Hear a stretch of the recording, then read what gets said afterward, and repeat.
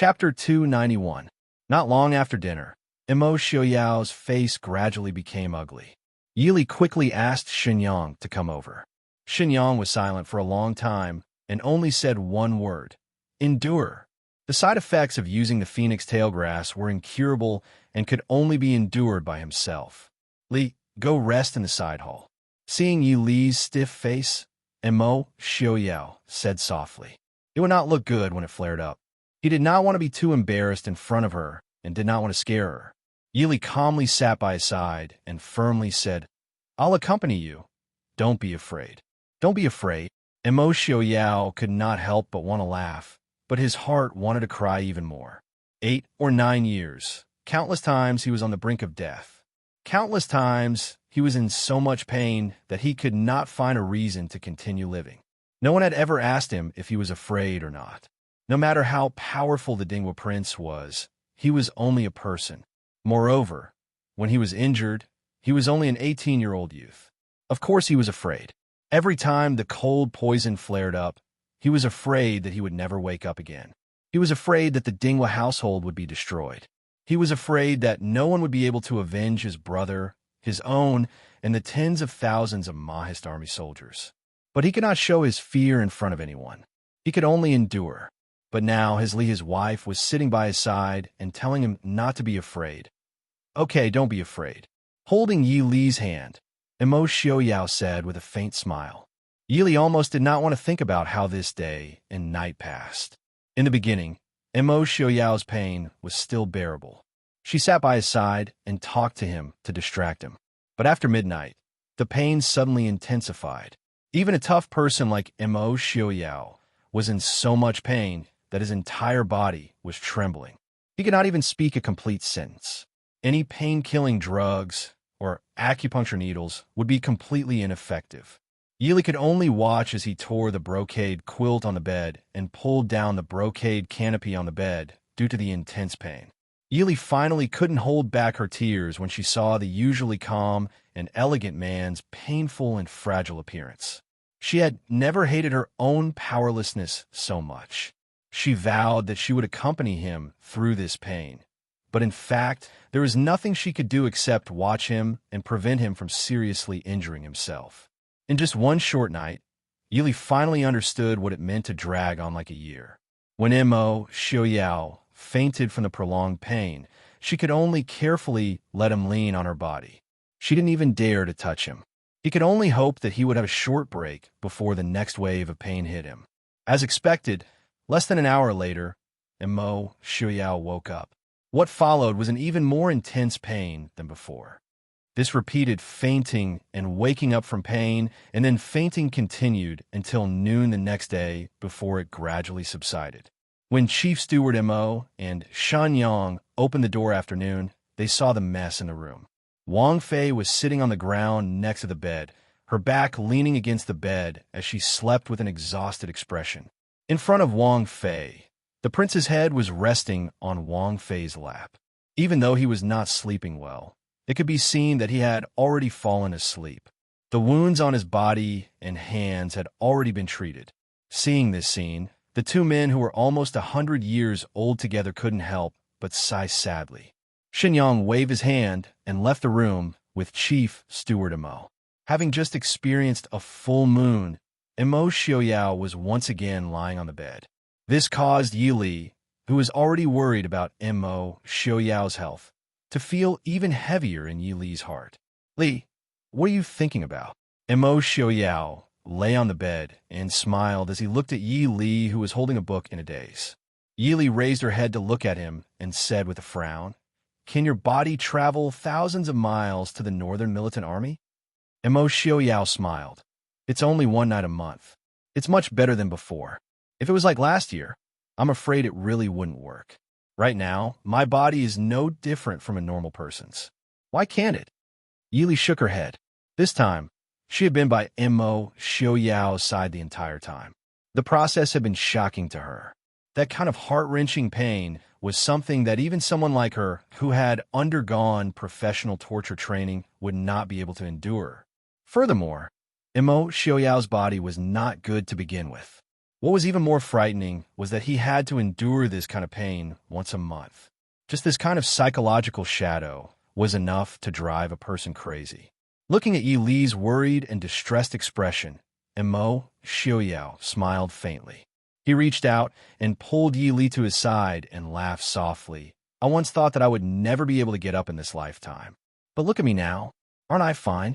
So what if I have to suffer this pain once a month? I think it's worth it. Li, I hope that your husband is perfect. Only then can he be worthy of my Li. Mo Xiaoyao murmured as his slender fingers touched Yi Li's beautiful lips. Yi Li turned her head away, not allowing herself to look at the wounds on his hand that had not yet healed. She held back the tears in her eyes and said, "Even if your leg can never recover, I will not despise you."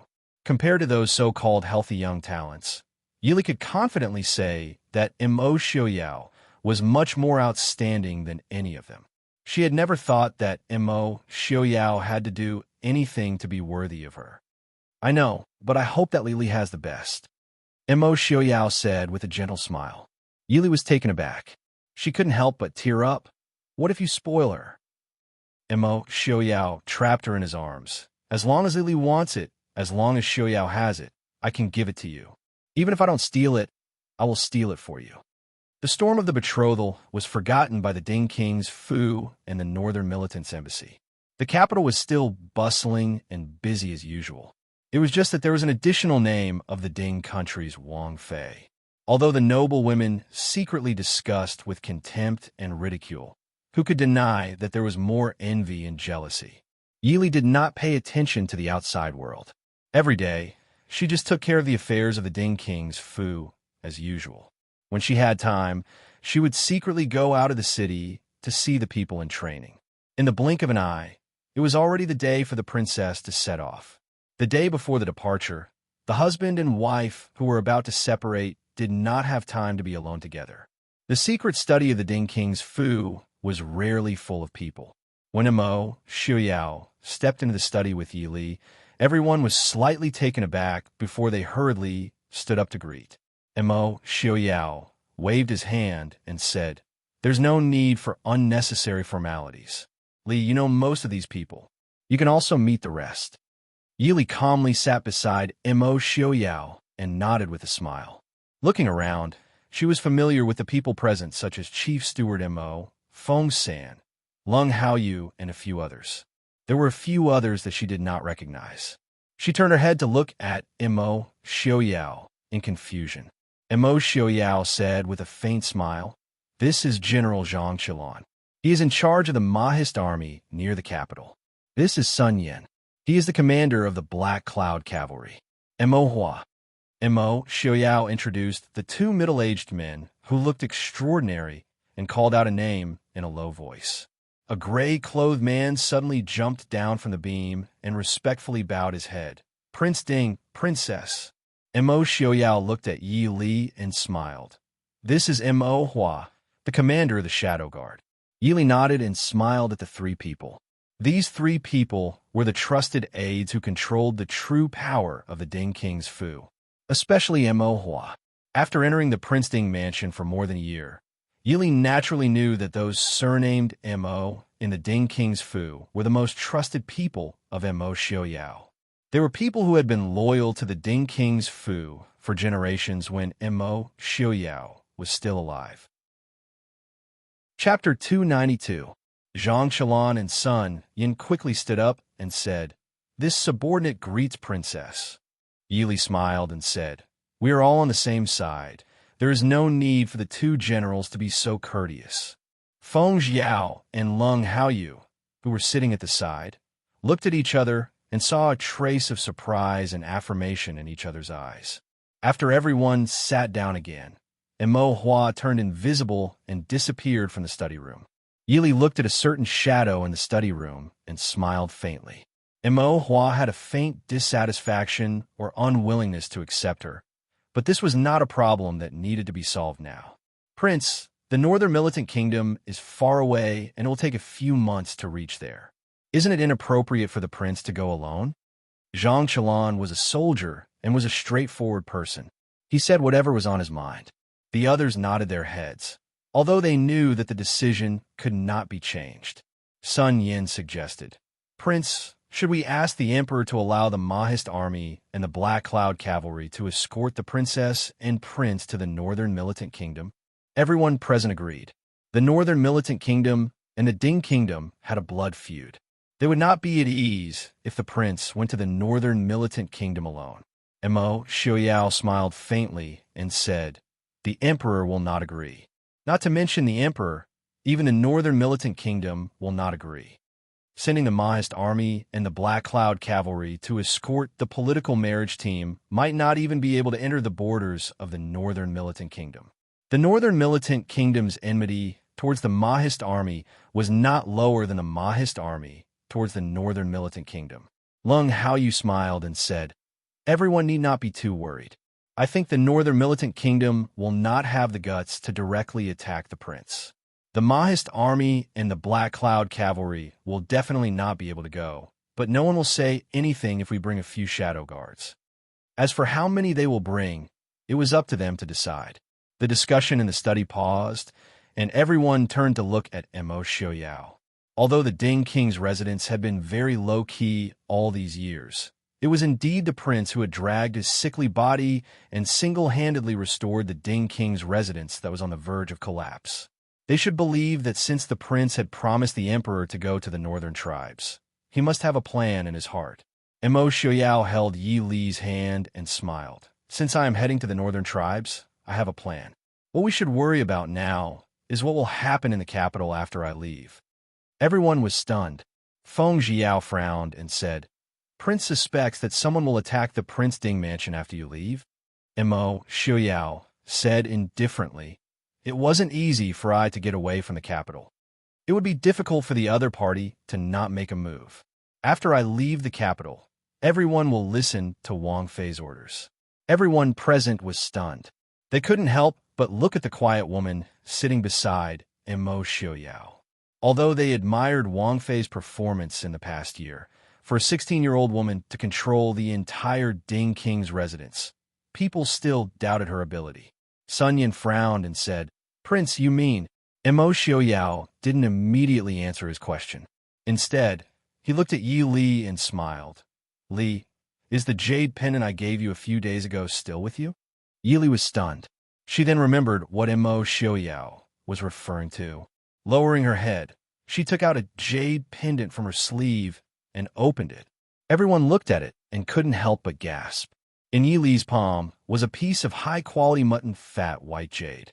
That jade wasn't suitable for a woman to use, so Yi Li usually kept it with her and didn't wear it.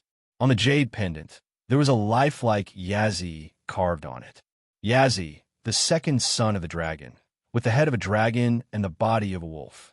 Its personality was strong, brave, good at fighting, and bloodthirsty.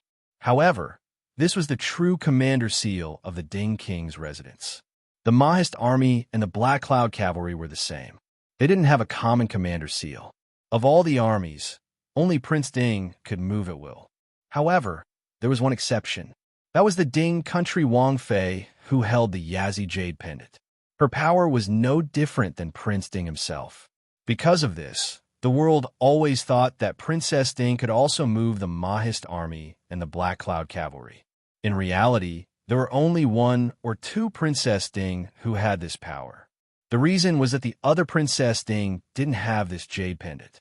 "Prince, Wang Fei is too young. Is it?" Zhang Qilan said worriedly. The other people didn't speak, but the same thought was written on their faces. Wang Fei did have outstanding abilities. If she could train for a few years, she might be able to hold her own.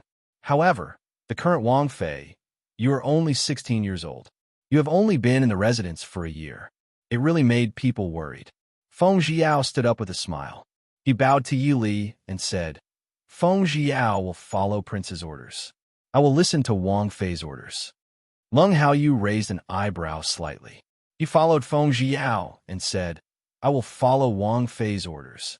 Feng San, Lung Eri, Zhang Qilan stared anxiously at the two young people who didn't know the severity of the situation. Feng Jiao leisurely fanned himself and said with a smile, "General Zhang worries too much. Wang Fei's literary and military skills are extraordinary. This year, in Yonglin City, she only used 20 to 30,000 soldiers to stop King Li's army of 100,000. She also killed tens of thousands of enemies and even completely destroyed King Li's two flanking armies. Who dares to say that Wang Fei doesn't know the art of war? Zhang Qilan stilled. He naturally heard about Wang Fei defending Yongzhou. However, he didn't take it seriously. After all, Murong Shun was still in Yongzhou and Wang Fei was just a woman. Since ancient times, there was no precedent of a woman on the battlefield. He only thought that Wang Fei and the Black Cloud Cavalry were in Yonglin, so she ordered the Black Cloud Cavalry to help defend the city. However, it was completely different when he heard Feng Jiao say it personally. Feng Jiao had been in charge of the Shadow Guard for many years. It was impossible for him to speak carelessly. The generals who led the troops looked at Yi Li with a trace of inquiry. They were usually in the barracks and didn't have much interaction with Yi Li. Naturally, they didn't know as much as Feng Jiao, Leng Haoyu, and the others. At this moment, when they heard Feng Jiao's words, they started to doubt whether Prince's decision was too abrupt. Yi Li put away the jade pendant again. She raised her head and smiled at the generals. This consort is young and inexperienced. In the future, please give me more pointers. Her tone was light and calm as usual, but the generals could acutely feel the sharpness and murderous intent. Those who hadn't been on the battlefield wouldn't have such an aura. This young Wang Fei could even completely restrain this murderous aura. If she didn't do it on purpose, others wouldn't be able to feel it at all. It was as if the woman in front of them was as harmless as they saw her. The generals' hearts trembled, and they all lowered their heads. We will obey Wang Fei's orders. Mo Xiaoyao looked at the crowd with satisfaction and nodded. Very good. After I leave the capital, everything in the Ding King's Fu will be decided by Wang Fei. Wang Fei's words are I's meaning. Do you understand? This subordinate understands. The crowd said in unison. The secret conversation in the study continued until late at night. After sending everyone off, the two walked out of the study hand in hand and saw a crescent moon in the sky. Yi Li raised her head to look at the handsome man beside her. Her heart couldn't help but move. A feeling of reluctance spread in her heart. Li, what is it? Mo Xiaoyao asked in a light voice. Yi Li shook her head and shook off the gloom in her heart. I'm worried about you going to the northern tribes. I've picked a few people for you to take with you to the northern tribes. Chapter 293. Mo Xiaoyao smiled and asked curiously, what kind of people can make Miss Li feel so assured? Is there some kind of genius that I don't know about? Yi Li sighed softly and said, if possible, I don't want to give them to you because they haven't finished their training and tests. But this time, the Emperor definitely won't let you bring too many people from the Princeton mansion. The number of guards you have is limited. It's better to bring them along. Mo Xiaoyao smiled and said, since Miss Li is so confident, then I also want to see the results of Miss Li in the past month. Yi Li smiled faintly and raised her hand to tap lightly twice. Mo Xiaoyao looked around attentively. His eyes flashed, and he said loudly, Shadow Guard alert. In the night, after a few light sounds, everything returned to silence. Not long after, several figures landed from the trees, from the walls, and from the eaves. They quickly formed a line and said in a low voice, Gongzi, please instruct us. Yi Li raised her eyebrows in surprise and said with a smile, to be able to recognize me, it seems that Lin Han and the others have taught me well. Prince, how is it? Mo Xiaoyao shook his head helplessly and said, it seems that the Shadow Guard needs to be trained again. These people didn't seem to be very skilled in martial arts, but they were able to silently sneak into the heavily guarded Prince Ding mansion and defeat enemies twice their size. It had to be said that their abilities were shocking. Perhaps the Shadow Guard of the Prince Ding mansion had been too arrogant these past few years. Yi Li smiled and said, Prince, there's no need to feel depressed. They were able to sneak in because they knew about the guards of the mansion. The guard of the Prince Ding mansion didn't have too many loopholes. Mo Xiaoyao said, it doesn't need to comfort I won't blame them. We're the guards in the courtyard. A moment later, A dozen shadow guards and shadow guards walked in with their faces covered in dirt. Among them, the shadow guards were so ashamed that they did not dare to raise their heads. They boasted that they were the most powerful guards in the Ding King's residence, but they were caught unprepared under their watch without a sound. If it was really a sneak attack by the enemy, and something happened to the prince and princess consort, even 10,000 deaths would not be enough to atone for their crimes. Emo Xiaoyao looked curiously at the 8 people standing in front of him. He felt that these people were completely different from the Mahist army's Black Cloud Cavalry and the Shadow Guard. But he knew that these people were truly chosen from these 3 troops. In less than 2 months, they were able to change so much. It had to be said that his beloved consort really knew how to train people. Li, they shouldn't only know how to sneak attack, right? Yuli raised her head and said proudly, "Of course not." Without using any internal energy, just in terms of close combat, each of them can easily fight against 15 elite soldiers. Each of them can skillfully use all kinds of weapons. No matter if it is one-on-one, group attack, night battle, water battle, assassination, ambush, night attack, it is not a problem. As for what else they know, you can tell it to the prince. The soldiers standing in a line started from the first one. Reporting to the prince, this subordinate was originally from the Mahist army. "I am good at assassination and ambush." This subordinate also knows the northern tribes and southern Zhao languages. This subordinate was originally from the Black Cloud Cavalry. "I'm good at archery and close combat." This subordinate was originally from the Shadow Guard. "I'm good at disguise, qigong, and poison." After listening to their reports, even Emo Xiaoyao could not help but sigh in admiration. Li is truly amazing. Are these people really for me? Yili glanced at him and said unhappily, "Otherwise, could it be that I took them out to make you jealous?" After saying this, she did not care about Emo Xiaoyao's reaction. She looked at the people in the courtyard and said, "You are the most outstanding soldiers in the first batch of training. Almost all of you have completed the training ahead of time. Originally, you had a month to learn more skills and then take the test. But now you have to carry out the mission ahead of time. I am very sorry." The leader of the soldiers said, "It is our honor to serve the prince and princess. Princess, please give the order." Yili nodded and said, "Very good. From today onwards, you will be the prince's personal bodyguards until the prince returns from the northern tribes. So, your first mission will be to protect him. The goal is to see the prince return to the capital in one piece. Can you do it?" "Yes, we swear to complete the mission," everyone said in unison. Yili smiled and said, "Very good. This is not only a mission, but also a test for you. Because it is your first mission, I will send Lin Han to accompany you. He is not only your leader, but also the person who will test you. Everyone, have a safe journey." "Thank you, young master." Outside the palace, Princess Ronghua was wearing a red wedding dress with a phoenix and a peony. She tearfully said goodbye to the Empress Dowager and the Emperor Empress. Princess Zhaoran, who used to be arrogant, finally could not help but cry in the face of her only daughter marrying to the northern tribes. She looked at her daughter who was about to leave, but could not say anything. Now, it was the Empress Dowager and the Emperor and the Empress who came to send off the princess. Even if she was the biological mother, she could not hold Princess Ronghua back. Princess Ronghua said goodbye to the Empress Dowager, the Emperor, the Empress, and her parents one by one. She was supported by the palace maid who accompanied her to the carriage. When she was about to get on the carriage, she looked back in the direction of Yili. Yili nodded gently and smiled at her. Princess Ronghua looked down and smiled faintly. She resolutely turned and stepped into the carriage.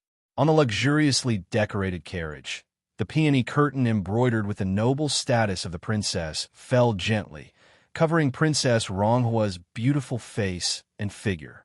From now on, she would live in a foreign country as the princess of the Chu state. Perhaps she would never see her parents again. "Li, I am leaving. Be careful in the capital." Standing beside Yili, Emo Xiaoyao whispered softly. Yili looked up at the elegant man in a dark green robe embroidered with a silver dragon. She nodded gently and said, "I know. You be careful too. Come back early." Emo Xiaoyao nodded. "I will be careful. Li is alone in the capital." Yili interrupted him and said firmly, I will guard the Prince Ding mansion well and wait for you to come back. Mo Xiaoyao stilled and said in a low voice, As long as Li Li is safe, Xiaoyao will be very happy. The attendant on the side carefully came over to urge them to leave. He muttered in his heart that it was said that Prince Ding and Wang Fei had a good relationship. Now it seemed that they were inseparable. Yili took a step back and left Mo Xiaoyao's arms. She tilted her head and said to Lin Han standing on the side, Lin Han, the prince's safety is in your hands. Lin Han nodded and said seriously, Wang Fei, please do not worry. This subordinate will not betray Wang Fei's trust. Yili nodded and said goodbye to Mo Xiaoyao before retreating into the crowd. Mo Xiaoyao turned back to look at her. He led the white horse beside him and mounted it to catch up with the procession that had already left. When the entire procession had disappeared into the distance, Princess Zhao Ren finally fell to the ground in tears. Zhaoyang Princess ordered people to help her back to the Princess Fu. The Emperor and Empress also accompanied the Empress Dowager back to the palace. The noisy palace gates instantly became much quieter. Yili stood where she was and looked in the direction that Mo Xiaoyao had left in. She was silent. Wang Fei, Prince Ding has already left the city. We should return. Chief Steward Mo walked in front of Yili and said in a low voice. Yili nodded and said, Let's return. Mo Xiaoyao's sudden absence in Jing seemed to be lonely and bored. Chapter 294. After Prince Ding left the capital, the Ding King's residence closed its doors and declined all visitors as usual. However, only the people in the Ding King's residence knew. In just a short span of 10 days, the number of secret attacks on the Ding King's residence was several times more than the past few years. In the middle of the night, another wave of attacks ended. Yili sat on the chair placed under the eaves and looked indifferently at the men in black who were kneeling on the ground in the courtyard with a solemn expression.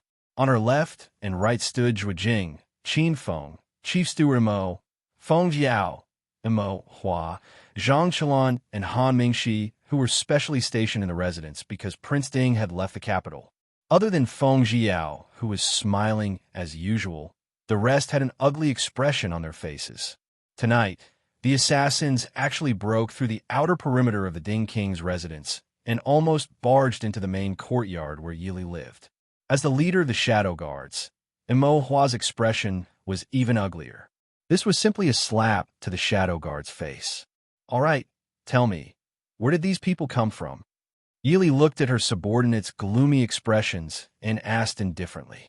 The assassins who were forced to kneel in the courtyard had a flash of disdain in their eyes as they arrogantly tilted their heads to one side. Yili laughed in spite of herself. It was my slip of the tongue. If I don't ask properly, I don't think you will confess. However, it just so happens that in these 10 days, there were a total of 7 waves of people who came here. Among them, there might be some of your companions. However, there isn't anyone who is strong enough to go against me. Qin Feng, I'll leave it to you. Qin Feng laughed loudly. Many thanks to Princess. It just so happens that my subordinates are learning how to interrogate. These few days, they have improved tremendously. I still have to thank so many people for their contributions. Feng Jiao, who was standing by the side, sneered and pretended to be disdainful, but his eyes were already looking at Qin Feng. This young master requests to be a spectator. He, Feng Jiao, was known as the most powerful interrogation expert in the Ding King's residence. However, ever since Qin Feng brought back those few brats, he then realized what was called there was always someone better than you. Moreover, these interrogation experts were mass-produced. Qin Feng looked at him with a fake smile and said, This is a secret. Outsiders are not allowed to enter. With a wave of his hand, someone came over and stopped the people in the courtyard. Feng Jiao glared resentfully at Qin Feng, who had left in a carefree manner. Then, he turned around and looked at Yili eagerly. There was no other way. Ever since Qin Feng followed Wang Fei, no one could speak in front of him except for the prince and Wang Fei. Yili faintly smiled and said, Feng-san, Qin Feng didn't deliberately make things difficult for you. This is really confidential. Feng Jiao harumphed and said, It's just an interrogation. Even if they have some unique methods, it can't be considered a secret. Yili smiled and said, the interrogator is still a secret for now. Feng Sen rubbed his nose and didn't speak. He was one of Mo Xiaoyao's most trusted people. Naturally, he knew that Wang Fei had a secret troop of people selected from the various armies of the Ding Wang Fu. No one knew what Wang Fei wanted these people to do. Even the prince didn't know what happened to these people after they were selected by Wang Fei. Now, was it these people? Feng Jiao thought of the people that Qin Feng had brought back a few days ago to be interrogated. He had only taken a hurried glance. There didn't seem to be anything out of the ordinary. However, Feng Jiao's wariness that had been cultivated after so many years on the battlefield and in secret made him feel that these people weren't simple. Yili stood and smiled to the crowd. It has been hard on everyone tonight. Let's go sit in the study. Zhang Qilan's expression was ugly as he said, the prince just left, and these people made a move against the Prince Ding mansion. Are we just going to let it go like this? Yili faintly smiled and said, General Zhang, don't worry. Naturally, we won't let it go like this. Ben Fei just happens to need some people to practice. Her gentle tone brought out a chilling, murderous intent. Everyone couldn't help but be solemn as they followed Yili to the study room. When they returned to the study and sat down, Yili said to Han Mingxi, sitting on the side, it's time to take care of Shi Ling and Nan Jiang. Mingxi, leave Jing tomorrow. Hearing this, Han Mingxi frowned and wanted to say something. Yili shook her head and said, no need to say more. You have seen the situation in Jing. There's nothing for you to do here. It's better to leave early. Dagu should still be in Yongzhou right now. If there's anything you can't decide, you can take my token to ask him. Han Mingxi looked coolly at her and sighed softly. I know. I will leave tomorrow. I'm going back to pack first. Yili didn't keep him and just nodded. When Han Mingxi left, the atmosphere in the study immediately warmed up. It wasn't that the people of the Prince Ding mansion didn't trust Han Mingxi and were wary of him, but these people were all born with a pair of astute eyes that could see through the world. Han Mingxi's thoughts were hidden, but could not be hidden from these people. But these people were also very loyal to Mo Xiaoyao. Even if there was nothing between Wang Fei and Han Mingxi, in the eyes of these loyal officials of the Prince Ding mansion, they couldn't help but be colder to Han Mingxi. Yili acted as if she didn't see the expressions on everyone's faces as she continued to talk about what happened in the prince's mansion. Everyone was worried about the safety of the Prince Ding mansion. Chief Steward Mo asked, Wang Fei, should we send more shadow guard into Fu? These days, the Prince Ding mansion had been attacked continuously. The guards and shadow guard were probably exhausted.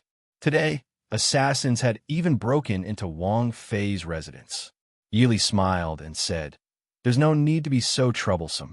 They worked so hard to sneak into Jing and even risk their lives to break into the Ding Wang Fu that the world knows is impregnable. We have to see what they want to do. Starting tomorrow, catch fewer assassins.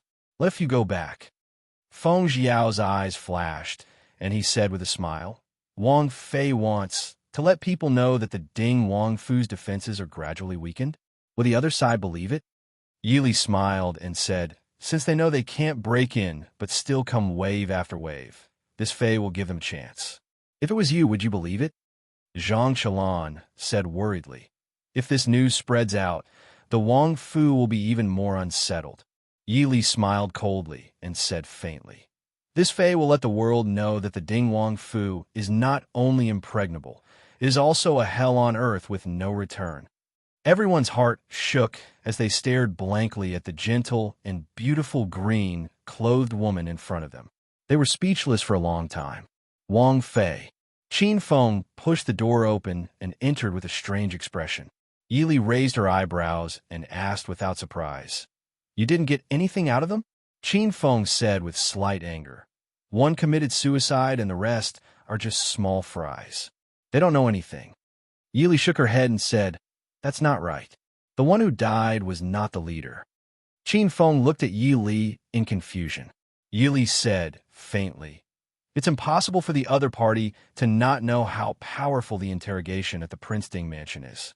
If they really wanted to die, they would have killed themselves when they were caught. In terms of experience, You're not as good as Feng San. Feng Xiao looked at Qin Feng proudly and said with a smile, "That's right. At least in this young master's hands, there will never be a case of a prisoner committing suicide." At this time, Qin Feng did not care about Feng Xiao's provocation. His sword-like eyebrows were tightly knitted as he said, "Princess consort means that the one who committed suicide was just a cover for the real leader?" Yili held her chin and said, "There's at least a 50% chance. Of course, it is also possible that he was frightened by your methods and coincidentally fell into the hands of a few inexperienced rookies and took advantage of the opportunity to commit suicide. But your methods should not have reached that stage, right?" Chapter 295. Qin Feng said with some vexation, "Those brats just learned this and did not know how to control their strength. If they really died..." Yili lowered her eyes and said softly, "We don't lack time now. Let's change the method and take it slow." "Change the method?" Yili said, "Training the eagle." "Training the eagle?"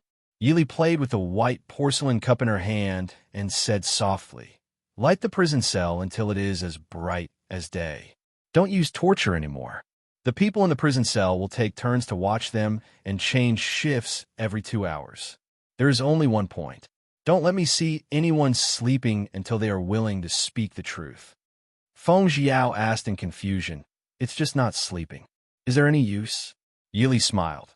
Young Master Feng San may have tried not sleeping for 1 or 2 days, but has he tried not sleeping for 4 or 5 days? With this method, even the proudest eagle can be tamed, let alone a human. Although Feng Xiao had his doubts towards Yi Li's words, Qin Feng did not hesitate to accept it completely. He immediately turned around and gave the order. Feng Xiao turned back to look at Yi Li and said, "These few days, does Princess Consort have any thoughts towards these assassins?" Yi Li turned back and Zhuo Jing handed over a file. Yi Li opened it and said, "These few days, there are all kinds of people who have broken into the residence.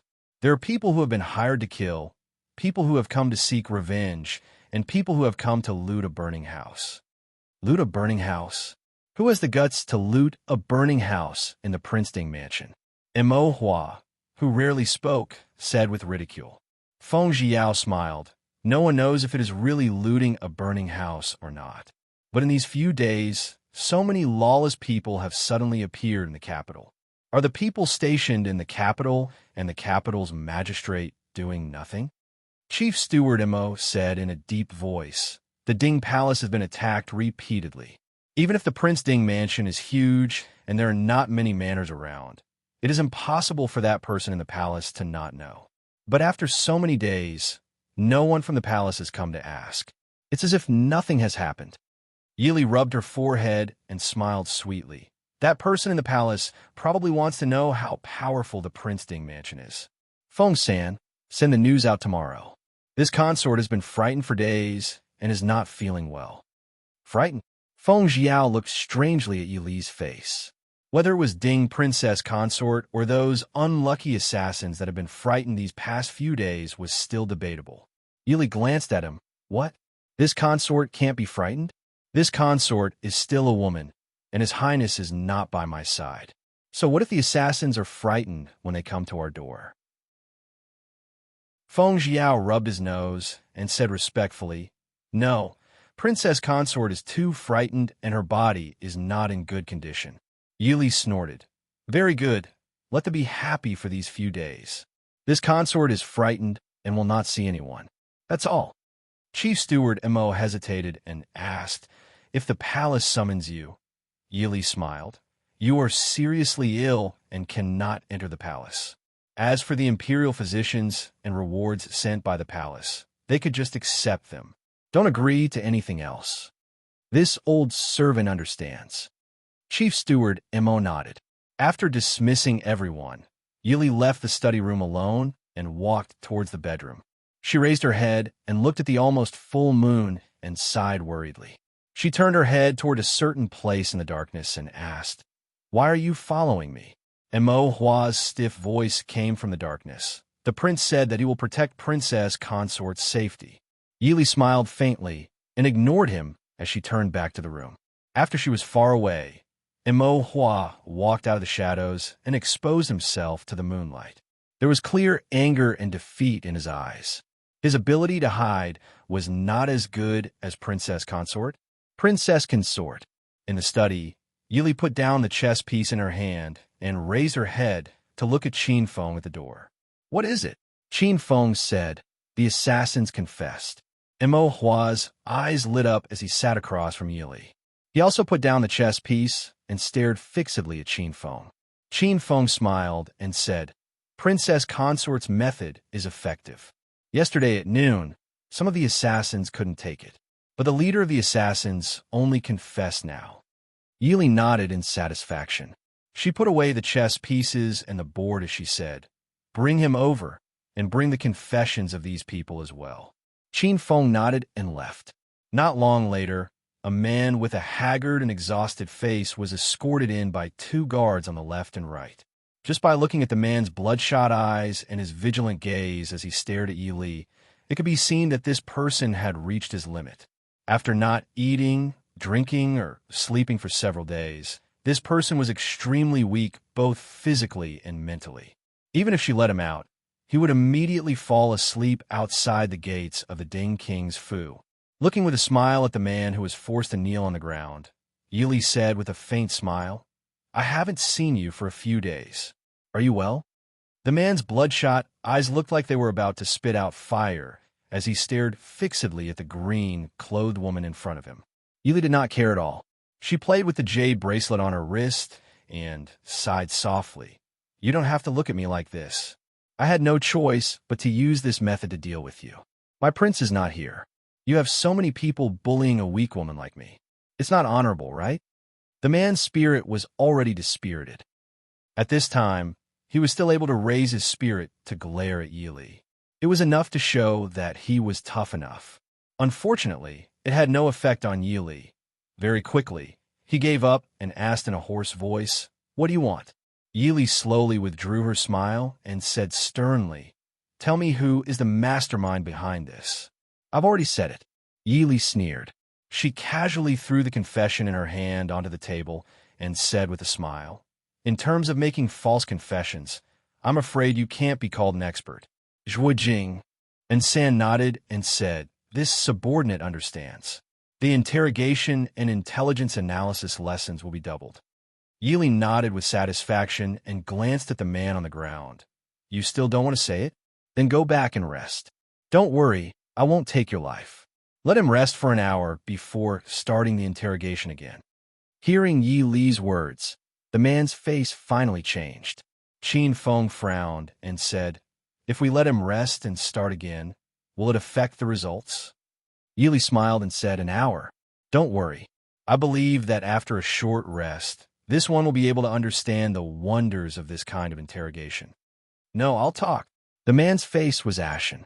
Yi Li said, "Very good. Who sent you? Don't tell me it's the one from the palace. Even though you've just confessed, it's not like your subordinates don't know anything. The leader of the 3rd ranked assassin organization in the Jianghu. Night Kill? The man's face changed.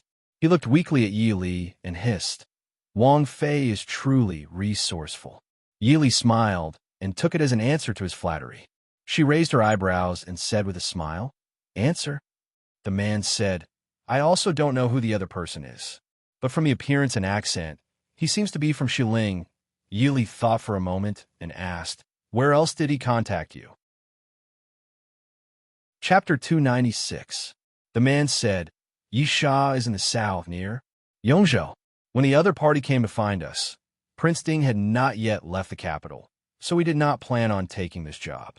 However, the other party vowed that Prince Ding would definitely leave the capital within a month. Therefore, they offered a large sum of money to invite us to infiltrate the capital. If Prince Ding had not left the capital, we would not make a move. 10 days ago, Prince Ding had indeed left the capital. We observed for another 10 days and found that the assassins did not know about Yisha. Therefore, we decided to make a move. Yi Li smiled faintly and said, "Very good. Where is your leader?" The man was startled and looked at Yi Li in astonishment. Yi Li faintly said, "You guys were able to observe for 10 days before taking action. This consort doesn't believe that the assassins from a few days ago didn't return. This consort doesn't believe that you guys didn't properly assess the strength of the Ding Palace. Knowing that it is impossible to do it, yet you still did it? That can only mean that you are not the true leader of Isha, right? Seeing the man lower his head and not speak, Yili did not mind. She grabbed a piece of paper from the table and wrote for a while before raising her head and handing it to Qin Feng. Take him down and ask him according to what is written. If you still can't get anything out of him, then there is no need to bring him back. This consort does not have that much patience. Qin Feng glanced at the paper in his hand and waved his hand at the guard before taking him out. And Mo Hua looked at Yi Li and said, Wang Fei already knew that he was not the true leader? Since that is the case, why waste time on him? Yi Li smiled helplessly and said, Although he is only a scout, we really do not know where the rest of Isha are, right? I feel that if we can't find these people quickly, we will be in big trouble. And Mo Hua gritted her teeth and said, Even if that person in the palace is not involved, he definitely knows about these people's plan. The Shadow Guard has been obstructed in their search for the past few days. It is definitely that person's doing. Yili calmly said, Has the Shadow Guard reached the point where they could be easily obstructed by the palace guards? And Mo Hua's face was ashen, unable to say anything for a long time. After a long time, he gritted his teeth and said, I don't know what the princess consort has in mind. Yili shrugged and said with a smile, I don't have any great moves. I'm just going to deal with all changes by sticking to the status quo.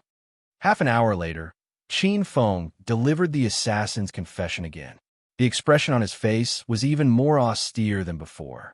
Yili was not in a hurry to look at the confession and asked, Is he dead? Qin Feng shook his head and said, Not dead, he fainted. Yili nodded and lowered her head to look at the confession in her hand. A cold smile gradually appeared on her lips. Very good. She raised her hand and handed the confession to Mo Hua and Zhuo Jing. The two looked at it, and their expressions became heavy. Mo Hua stood and said, This subordinate will immediately call all the Shadow Guard near the capital back to the Fu. Stop, Yili said calmly. Mo Hua turned around and glared at Yi Li with some anger. Princess, all the people have already joined forces to attack the Wang Fu. Once they come in, I will make sure they don't return. Yili said with a cold smile. Mo Hua stilled, as if frightened by Yi Li's unrestrained killing intent. She frowned and said, Even though the Wang Fu is heavily guarded, it is impossible to guard against so many experts at the same time. It is not just princess's safety, but also many important places in the Fu. Yi Li's smile was warm, but it made the people who heard it feel a chill in their bones. Don't worry. Send someone to tell General Sun to lead the Black Cloud Cavalry to guard all the exits in and out of the capital. Once the assassins escape, kill them without mercy. The Shadow Guard will be stationed in all parts of the capital. Once they find someone escaping, kill them. Also, if the Shadow Guard near the Prince Ding mansion sees the situation in the Fu, immediately surround the king's mansion. No one can enter, no one can leave. This subordinate obeys, Qin Feng and Zhuo Jing said respectfully. Mo Hua looked at the two and also acknowledged. Yili nodded and said to Qin Feng, Let out all of your people to train. Their first mission is codenamed Extermination. Qin Feng nodded excitedly and said, This subordinate understands. This subordinate will not disappoint Princess's trust. Yili waved her hand to dismiss the three of them. She raised her head to look at the bright sunlight outside the window and couldn't help but sigh. In a short span of 10 days, the king's mansion had turned into a sea of blood. But, no matter what, she had to protect this mansion. This was not only a grand king's mansion, but it was also her home. Ever since Prince Ding left the capital, the nobles in the capital could clearly feel the gloomy atmosphere of an impending storm. Not everyone was kept in the dark about the continuous attacks on the king's mansion. After all, the commotion caused by the killings was not small. But there was no indication from the palace, so people could somewhat understand the thoughts of that person in the palace. But occasionally, there would be a faint uneasiness in their hearts. It was good that nothing happened to the king's mansion. If something really happened, Prince Ding's return would be a very troublesome matter. A few days later, there was news that Princess Ding had been frightened and was bedridden. Even the summons from the palace were all rejected. The king's mansion closed its doors to visitors. So no matter if it was those who were worried or those who wanted to inquire about the news, there was no way to know the real news of the king's consort. Many people also secretly believed the rumor that Princess Ding was seriously ill. After all, she was a teenage girl. No matter how powerful she was, without Prince Ding by her side, even a normal man would not be able to withstand the continuous assassination attempts for 10 days, let alone a girl. Princess, Lord Su from the Imperial Censor's mansion requests an audience. Director Immerse respectfully reported. The brush in Yi's hand paused, and she faintly said, "I won't see him. Please ask Lord Su to return. When my body recovers, I will go to the Imperial Censor's mansion to pay my respects to Uncle and Aunt another day." Director Immerse hesitated for a moment and said, "Lord Su is very insistent. He also said that if Princess insists on not seeing him, he will immediately enter the palace to meet the Emperor and recount the recent assassination attempts on the king's mansion." In reality, it wasn't that no one had reported this matter to the Emperor, but all the memorials had been kept by the Emperor and not sent out, completely treating it as if there was no such matter. Some of these people were hindered by the Emperor's intentions. Some were secretly appeased by people from the Prince Ding mansion. So even though the assassination attempt on the Prince Ding mansion was an open secret, but on the surface, everyone still accompanied the Emperor and acted as if they did not know. Yi was silent for a moment and finally said, "Invite Uncle in." Su Hongyan followed Director Immerse in. Director Immerse excused himself at the door and invited him to enter the study alone. Yi put down the brush and stood to greet. "Uncle, why have you come?" Su Hongyan glared at her in exasperation and said, "If I didn't come, I would have left you in the Prince Ding mansion without knowing if you were alive or dead." Yi smiled and pulled Su Hongyan into the study to sit down, smiling as she said, "What do you mean by alive or dead? Lear is fine. I've made Uncle and Aunt worried these days." Su Hongyan faintly glanced at her. "You know we're worried, but you still stopped your second brother outside. If I personally came today, you wouldn't have sent any news to the family?" Yi looked with some difficulty at Su Hongyan and said, "Uncle, these days, my Fu." Su Hongyan frowned and said, "These days, Jing has been very chaotic. The people in my Fu were sent by you?" Yi nodded and said, "I'm afraid that there will be chaos in the capital in the next few days. Uncle and Aunt should be careful." Su Hongyan frowned and said, "What does the Emperor mean?" Chapter 297. Yi smiled helplessly as she said, "What other meaning can there be? Using the prince's absence to use someone else's hand to destroy the Prince Ding mansion. Even if the prince comes back, it can't be blamed on the Emperor, right? At that time, the prince will either lower his head and swallow this loss.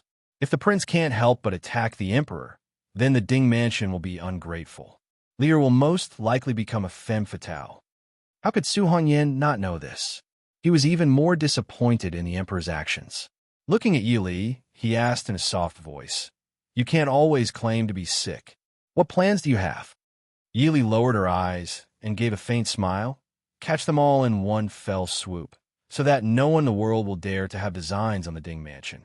Su Hongyan looked with surprise at Yi. The niece in front of him seemed to be as gentle as before, but the coldness that flashed across her brows let people know that she wasn't as harmless as she appeared on the surface. Su Hongyan sighed and said, "Is it a problem for Uncle to stay in your mansion for a few days?" Yi frowned and said disapprovingly, "Uncle, how can this be?" Su Hongyan raised an eyebrow. "Everyone says that the niece is like a mother. Can Uncle not enjoy the good fortune of a niece?" Yi grimaced. In the past, when things were going smoothly, she couldn't even invite her uncle and aunt. She was afraid that they would bring trouble to her and the Prince Ding mansion and cause the Emperor to be wary. Right now, the mansion was in chaos. If her uncle came, he could only be in fear. How could he enjoy the good fortune? "Uncle, in a few days, Lear will bring you and Aunt into the mansion to enjoy the good fortune. Isn't that fine?" Su Hongyin looked faintly at her. He didn't object or agree. Yili helplessly rubbed her nose and lowered her head. She wasn't unfamiliar with her uncle's expression. It meant that it was useless to say anything. He had already made his decision. Yili could only take a step back and say, "If that's the case, Li'er will have people clean up the courtyard for Uncle." Qin Feng and Mo Hua. Qin Feng and Mo Hua came in from outside.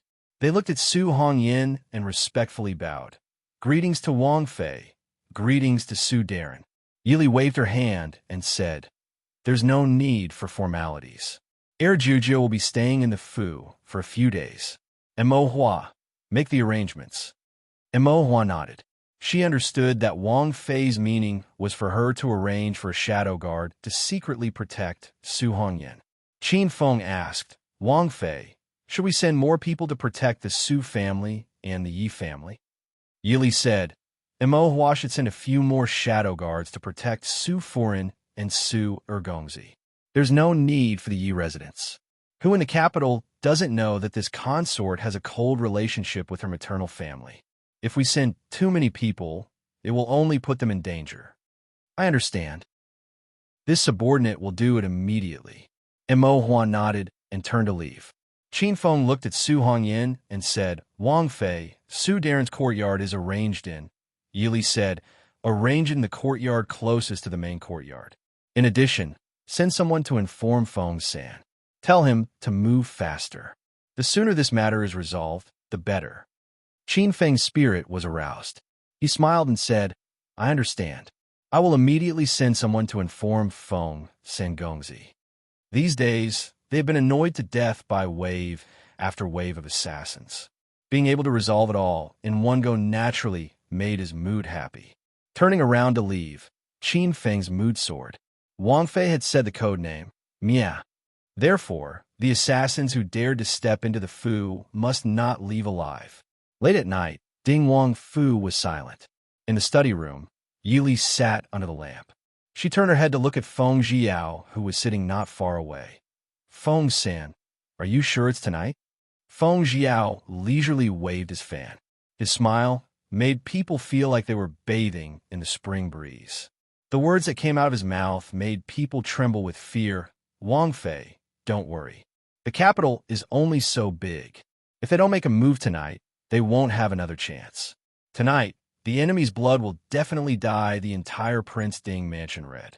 This is a beautiful and mesmerizing color.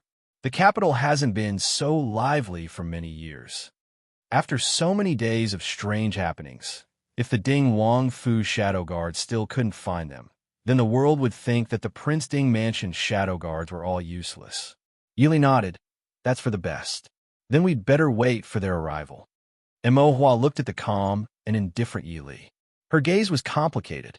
She hesitated for a moment before saying, "Wang Fei and Su Darren should go to a safe place to hide first. There is no lack of top experts among the people who came tonight. If an accident happens..." Yili looked sideways at Su Hongyin, who was calmly drinking tea. She frowned with some worry. She understood her uncle's personality. If she didn't leave, he would definitely not leave. But it was impossible for her to leave now. Seeing her difficult expression, Su Hongyin put down the teacup and said, "Just do your own thing. I'll just sit here for a while and drink 2 cups of tea." Understanding her uncle's meaning, Yili nodded gently and smiled. "Since it's like this, Li'er will play 2 rounds with Uncle." Su Hongyin nodded and looked at his niece's calm expression with satisfaction. Since she married into the Ding Wang Fu and became Princess Ding, then Yili's fate was tied together with Prince Ding's. It was also destined that she wouldn't be able to live a peaceful life. Since it was like this, whether it was Su Hongyin or the Su family, they all hoped that Yili would be as strong as possible. If she was like her mother, no matter how talented she was, it would be useless if she couldn't survive in this world. Until midnight, the prince's mansion was still silent. Yili and Su Hongyin had already played 3 rounds of chess. With 1 win and 1 loss, it looked like they were going to be tied. The two were locked in battle. Even Feng Jiao and Steward Mo, who were sitting at the side, couldn't help but go over to watch the game. Feng Jiao would occasionally open his mouth to give advice. Yili turned her head and smiled at him. Third young master Feng. A true gentleman doesn't speak when watching chess. Feng Jiao rubbed his nose. This young master is helping you. Yili silently rolled her eyes. You're disturbing my train of thought. An extremely soft sound came from the distance. The chess piece in Yi Li's hand paused slightly. Feng Jiao and the others' expressions also froze. Su Hongyan didn't hear anything, but he clearly detected the change in everyone's expressions. He smiled faintly and put down the chess piece, saying, "Let's stop here today. In this year, Li Er's chess skills have greatly improved." Yili smiled and put down a chess piece, saying, "No matter, it won't be too late to finish this game. Emohua, go out and take a look." Emohua nodded silently, turned and pushed open the door to go out. By the time they finished speaking, the sounds of fighting outside were gradually approaching. Yili waved her hand for Qing Wan to put away the chessboard. She stood and walked to the window, pushing it open to look outside. The yard was still shrouded in the faint moonlight, but many places outside the yard were lit with fire. Yili lowered her eyes and sighed slightly, saying, "Have them be careful. Don't destroy the century-old Prince Ding mansion." Steward Amo respectfully said, "Wang Fei, don't worry. I've already instructed them." Yili nodded. She sat by the window, leaning against the window frame, and said with a smile, "That's good. Let's see what kind of people will come tonight." See, in this Dechu state, just how many people wanted to destroy the Prince Ding mansion. Chapter 298. The sounds of fighting outside the courtyard were getting closer and louder. Su Hongyan stood by the window, looking at the flames in the distant sky. He sighed. It seems that the emperor is really planning on watching with folded arms. Yili gently shook her head, softly replying, "Jiujio, the emperor is not planning on watching with folded arms, but wants to fish in troubled waters." How many of these people do you think came from the palace? How big was Jing City? In the past 10 days, people from all sides had continuously provoked the Ding Wang Fu. They had lost no less than 100 people. How many people could still be hiding in Jing City? If it wasn't for the fact that there were capable people behind them, how could so many experts sneak into Jing City so easily? If it was really so powerful, the emperors of the other countries wouldn't be able to sleep at night. Su Hongyan was startled. In the end, he could only give a long sigh. Why is the emperor doing this? When the first assassin crossed the wall of the main courtyard, Yili stood up again and walked outside. The Yahuan beside her quickly followed. Yili waved her hand. "Don't go out." Qing Wan said, "Usually we can't help. Now that Wang Fei doesn't let us follow in the Fu, Nubi feels that we are useless. Qing Shuang and Qing Xia don't know martial arts, so stay in the room. Nubi and Qing, you should follow Wang Fei." Seeing her so insistent, Yili frowned slightly, but didn't say anything else. She turned and walked out of the study. In the courtyard, Zhuijing and Feng Jiao came to greet her.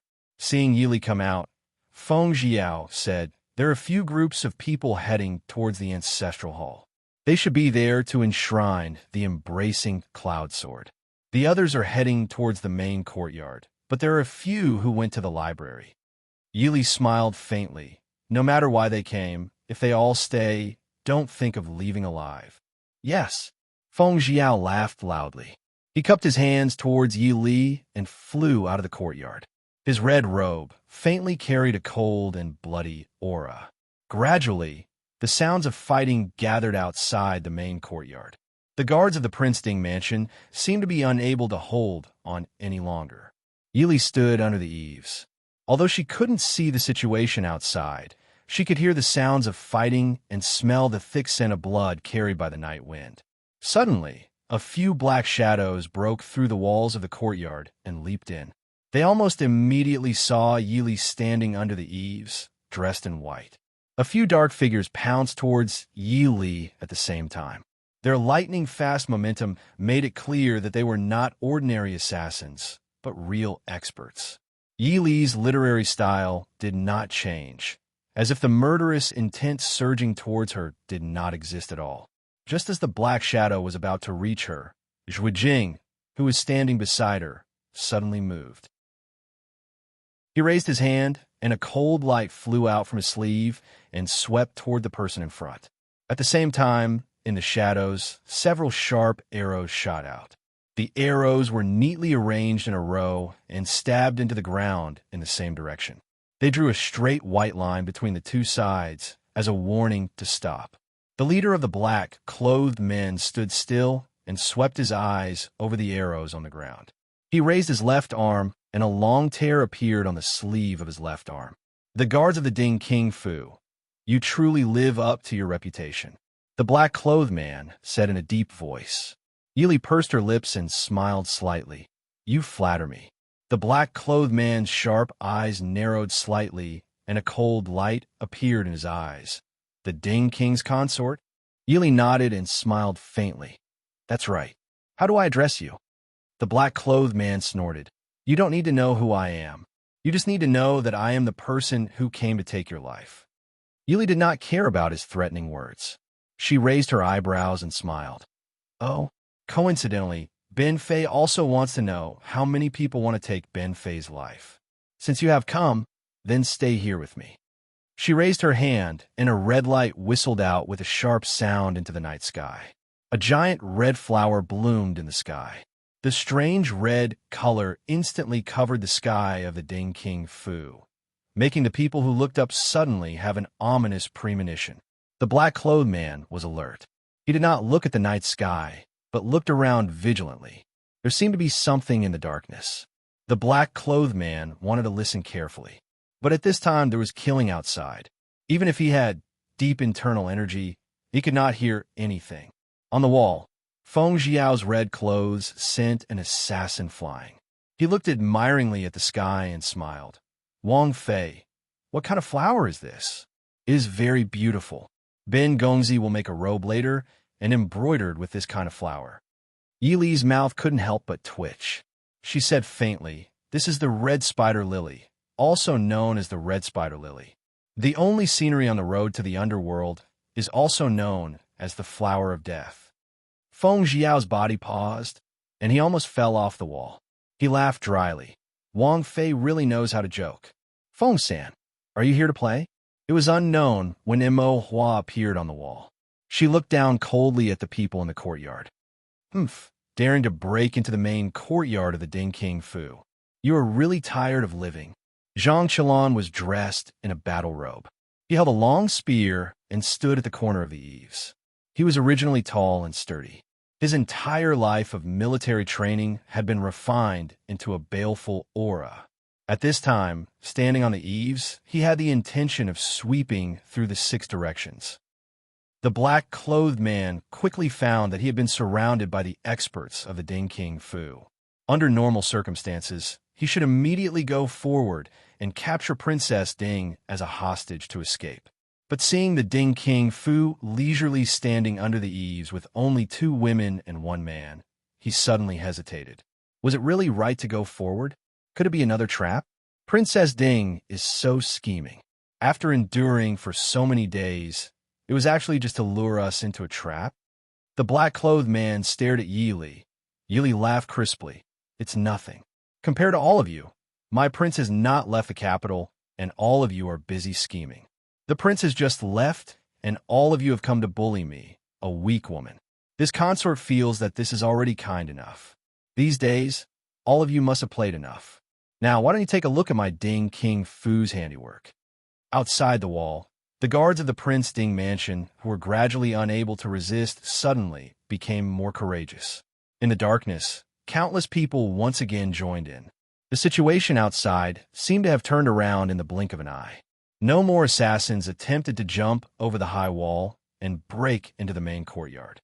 More wanted to escape. But at the same time, the Ding King Fu's elite shadow guard appeared at the exit. Attacking from both sides, the Ding King Fu became even more lively.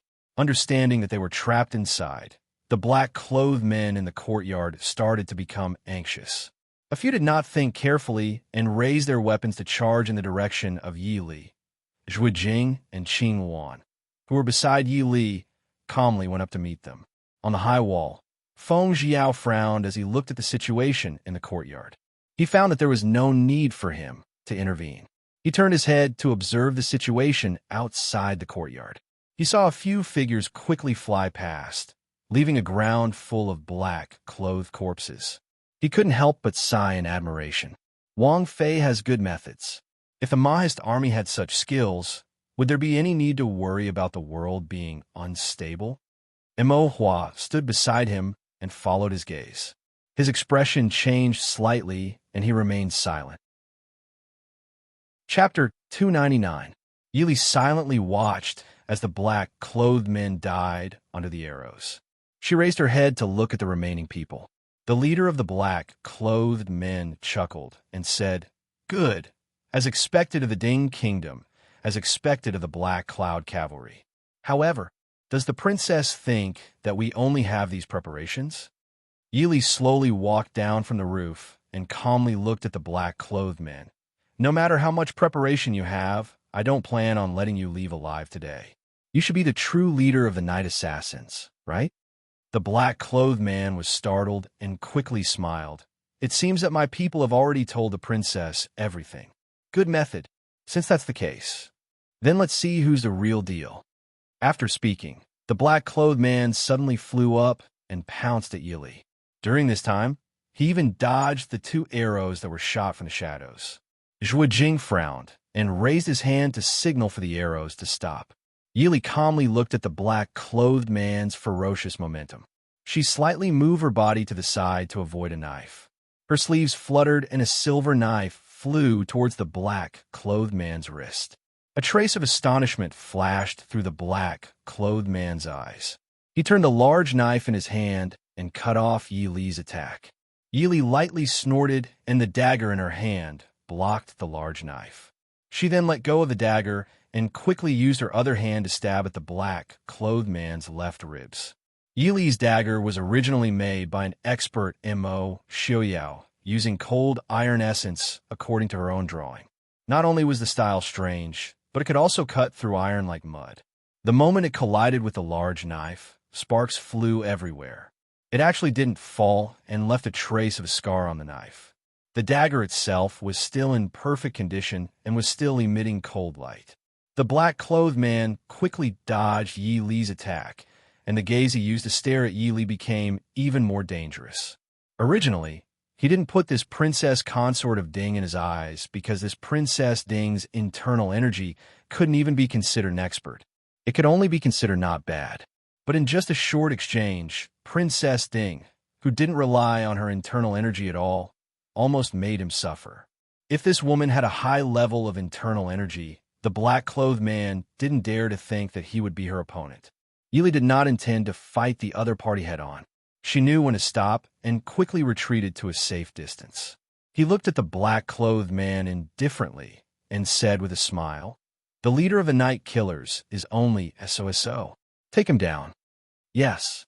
Zhuo Jing nodded and gestured into the darkness. In the darkness, a few figures quietly appeared in the courtyard and started to fight with the black-clothed men without saying a word. These people's martial arts were very similar to Yi Li's. Strictly speaking, they were far from being a match for the black-clothed men. However, they were very accurate and fast, which made people speechless. As long as a blade, palm, or circle hit the black-clothed man, it would definitely cause a lot of damage to him. However, they cooperated with each other very well. In addition, they had the secret help of a master archer. In less than a quarter of an hour, they took down all the assassins in the courtyard. Only 2 of them suffered light injuries. The leader of the Night Killers had his acupuncture point sealed and was tied up in a strange way with a rope. Yili walked over and said with a faint smile, "I heard that the true identity of the leader of the Night Killers is very mysterious. Even the Tianyi Pavilion, which is known to be the most well-informed in the world, doesn't know. It seems that this consort will be able to solve this mystery today." Zhuo Jing reached out and untied the mask on the black-clothed man's face, revealing a 40-something-year-old face with a determined expression. Yili calmly looked at the stranger in front of her. Feng Jiao, who had been standing on the wall and watching them the entire time, actually fell down from the wall this time. He stared at the black-clothed man and cried out in alarm, "Mu Qing Song!" Feng Jiao fell into the courtyard and frowned as he looked at the black-clothed man in front of him. Hearing this, Yili raised her eyebrows with interest and said with a faint smile, "The Chu State's #1 expert. Mooching Song, you're even willing to send out such a top expert. Your Highness really thinks highly of this consort." Mu Song's expression was cold as he said faintly, "This one doesn't understand what princess means. The night killers are paid to do things. What does it matter if you're Highness or not?" Yili raised her eyebrows and looked at him with a faint smile in her eyes. She didn't know why, but Mu Song seemed to be unable to withstand her gaze and turned his head away in a somewhat awkward manner. Yili tilted her head and sized him up a few times. She smiled faintly and said, "The Chu State's #1 expert? This consort seems to have exaggerated a bit, right? Why do you have to say that?" A trace of anger flashed through Mu Song's eyes. He once again turned his gaze to Yili and glared at her. Princess Ding could insult his actions and even his character, but she absolutely could not insult his dignity as the Chu State's #1 expert. He swept his eyes over the people standing around him and sneered, "Just based on these juniors." Halfway through his words, he met Yili's mocking gaze and swallowed the rest of his words with an ugly expression. Regardless of how these people caught him, it was a fact that they caught the Chu State's #1 expert without any losses. Since ancient times, there was no first place in literature and no second place in martial arts. Even if you had the ability to reach the heavens, a loss was a loss.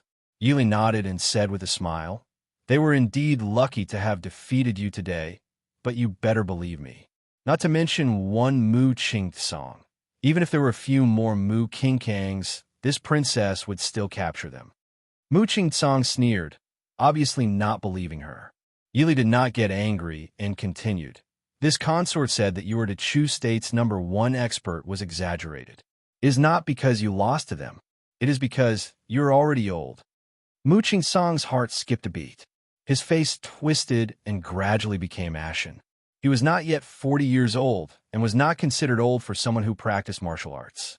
However, he was indeed old. Of the 4 great experts in the world, the oldest was Shiling Jinan Prince of Gojoseon. Although he lost an arm in a battle with Mo Lufang in the past, he had real power over Shiling and was famous for his fighting prowess. The second was Yin Wang Chamber's master Ling Taian. Although they were both Jianghu people, Yin Wang Chamber's name shook Jianghu. Even the nobles of the 4 countries did not dare to lightly offend them. The youngest was the Chu State's Prince Ding, Mo Xiaoyao. Although he was seriously injured and crippled in his youth, his name shook the world in his youth, and he was known as the young god of war. As for him, he was a few years older than Ling Taian. Although he had the title of the Chu State's #1 expert, he could only watch over a single night and slowly grow old. He could neither fight on the battlefield nor roam Jianghu freely. When people talked about the title of the Chu State's #1 expert, they would often sigh with regret.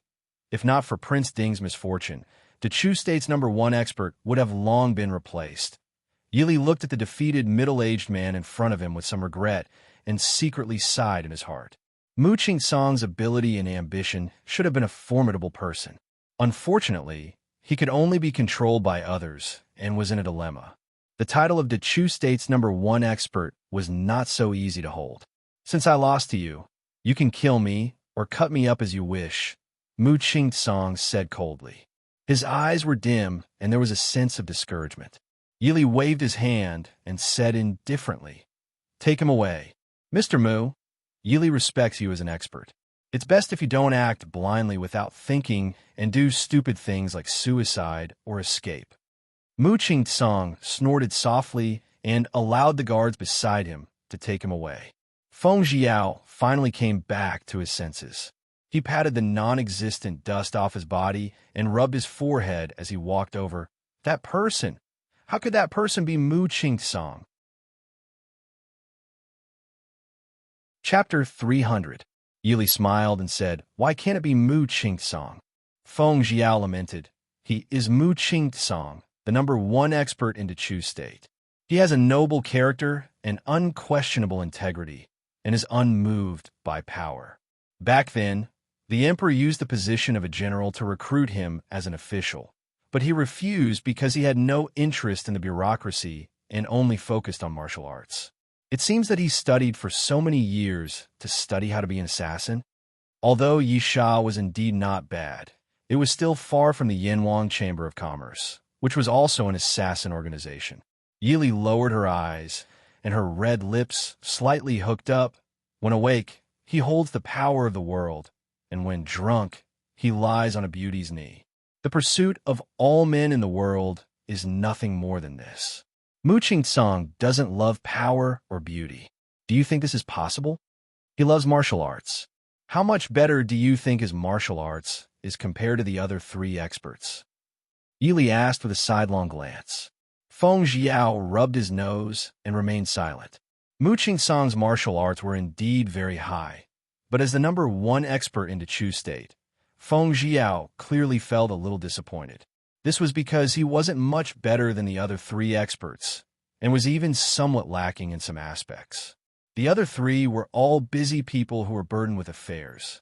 In comparison, Mu Qingcang seemed even more inferior to his reputation. How does Wang Fei plan to deal with Mu Qingcang? He is a member of the Mu family. What's wrong with the Mu family? Yili asked with a smile.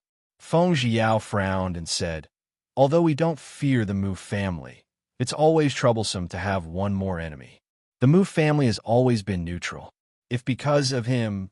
Yili shook her head and said, Feng-san, Mu Qingcang's appearance here doesn't make you think of something?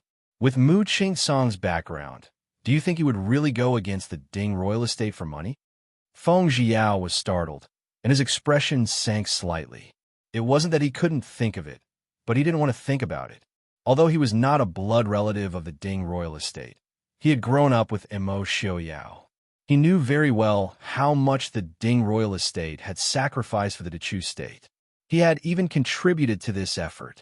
Therefore, every time he saw those people who used to be on good terms with Ding countrymen or without any scruples, he felt not only disappointment and anger, but also endless coldness in his heart. Yili said indifferently, eating from the monarch is a matter of loyalty to the monarch. Feng Jiao shook his head and waved away the displeasure in his heart. He raised an eyebrow and smiled. What plans does Wang Fei have? Yili smiled and said, what plans could I have? If the Mu family could afford it, they would return Mu Qingcang to them, so as to avoid hurting the harmony between the 2 families. If you can't afford it, then there's no need for me to leave a powerful enemy alive in this world, right? When the sounds of fighting outside completely disappeared, it was already close to 5 o'clock in the morning. In the distant horizon, there was already a faint trace of light. Yili led people out of the main courtyard. The thick smell of blood spread in the air. Standing in front of the full moon gate outside the main courtyard, blood flowed like a river and corpses were everywhere. Qing Wan and Qing Yu, who were following behind Yili, couldn't help but rush to the side and vomit when they saw the scene in front of them. Yili closed her eyes. When she opened them again, there was only a cold light flowing in her eyes. Greetings, Wang Fei. Everywhere in the courtyard, people holding swords and sabers looked at the white-clothed woman standing at the gate and greeted her respectfully. Yili looked solemn and nodded slightly. Thank you for your hard work tonight. Zhang Qilan was bathed in blood and sternly said, protecting the Ding royal estate is the responsibility and glory of our Mahist army. Wang Fei's words are too serious. Reporting to Wang Fei, the emperor is here. The steward outside hurried in. Although he was in a hurry, he still didn't lose his composure. Yili was a little surprised. She raised an eyebrow and said, the emperor is here? The steward nodded and said, yes, the emperor is already 2 li away. Should we go out to welcome him? Yili smiled and said, since the emperor left the palace so late at night to come to the Ding royal estate, how can we, as officials, not go out to welcome him? Director Emo, first bring people out to welcome the emperor. Director Emo respectfully acknowledged and waved his hand to bring people out. Yili looked at the people in the courtyard and pursed her lips with a smile. Everyone, go out to welcome the emperor. Outside the magnificent Ding royal estate, The corpses on the wide street had already been quickly moved away. However, the street that was dyed red with blood wasn't so easily cleaned up. The dark red blood stains appeared even more eerie and cold under the light of the lamps. The dragon carriage slowly approached under the protection of a large group of imperial guards. The eunuch outside lifted the carriage curtain, and Imo Jingchi walked out with his head lowered. When he bent down and saw the dark red blood on the ground, his expression couldn't help but change. He frowned at Director Imo, who was respectfully welcoming him, and asked, "Where is the Ding royal consort?" Director Imo said in a low voice, "Her royal consort has suffered a shock and is disheveled. Please forgive her for coming late." Imo Jingchi was startled and immediately smiled. "It's good that she's safe and sound. Prince Ding isn't in the capital. If anything happens to her, we won't be able to answer to Prince Ding." Seeing Imo Jingchi being helped down from the dragon carriage by the eunuch, Director Imo took a step back and lowered his head, saying, "Thank you for your concern, Your Majesty. Please come in." Naturally, Imo Jingchi wasn't the only one who came along.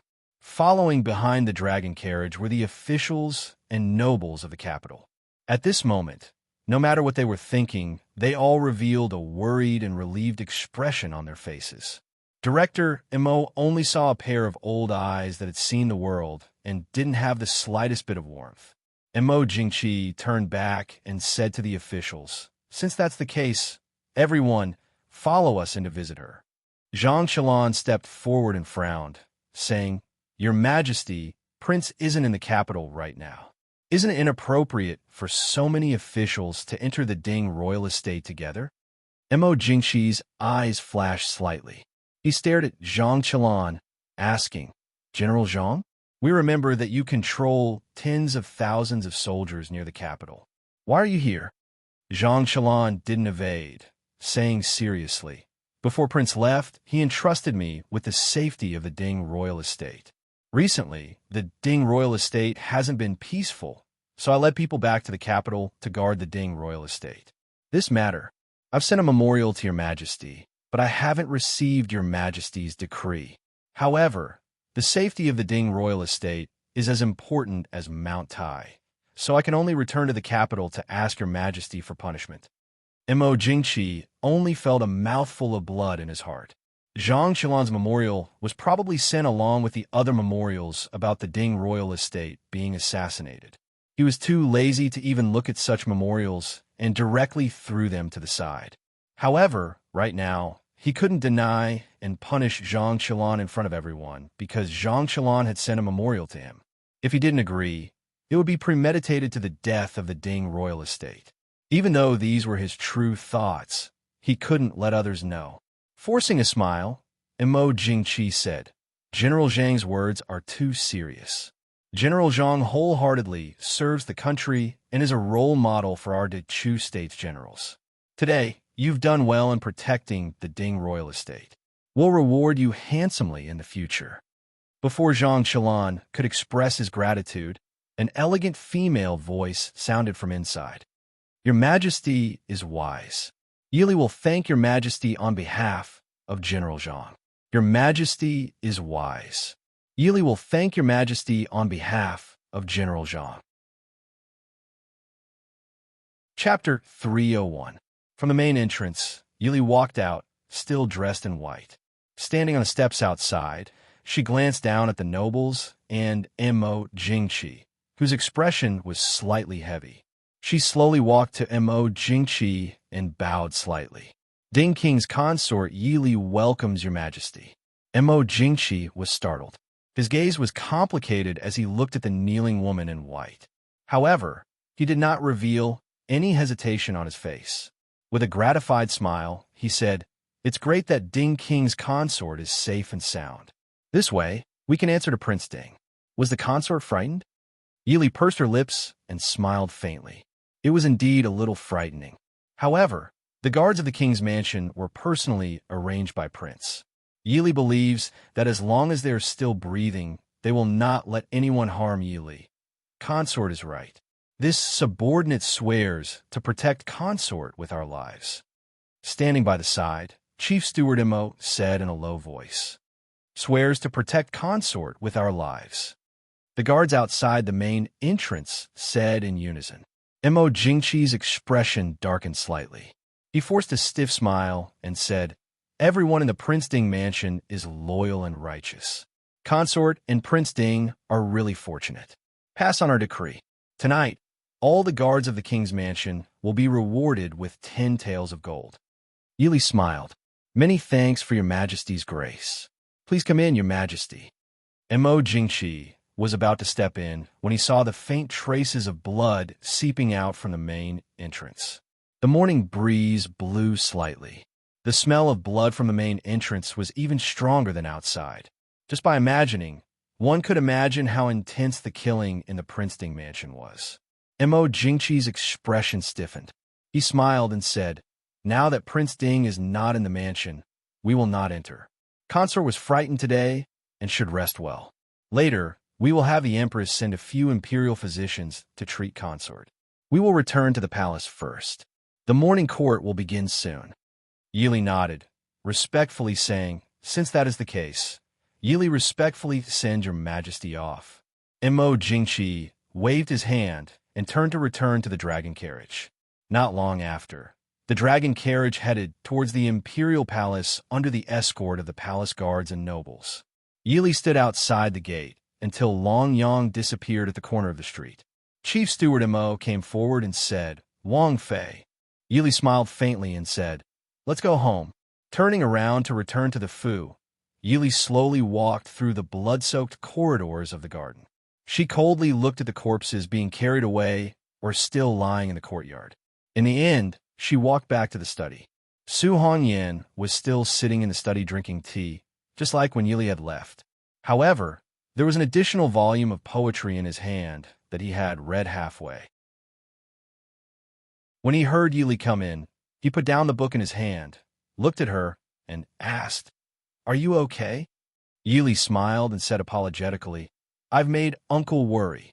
Su Hongyan shook his head and said, "Right now, our family can't help you much.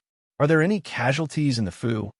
Yili sighed softly and said, "Deaths and injuries are unavoidable. Everything is fine. Li will handle it properly. Uncle, don't worry." Su Hongyan said softly, "Uncle only found out tonight that Lier is much more reliable than your second brother. You can deal with these matters as you see fit. Uncle won't say too much. If there is anything our family can help with, just send someone to the Imperial Censor Manor to inform us." Yili nodded and said softly, "Lier understands. I've made Uncle worry." Wang Fei. Not long after, Feng Jiao and the rest finished handling the matters outside and came in to report. Yili nodded and invited everyone to sit down. She asked softly, "How are things going?" Feng Jiao smiled in high spirits and said, "Wang Fei, don't worry. We've already caught all the enemies in one fell swoop. Although General Sun hasn't returned yet, is Wang Fei still worried about the Black Cloud cavalry strength?" Yili smiled and said, "I believe in General Sun and the Black Cloud cavalry's ability. Everyone, tell me about your own situation." Zhang Chalan said in a clear voice, reporting to Princess Consort, "All the assassins outside Prince Ding's Fu have been taken down. Those who resist stubbornly will be killed." A mighty military general, even if it was a simple report, it was filled with killing intent. Reporting to Wang Fei, "All the suspicious people in the capital have fallen into the hands of the Shadow Guard. 36 people who resisted were executed." Mo Hua reported in a deep voice. Qin Feng stood with his hands by his side and said indifferently, "All the assassins who entered the Prince Ding mansion were killed without mercy." Mo Hua raised his head and looked at Qin Feng without saying anything. Feng Jiao waved his folding fan and said with a smile, "It seems like we've caught all those bastards tonight. We'll be busy these 2 days. Qin Feng, don't fight with me." Qin Feng didn't even lift his eyelids and said indifferently, "This subordinate will naturally listen to Wang Fei's orders." Feng Jiao curled his lips and looked at Yili eagerly. Yili smiled and said, "If Feng San is interested, you can follow Qin Feng to take a look. You can also give them some advice. After all, they have too little experience in this area." Feng Jiao's eyes lit up, and he cupped his hands and said with a smile, "Thank you, Wang Fei." Subordinate Sun Yin requests to see Wang Fei. Sun Yan's deep voice came from outside the door. Yili said with a smile, "General Sun, please come in. We'll be waiting for you." Sun Yin pushed open the door and came in. He looked at everyone present and cupped his hands to Yili, saying, "Wang Fei has great foresight. This subordinate sent people to guard all the important roads leaving the capital. At 5 o'clock in the morning, we encountered many suspicious people who escaped from the capital. We killed 26 people on the spot and captured 7 alive. Wang Fei, please give your orders." Yili rubbed her forehead and said, "We captured so many people. Our Prince Ding mansion definitely won't be able to lock them up.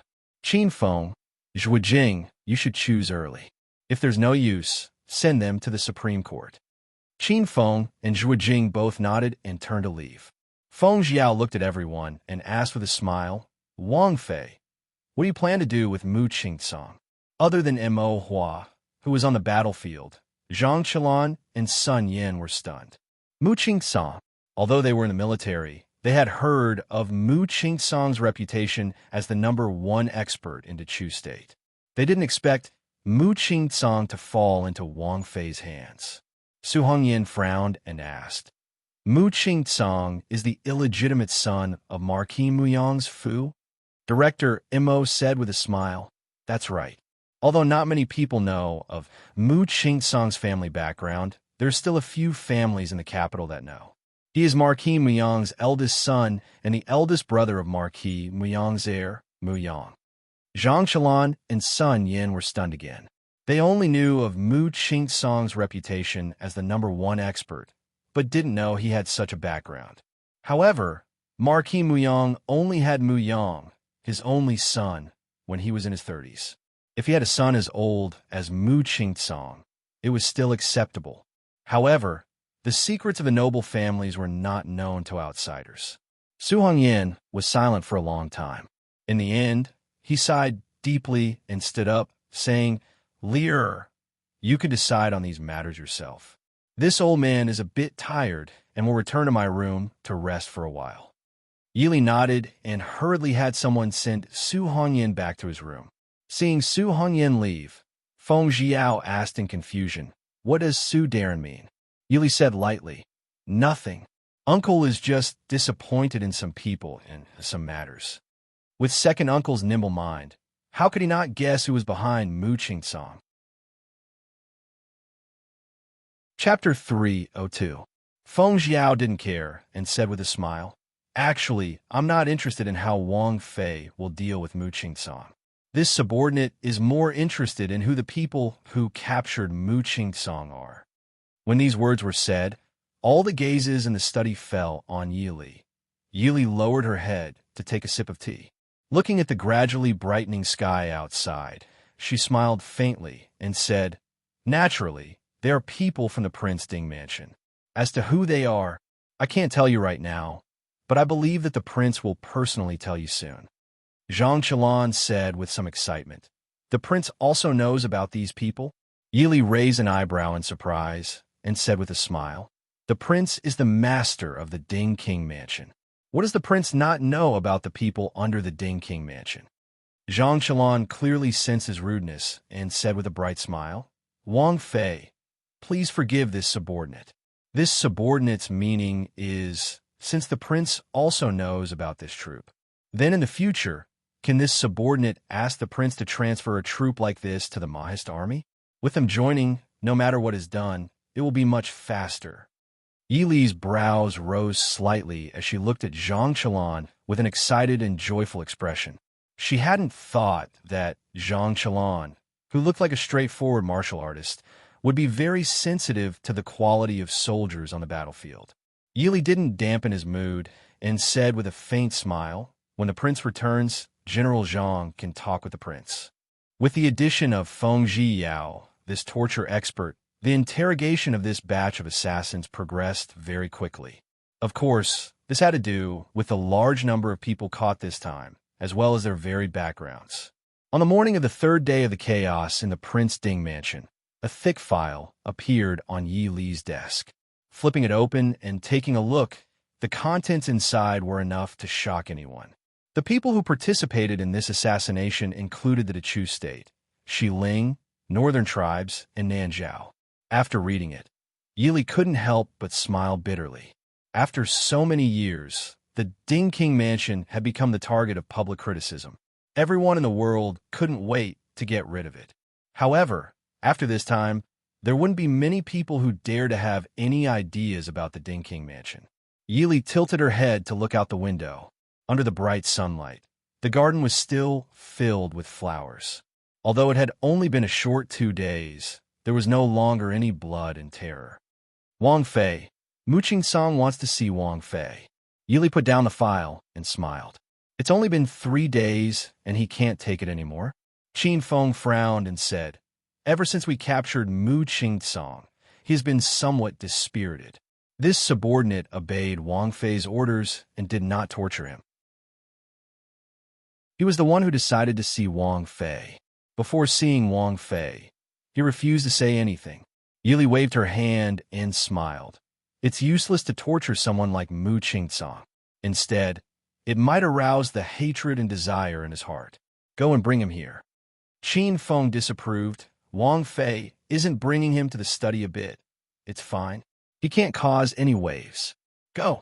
Not long after, Mu Qingsong was brought into the study. In just a short 3 days, he had changed from the murderous black-clothed assassin that night to a disheveled prisoner with a haggard face. Seeing that Yi Li's eyes didn't have the slightest bit of vitality and light, Yi Li sighed in her heart. Mu Qingsong was indeed old. Withdraw, Yi Li said to Qin Feng, who was beside Mu Qingsong. Qin Feng's knife-like eyes swept past Mu Qingsong's body and silently left. The study was silent. After a long time, Mu Qingsong said, I didn't expect that the Ding Wang Fu's people would be willing to listen to the orders of a teenage girl. Yi Li faintly said, it doesn't matter if I'm a teenager or a few decades old. Mr. Mu should recognize my other identity. I'm the Ding Wang Fei. This alone is enough to make them listen to my orders. Mu Qingsong shook his head. Ding Wang Fei. A Ding Wang Fei who can command the Black Cloud Cavalry and the Mahist Army is rare even in the history of the Chu state. Yi Li pursed her lips and smiled. Mr. Mu is too kind. What do you want to know? Mu Qingsong directly asked. Yi Li didn't hold back and asked, what does Mr. Mu want? Mu Qingsong's expression was indifferent. After a long silence, he asked, presumably, Wang Fei knows this one's identity? Yi Li smiled as she looked at the man in front of her who was only 40 years old, but already had a face full of vicissitudes. She neither admitted nor denied it. Mu Qingsong didn't care and asked, did anyone inquire about this one from Wang Fei these past few days? Yi Li lowered her eyes and faintly smiled. Who does Mr. Mu want to inquire about you? After the assassination of the Ding Wang Fu on the night of death, Mr. Mu felt that there was no one in Chu Jing who would dare to have any relationship with Mr. Mu. To say something bold, even the current emperor wouldn't dare to admit that he has any relationship with you at this time. Mu Qingsong's expression darkened. He looked at Yi Li and said, presumably, Wang Fei already knows this one's identity? Yi Li smiled but didn't say anything. Mu Qingsong's eyes became more certain. You're worthy of being the Ding Wang Fei. This one admires you. Yi Li shook her head. No, I don't know anything. I only hope that the Ding Wang Fu and my family are safe and sound. Then what does Mr. Mu want? Mu Qingsong's eyes were empty and confused. He muttered, what do I want? Yi Li lowered her eyes and looked at the hands on the table. She softly said, since Mr. Mu wants to see Ben Fei, there must be something you want to make a deal with Ben Fei. Then, there must be something that Mr. Mu wants. Mu Qingsong was silent for a long time. He raised his head and looked at Yi Li. Wang Fei must know this one's identity very well. I want to know, what am I in their hearts? Yi Li looked at him with some pity and said faintly, Mr. Mu, why do you have to be like this? If you want to leave these things, it's not impossible. With Mr. Mu's ability, if you leave the people and matters of Chu Jing, won't you be able to fly freely in the sky? A trace of sadness flashed through Mu Qingsong's eyes. He shook his head. If I want to leave, this one can do it myself. Isn't that right? Mr. Mu, have you decided? Yili confirmed. Mu Qingsong nodded firmly. Yili gently nodded. In that case, Mr. Mu, please let Ben Fei see what chips you have. Mu Qingsong said, Wang Fei will definitely be satisfied. On this day, a guest who would never appear in the past suddenly appeared in the Marquis Muyang's residence. Marquis Muyang, who had just received the housekeeper's report, was stunned. His face quickly stiffened. Muyang, who was standing beside him, frowned his haggard, handsome face, revealing a puzzled look. He was going to get married in a few days, but there wasn't the slightest joy on his young face. Seeing his father's stiff and defeated expression, Mu Yang's resentful heart suddenly softened. He asked in a deep voice, Father, what's wrong? Marquis Muyang raised his head and glanced at him. He forced a smile and said, It's nothing. Father is going out to see Princess Consort Ding. Chapter 303. Muyang frowned. Seeing that his father's expression was not good, he said, It's better for this child to accompany father to see Her Highness. This child has also met Princess Ding a few times. Marquis Muyang was stunned and moved by his son's obvious concern. He shook his head and said, There's no need. Princess Ding probably has something important to discuss with father. Father will go see her. Seeing that he was so insistent, Muyang did not say anything else. In the study of the Marquis Muyang Fu, Yili stood with her hands behind her back, leisurely admiring the famous paintings on the wall. Zhuo Jing stood respectfully at the side. Marquis Muyang pushed open the door and saw the slender figure standing with her back to him. He could not help but be stunned. He quickly reacted and cupped his hands in greeting. Greetings to Princess Ding. Yili turned around and smiled. My lord, please don't be so courteous. Please forgive me for disturbing your peace. Yili's faint voice was very pleasant to the ears. She seemed to have purposely emphasized the word peace. These two words were as shocking as thunder to Marquis Muyang. His heart could not help but thump. He forced a smile and said, Princess Consort, you must be joking. Your presence brings light to Marquis Muyang's humble dwelling. Wang Fei, please have a seat. Yili did not stand on ceremony and sat down opposite Marquis Muyang.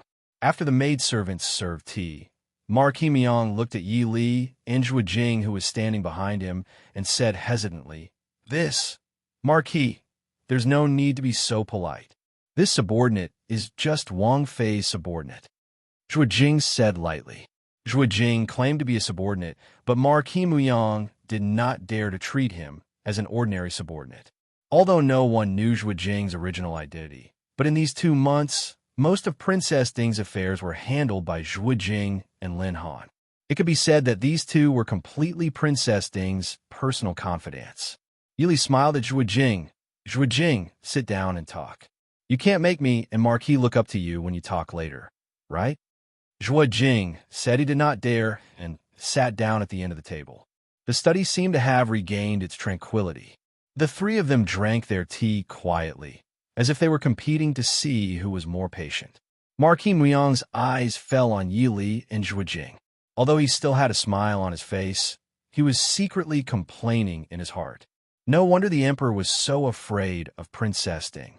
She clearly knew that Prince Ding was not in the mansion, and that even if she razed the Prince Ding mansion to the ground, it would be of no use, but she still.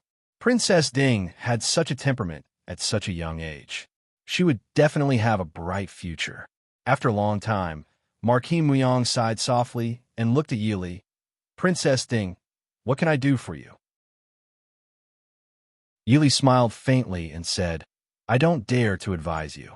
Actually, this consort was appointed by someone to come to the Marquis Hall to discuss a matter. Marquis Muyang put down his teacup and said, Please speak your mind, Wang Fei. I will tell you everything I know. Yili smiled faintly and said, Thank you, Marquis Muyang. This consort was entrusted by someone to ask the prince something. Does the prince remember a person called Mu Qingsong? Marquis Muyang's hand trembled and almost knocked over the teacup beside him, but he quickly steadied himself. Zhuo Jing sat on the side and raised his eyebrows. He clearly saw Marquis Muyang's hand clenched tightly twice. He was clearly forcing himself to relax. Marquis Muyang forced a smile and said, "This Marquis naturally knows. Mu Qingsong is known as the #1 expert in the Chu state. He is even ranked above His Highness Prince Ding. Who in the world doesn't know of him?" Yili lowered her head and drank her tea. She smiled faintly and said, "Marquis Muyang is right. Speaking of which, Mu Qingsong and Marquis have the same surname. Do you know him?" Marquis Muyang was silent for a moment before he finally said in a low voice, "Although I have heard of him for a long time, it is a pity that I do not know him." Marquis Muyang really doesn't know Mu Qingsong? Zhuo Jing suddenly asked. Marquis Muyang frowned and said with some displeasure, "What does young Master Zhuo mean? Are you suspecting that this Marquis is lying?" Zhuo Jing raised his eyebrows slightly and did not answer, as if silently agreeing with Marquis Muyang's words. Seeing that Marquis Muyang was about to get angry, Yili put down her teacup and said with a smile, "Don't be angry, Marquis Muyang. It is just that a few days ago, we caught an assassin who claimed to be Mu Qingsong and is an old acquaintance of Marquis Muyang. That is why this consort wanted to ask Marquis Muyang. If Marquis Muyang really doesn't know him, then so be it. After all, he is just an assassin. Since he has fallen into the hands of the Ding Palace, what can he do?" Marquis Muyang frowned and said, "Assassin?" But the assassin who handed over the Prince Ding mansion to the Supreme Court did not. Marquis Muyang stopped halfway through his sentence. Everyone knew how important the assassin who handed over the Prince Ding mansion to the Supreme Court was. It was just like how the Prince Ding mansion knew the identity of a mastermind behind the various assassins but did not disclose it. The Prince Ding mansion must have left behind more assassins with more important identities. It was also a secret that everyone knew. It was just that the incident at the Ding Palace that night had made everyone tremble with fear. In the short term, no one would have the guts to break into the Ding Palace. Yili smiled apologetically at Marquis Muyang and said, "Since Marquis Muyang did not know, then this consort has disturbed Marquis Muyang.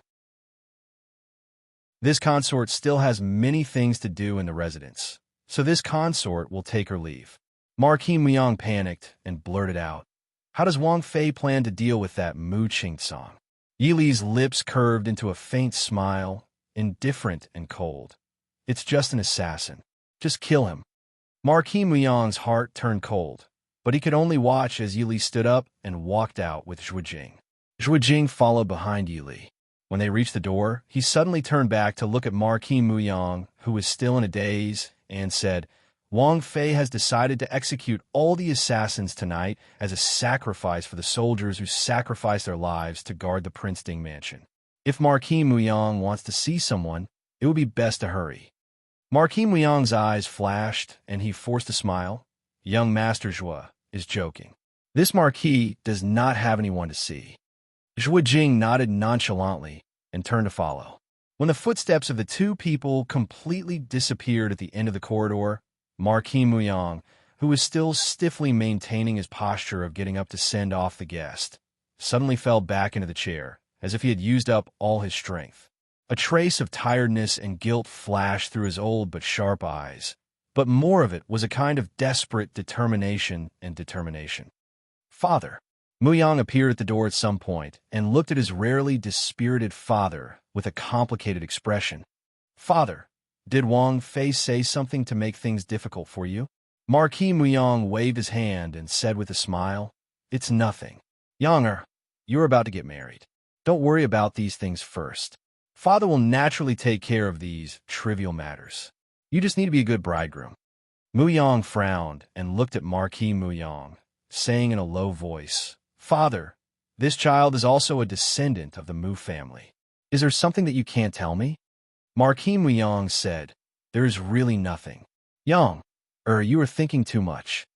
Muyang said, "This child is not a fool." "Father, what does the assassination at the Prince Ding mansion have to do with our family? Otherwise, why would Princess Ding—" "Shut up!" Marquis Muyang suddenly roared and stared sharply at Muyang, his expression cold. "Remember clearly, What happened at the Prince Ding mansion has nothing to do with our Mu family. Chapter 304.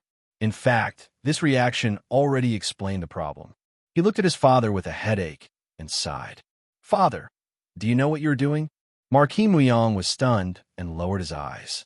Father is doing this for the prosperity of Marquis Muyang's residence. Younger, don't worry. Nothing will happen. You may leave. Muyang wanted to say something, but when he saw his father's expression, he swallowed his words and silently left the study. Back at King Ding's residence, Yuli turned back to look at Zhuo Jing behind her. Are you satisfied with this result? Zhuo Jing was silent for a while before he suddenly raised his hand and wiped his face. A thin layer of leather mask was removed from his face, revealing the sorrowful and weathered face underneath. Actually, Mu Qingsong's disguise was not very similar to Zhuo Jing, but not many people had seen Zhuo Jing before. At least, Marquis Muyang had never seen Zhuo Jing before. Zhuo Jing always liked to maintain an expressionless face in front of others. So even Marquis Muyang did not notice anything wrong with Mu Qingsong's stiff expression. Mu Qingsong lowered his head and said indifferently, I admit defeat. Yili did not show any signs of complacency. It's just a deal. Now, tell me what you know. Aren't you afraid that I will break the promise? Yili sneered. If you break the promise, I will kill Marquis Muyang. Mu Qingsong closed his eyes tiredly. I know. I will tell you what I know.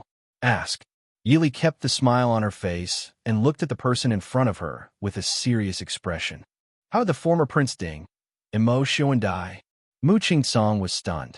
He did not expect her to ask such a question the moment she opened her mouth. He was rather straightforward and said calmly, I killed him. Yili raised her brows and did not say anything.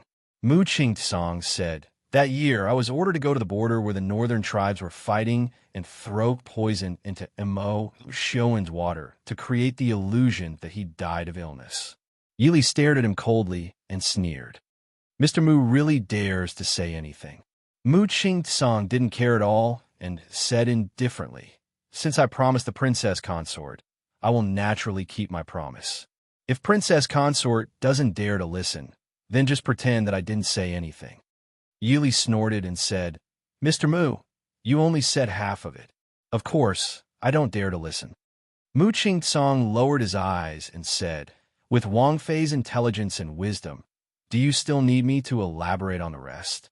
Yili closed her eyes, took a deep breath, and said, well, this consort won't ask Mr. Mu about the mastermind behind the scenes. Mr. Mu, please tell me everything you know. Also, this consort cannot guarantee Mr. Mu's safety. Mu Qingsong said indifferently, it's fine. At this point, it makes no difference to me whether I live or die. In the study, it was so quiet that one could hear a pin drop. Yili silently looked at the middle-aged man sitting in front of her. Her beautiful face was calm and expressionless, but she still couldn't stop the turbulent waves that surged in her heart because of what she just heard. Immerse died, young, due to illness. Many people could guess that there must be some secrets that outsiders didn't know about, but even Yili didn't think that Immerse's death would be related to that person in the palace. That year, when Immerse died of illness and the Mahist army suffered a setback, the current emperor had ascended the throne for less than 3 years, and he acted so hastily on the Prince Ding mansion. What else does Princess Consort want to know? Mu Qingsong looked at Yili with a faint smile, and there was a hint of schadenfreude in his expression. Yili said indifferently, everything. Mu Qingsong was startled and stared at Yili. Everything? Has Princess Consort thought it through? You must know that this secret is enough to affect the entire Dechu state, and even the entire world. Yili smiled coldly. Although this consort has never met the previous Prince Ding, he is my husband's elder brother, and also my elder brother. Moreover, you have fallen into my hands. Do you think that if I don't listen to others, I won't know this secret? Mu Qingsong was silent for a moment, then sighed. Prince Ding is really lucky. Since Princess Consort insists, this one will tell Princess Consort everything. Treat it as repaying Princess Consort for fulfilling this one's wish. Yi Li and Mu Qing-song sat in the study for the entire morning, and no one knew what they talked about. When they came out of the study, their expressions were somewhat grave. Mu Qing-song was escorted away by 2 shadow guards. Before he left, he suddenly turned back to look at Yi Li and smiled. This one can see that Princess Consort is a decisive person. Why don't I give you another piece of information for free? Yi Li said indifferently, I'm all ears. Xi Ling has already decided to send troops to the Chu state on August 15th. What does Princess Consort plan to do? After he finished speaking, without looking at Yi Li's expression, Mu Qing-song changed his previous decadent and gloomy expression and left with a wild laugh. The smile on Yi Li's lips gradually faded. After looking at the sky above the courtyard for a long time, Yi Li turned and left with a flick of her sleeve. Inform Feng San and Sun Yin to come see me in the study immediately. Feng Jiao and Sun Yin arrived very quickly. The two of them felt that they had arrived at almost the same time. As soon as they entered the study, they saw Yi Li and Zhuge Jing sitting behind the desk and flipping through thick files. Feng Jiao glanced at them casually. They were the confessions of the captured assassins and all kinds of information collected by the Shadow Guard. Raising his eyebrows, Feng Jiao smiled and said, Princess Consort, what happened? Yi Li looked up at him and said, something did happen. Feng Jiao stilled. His originally relaxed figure slowly straightened as he looked at Yi Li with a serious expression. Sun Yan's expression was also solemn as he listened attentively. Yi Li picked up a file and said, just now, Mu Qing-song told me that Xi Ling is preparing to send troops to the Chu state on August 15th. A startled expression flashed across Feng Jiao's face. His sword-like brows furrowed slightly. Is this information reliable? We have not received any information in this regard. Yi Li shook her head and said, I don't know. Mu Qing-song would not lie. But the authenticity of this information needs to be verified. But Yi Li paused and looked at the two people in front of her and asked, what day is it today? Sun Yin said, August 7th. Feng Jiao's expression also changed. He stood and said, if this information is false, then so be it. But if it is true, if it was true, although the Northwest Air Force was not empty, many of the important positions have been controlled by Mo Jingqi's trusted aides. The Mahist army was restrained everywhere. If the West Hills suddenly attacked, they would definitely be caught off guard. Right now, they were in the capital. It was impossible for them to reach the border in 7 or 8 days. Feng Jiao said thoughtfully, the prince has already left the capital for more than 20 days. According to the speed of the marriage procession, they should have already entered the northern tribes. Not to mention that the prince has the important task of escorting the bride. Even if he did not have anything to do, it would take at least half a month to reach Xi Ling's border to take charge of the situation. Furthermore, the prince could not have received the news immediately. Feng Jiao suddenly had a bad feeling. It seemed that the entire matter was a plot against the Chu state. Princess Consort. Yi Li frowned and said, what do you think? Just say it.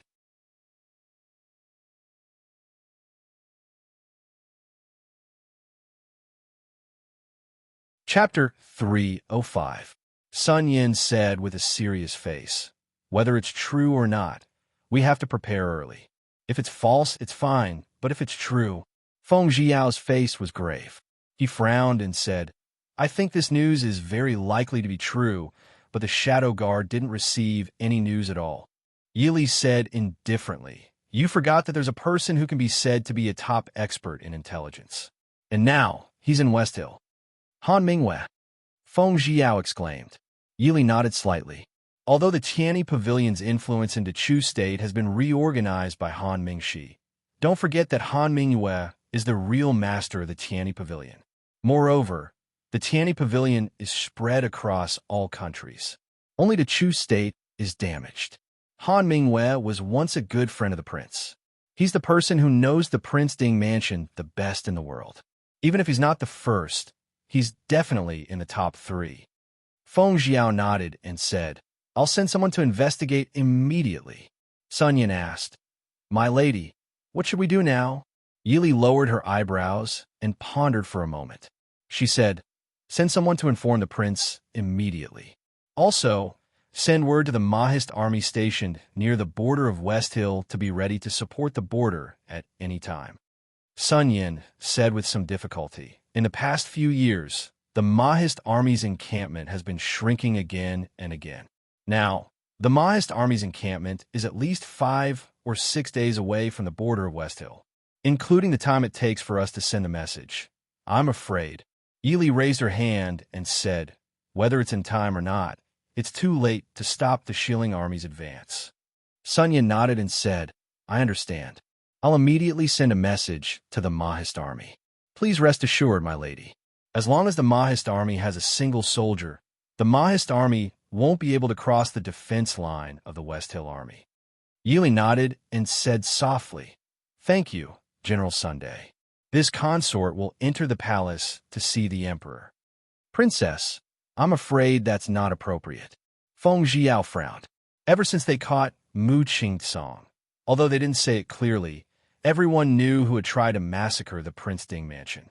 Yili smiled faintly and said, "There's nothing inappropriate about it. Even if that person in the palace dares to make a move against me, he may not have the ability to keep me here." Feng Jiao thought about the mysterious troops, and his heart calmed down a little. He said, "Wang Fei knows what to do." Yili stood up and put down the file in her hands. She said, "Go and do your work. In addition, the mansion will continue to be on full alert." "Yes." Imperial Palace in the Imperial Study. Mo Jingqi dismissed Marquis Muyang, who had hurried over to seek an audience. His face was gloomy and uncertain as he stared at the memorial in front of him, the look in his eyes changing unpredictably. "Reporting to Your Majesty, Princess Ding requests an audience." The eunuch outside the door reported. Mo Jingqi frowned. "Princess Ding? Why did she come back?" Thinking about a few days ago at dawn, the blood-covered ground of the Ding mansion and the white-clothed woman standing gracefully on the steps, Mo Jingqi's heart always felt a sense of loss and regret. He had personally appointed this woman to Mo Xiaoyao in order to humiliate him. But now, this woman had become another pillar of support for the Ding mansion and Mo Xiaoyao's biggest support. At the same time, she had become a target that he had to eliminate. With Yi Li's intelligence, since she had already found the Marquis Muyang's residence, Mo Jingqi didn't believe that she wouldn't be able to guess the truth. But why did she dare to enter the palace now? Let her in. Not long after, the door was pushed open again. Yili walked in wearing the Princess Ding mansion's silver-white ceremonial dress with a dark silver luan and phoenix pattern. This was almost the first time that Yili had worn the Princess Ding mansion's ceremonial dress. It was different from the elegant and graceful feeling that she usually gave people. The silver-white color made her seem cold and unapproachable like ice. Yili walked to the middle of the hall and bowed. "Yili greets the emperor." Mo Jingqi sized up Yili. After a long time, he finally spoke. "Speaking of this, Shen has never heard of Princess Ding calling herself." Yili pursed her lips and gave a faint smile. Yili is Yili. Of course, she knew that in front of the emperor, empress, and empress dowager, all the women with official titles referred to themselves as Qinxie. But she didn't like this title. In the past, the emperor, empress, and empress dowager had never mentioned it. Other people naturally didn't dare to find fault with her on such a small matter and ignored it. She didn't think that Mo Jingqi would ask this today. Mo Jingqi's eyes flashed, and he quickly smiled. "Yili is Yili. Then in Princess Ding's heart, is she not a subject of the Chu state?" Yili raised her head and looked directly at Mo Jingqi without avoiding his gaze. She slowly said, "The Ding mansion has protected the Chu state for generations and has done their best. Yili is the Princess Ding mansion. How could she have such a rebellious heart?" Mo Jingqi looked at her playfully and said with a smile, "Oh, Wang Fei's meaning is that the Ding mansion will never have a rebellious heart?" Looking at Mo Jingqi's probing gaze, Yili laughed coldly in her heart. She said firmly, "The Ding mansion will never do anything to betray the Chu state." Hearing this, Imo Jingqi was silent for a long time before finally saying, "All right, Jin believes Princess Ding's words. Why has Princess Ding come to the palace today?" Yili nodded and said, "There is indeed a very important matter to report to your majesty." Imo Jingqi nodded. "Princess Ding, please speak." Yili said softly, "Yili has just received news that Shi Ling will send troops to the Dechu state on the 15th of the 8th month, asking your majesty to make early preparations." Imo Jingqi paused and laughed after a long time. He looked at Yi Li and said, "Princess Ding, isn't this news too sudden? From what Jin knows, Shi Ling's main goal is to deal with the northern tribes and not the Dechu state. Who did Wang Fei hear this news from?" Yi Li pursed her lips and frowned slightly. "I hope that your majesty can send troops to support as soon as possible, just in case. Zhen will not send troops just because of Wang Fei's words, unless Wang Fei can prove the authenticity of this news." Yi Li frowned and said mildly, "Mu Qing Song." Hearing this, Imo Jingqi's expression changed a few times. It took him a while to calm down. He stared at the woman standing calmly in front of him with a complicated expression. For a moment, he could not understand why Yi Li would so easily reveal her trump card. He didn't believe that the Ding royal residents wanted to fall out with him now. Not to mention that Imo Xiaoyao was not here now. Even if Imo Xiaoyao was in the capital, the Ding royal residents would not suddenly do anything that was disadvantageous to Great Chu. However, if Yi Li truly wanted to provide some military intelligence, then she would not have openly revealed Mu Qingsong's matter. The Ding King's residents had many sources of information. How could they not find a suitable excuse? After a long time, Imo Jingqi said mildly, "Jin understands what Princess Ding is saying." Yi Li raised her head to look at the man on the dragon throne and frowned slightly. Imo Jingqi did not give her a chance to speak.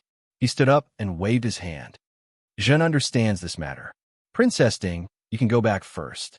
Yi Li sighed softly in her heart. She bowed slightly and said, Yi Li will take her leave. After leaving the imperial study, Yi Li was about to leave the palace and return to her residence when she was stopped. Two familiar palace maids stood in front of Yi Li and said, "Wang Fei, noble consort invites you." Yi Li thought for a moment and remembered that these two palace maids were noble consort, Lu's personal palace maids. Recalling what she heard in the peach forest and the strange look noble consort Lu gave her every time she looked at her, Yi Li could not help but take a look. She said mildly, "This consort has something to do. Please apologize to noble consort Lu on behalf of this consort." When the two palace maids heard this, they looked at each other but did not move aside. They insisted, "Wang Fei, please forgive us. Gui Fei Nyang Nyang has something important to discuss with Wang Fei."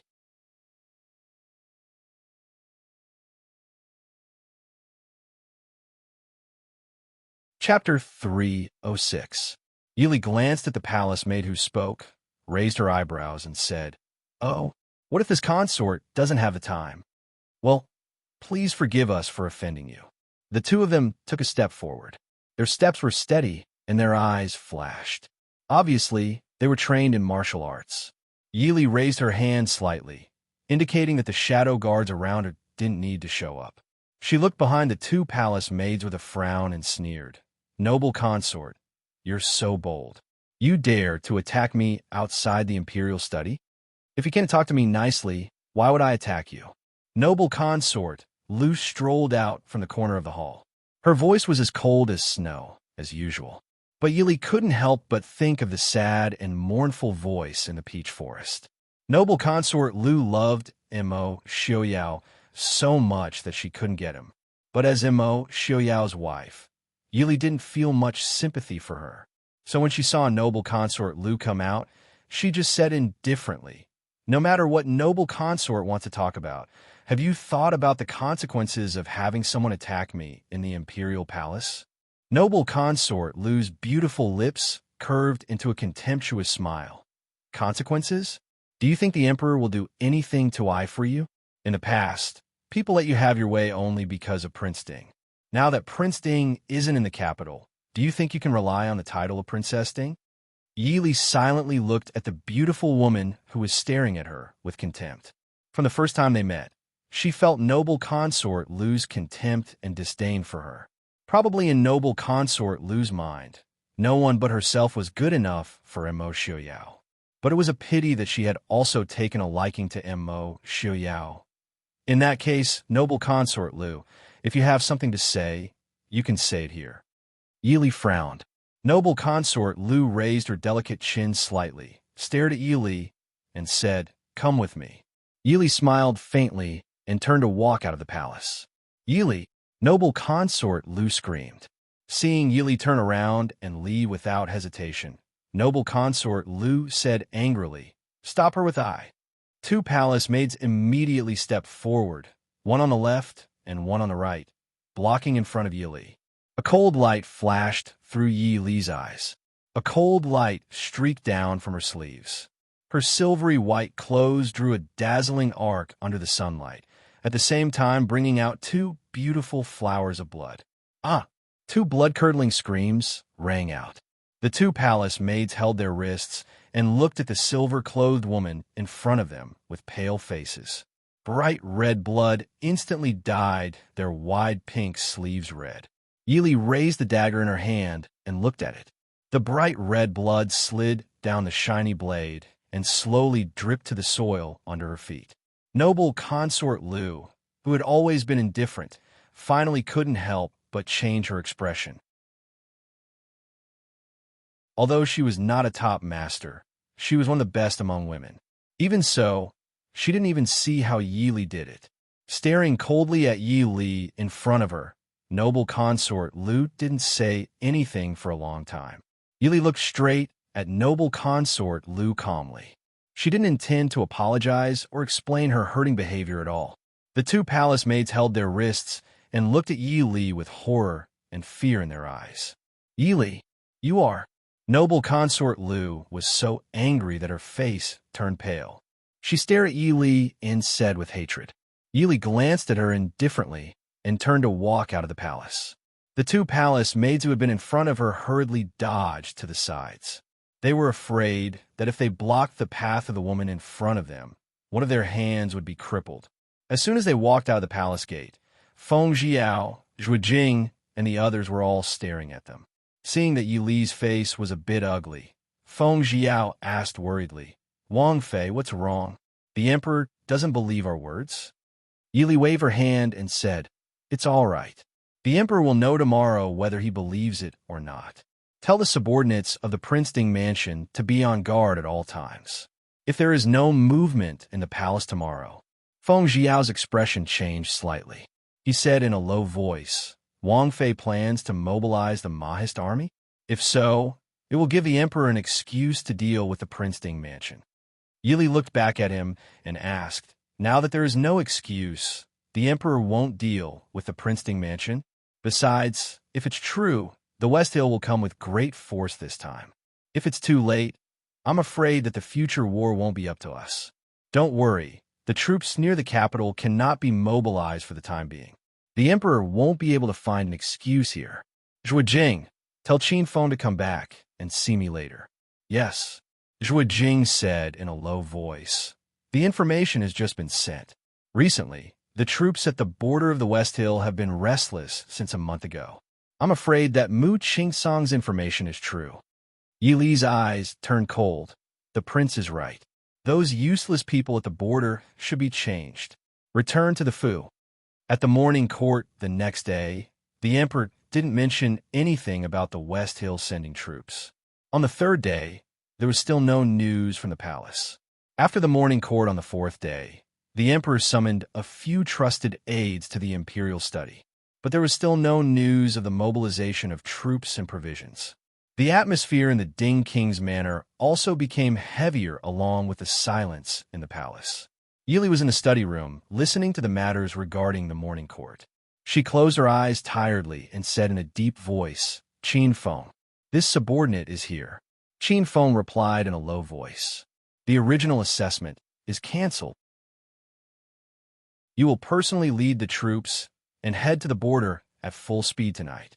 Qin Feng replied without hesitation, This subordinate accepts the order.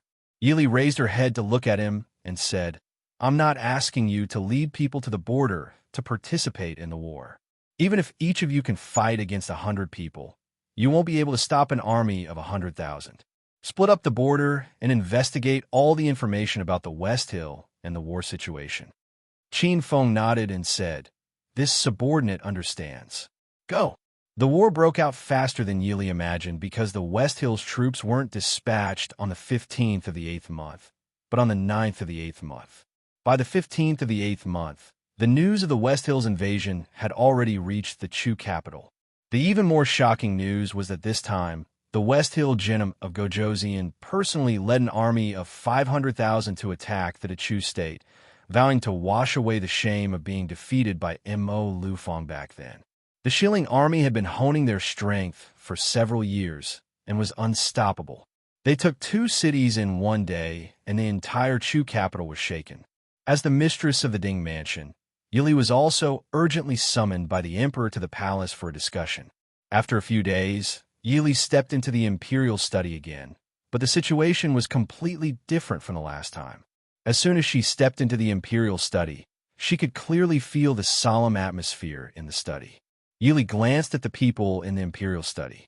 Prime Minister Liu, Marquis Muyang, General Jinghua, Marquis Nan's heir, Lung Qingyu, Old Duke Hua, and a young man whom Yili found familiar but didn't know. He wasn't wearing an official's uniform, but was standing beside Mo Jingqi's desk in silk clothes. Yili frowned and instinctively disliked this person. This person's shrewd eyes were full of calculation, which ruined his originally handsome face. Yili looked down indifferently. There were 8 people in the study. Prime Minister Liu, Marquis Muyang, and General Jinghua were all the emperor's confidants. Marquis Nan had never cared about worldly affairs. Although old Duke Hua was close to the Prince Ding mansion, he was already old and had been idle at home for many years.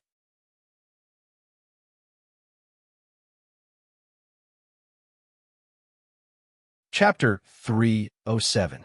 Yili greets Your Majesty. Yili gently bowed. Your subjects greet Your Majesty Ding. Everyone bowed in unison. Mo Jingqi waved his hand in annoyance.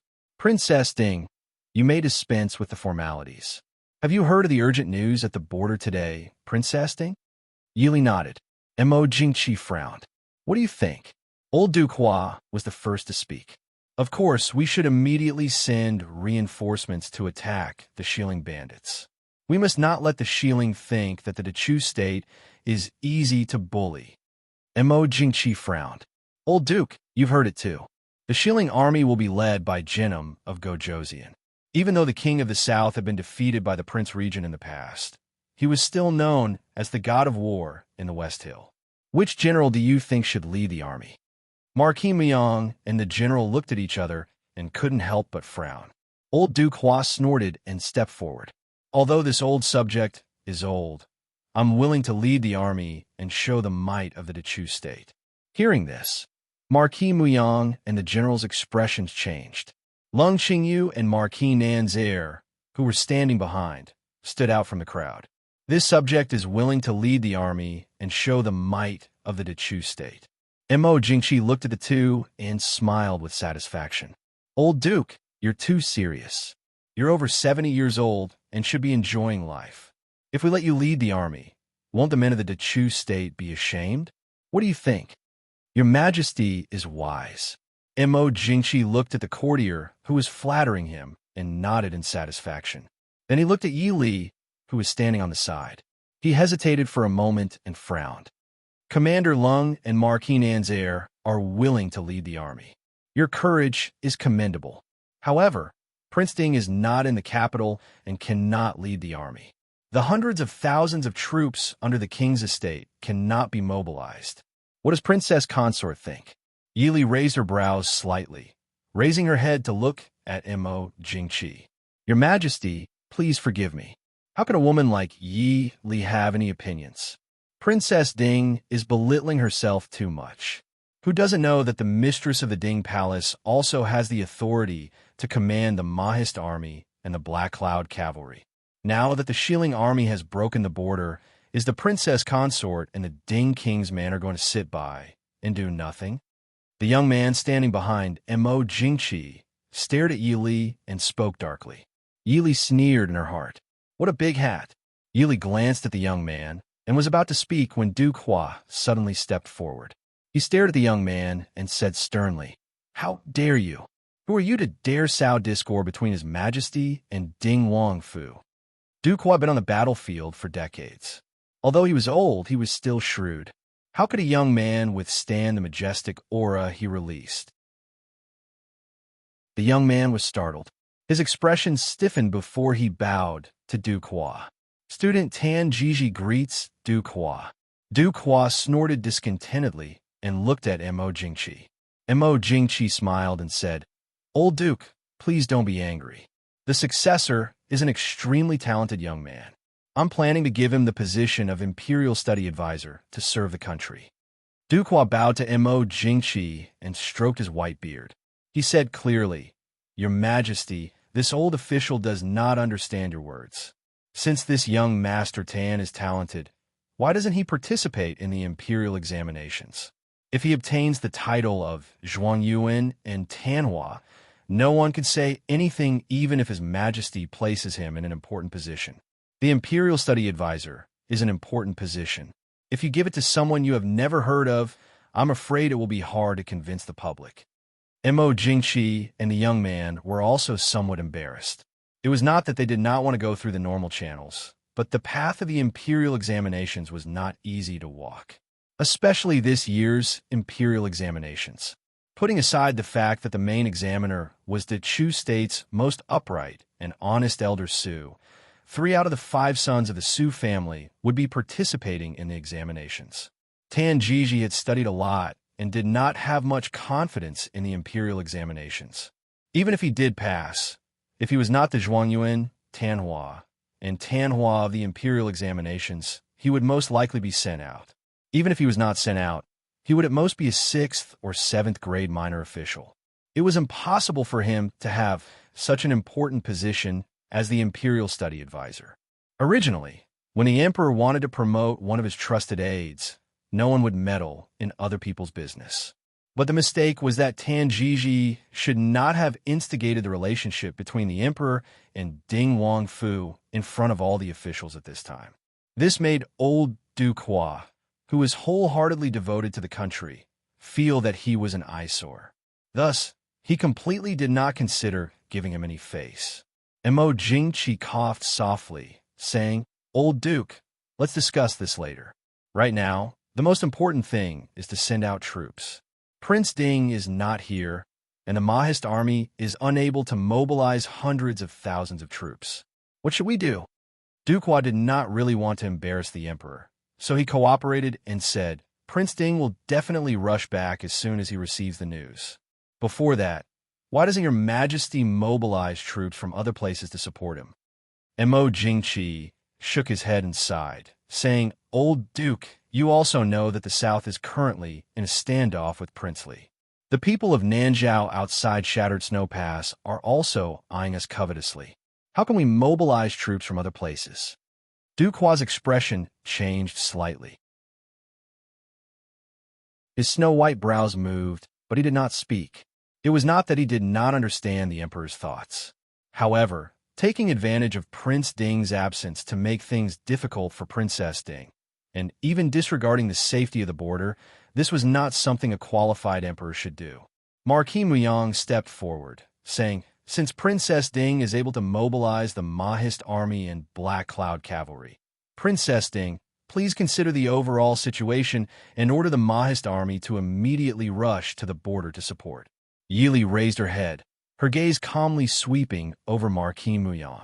She said softly, "Marquis Muyang means that you want me to lead the army in place of Prince Muyang?" Marquis Muyang choked. Since ancient times, even if there were 1 or 2 female generals, there had never been a female general who led the army into battle. Furthermore, Princess Ding was only in her teens. Even if she did not do anything now, no one could say anything against her.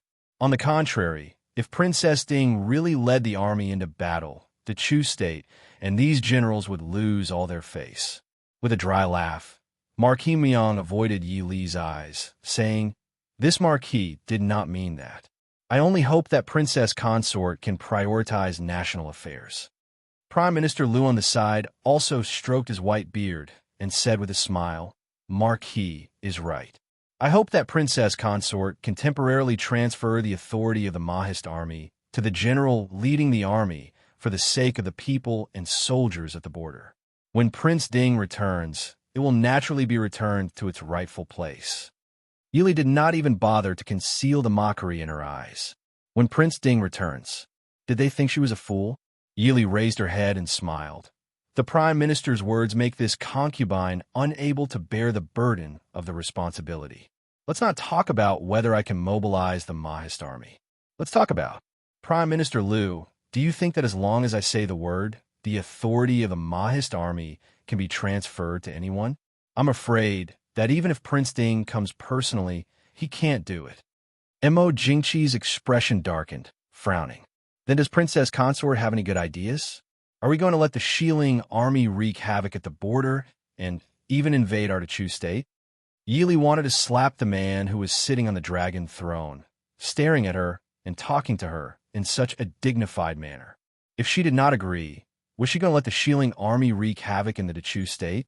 She finally understood why Mo Xiuyao did not appear anxious at all these days. It turned out that he wanted to take advantage of Mo Xiuyao's absence to seize the authority of the Mahist army. It was not that he was not anxious, but in his eyes, the Xiling army at the border was not as important as the authority of the Prince Ding mansion that was about to be in his hands. However, Yili did not understand where Mo Jingqi's confidence came from. Did he think that as long as he got the authority of the Prince Ding mansion, he could immediately control it freely and even lead the army to expel the West Hill? Did he not consider that if he was not careful, it could cause a mutiny?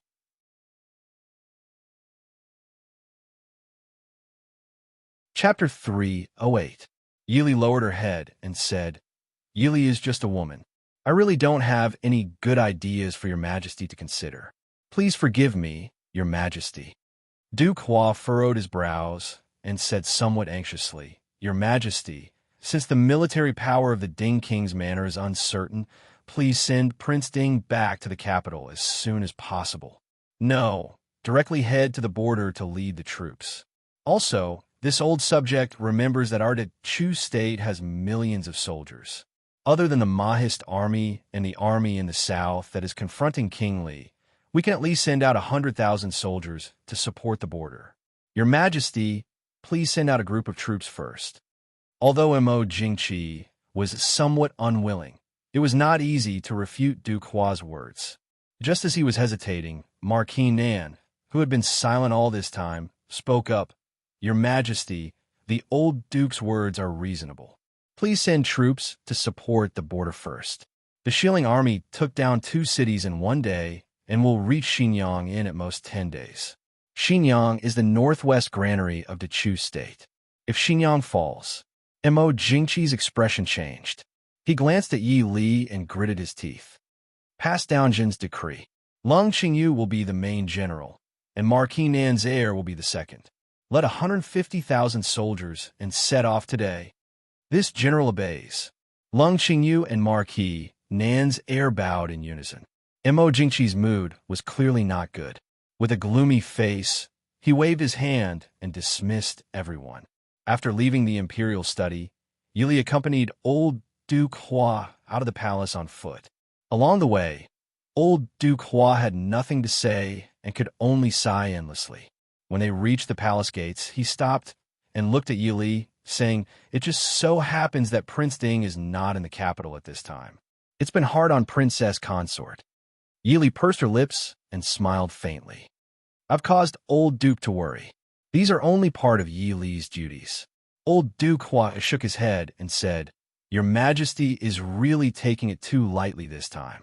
At the end of the day, he was born in the hands of a woman. Compared to the previous emperor, he is still far inferior." Yili understood what the old Duke of Hua meant.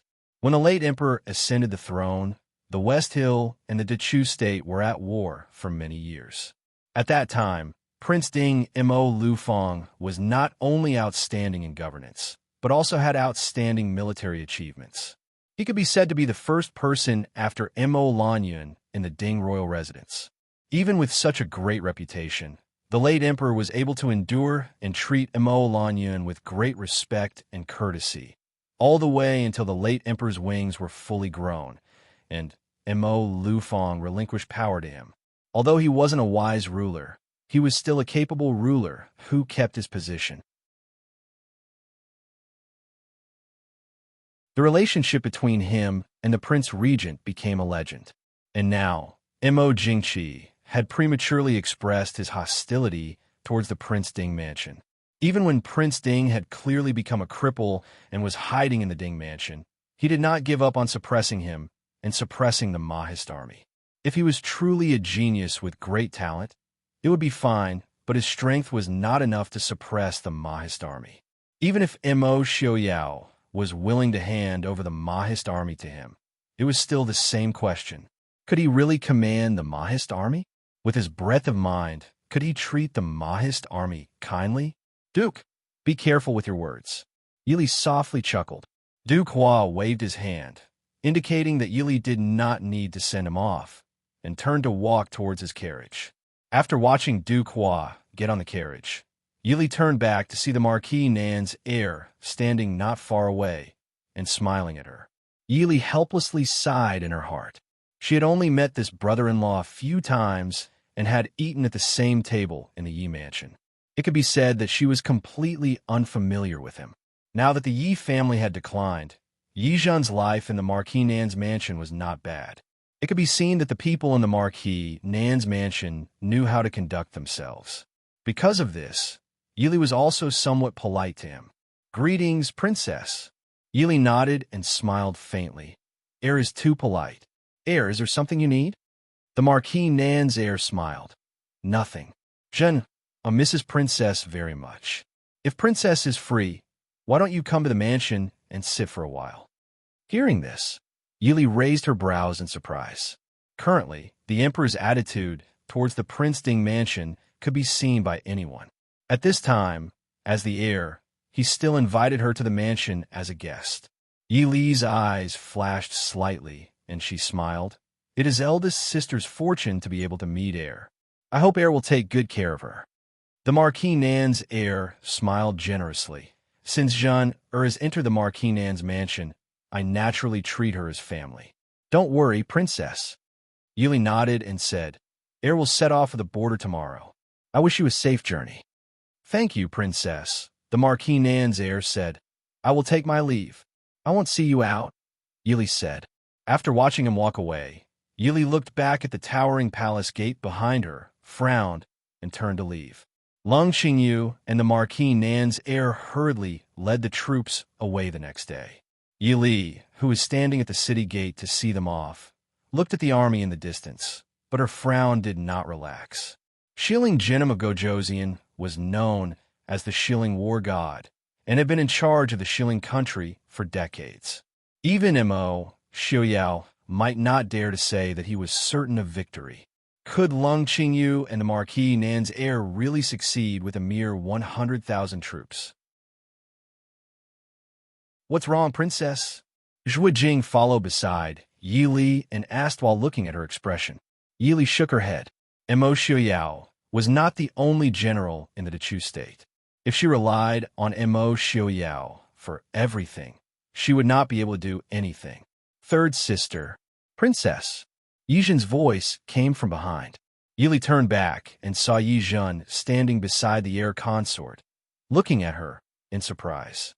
After not seeing her for a long time, Yi Zhen looked much paler and more haggard than the last time she saw her. Even her eyes were still red, probably because she was worried about her husband going to the battlefield. The Marquis Nan's heir consort was also a woman from a scholarly family and looked very gentle and virtuous. When she saw Yili, she stepped forward and bowed. Then, she politely asked Yi Zhen to speak with Yili alone. The two sisters were not very familiar with each other and only saw each other a few times a year. For a moment, they were speechless. After a moment of silence, Yi Zhen asked in a low voice, Has Princess gone home to visit? Yili shook her head. Now that the Yi family was in decline, old Madame Yi clearly blamed everything on Yili. Every time she saw her, she would use her words to pressure her. After so many years, this was the first time that Yili realized that old Madame Yi was so unafraid of power. Even though Minister Yi did not say anything, the expression on his face faintly showed his dissatisfaction with this daughter of the princess. Yili was not someone who liked to make things difficult for herself. Other than when it was necessary, she was too lazy to go back. Yizhan said in a low voice, "Father plans to go back to his hometown in a few days." Yili nodded and said, "It's good to go back. If he teaches wrong, well, the family will still have some wealth. In the future, father and grandmother can enjoy their old age." With the current situation, the Yi family had already withdrawn from the officialdom. Leaving Jing City was the best choice. Otherwise, if he were to be embroiled in those schemes again, it wouldn't be a simple matter of resigning from his position as an official. Yizhan's beautifully decorated brows furrowed slightly. She looked at Yili and said, "Third sister, do you really hate father so much that you can't help father?" Yili shook her head and said softly, "Everyone, it is because I don't hate father that I say it is right for him to go back now. Nothing is more important than life."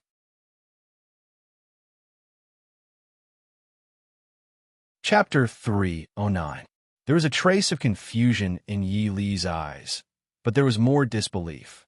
She looked at Yi Li and sighed bitterly. "Second sister is dead, and I don't know if fourth sister is alive or dead. Fifth sister and sixth sister. Let's not talk about them. How can we sisters? Eldest sister, the Southern Marquis estate is still a kind family. The heir consort is also a smart person. She won't make things too difficult for you. You should live your life well," Yili said in a low voice. Yizhan was startled. When she came back to her senses, Yili was already far away. A trace of sorrow and unwillingness appeared in her eyes as she said faintly, "I don't have a child, and I don't have a family. How can I live my life well? Third sister, not everyone has such a good life like you." News from the border came day by day, and the atmosphere in the entire imperial court became more and more solemn. The Shilling army took 3 cities in a row for half a month and approached Xinjiang. On the 9th day of the 9th month, news came that Lung Qingtsong and the Southern Marquis heir had led 100,000 troops to reinforce Xinjiang. Marquis Jinan had personally led 50,000 troops to intercept and kill them. More than half of them were lost, and the remaining troops retreated to Xinjiang. On the 10th day of the 9th month, Xinjiang was surrounded. At the same time, the Shilling army split into 3 groups and advanced to the north, south, and center. Urgent requests for reinforcements came from all the checkpoints at the border. However, at this time, Prince Dinghua, who had been protecting the Dechu state for 100 years, was still nowhere to be seen. The Dinghua estate was as busy as a marketplace every day. Princess Consort. In the study, Yili looked up at Director Imo at the door and asked, "Who wants to see you?" Director Imo said in a low voice, "Duke Hua and Marquis Nin request an audience." Marquis Nin's heir went missing in the chaos. Missing? How could? Yili frowned. She somewhat understood why Duke Hua and Marquis Nin were here. However, this was truly a bit difficult for her. Sighing softly, Yili said, "Invite Duke Hua and Marquis Nin in."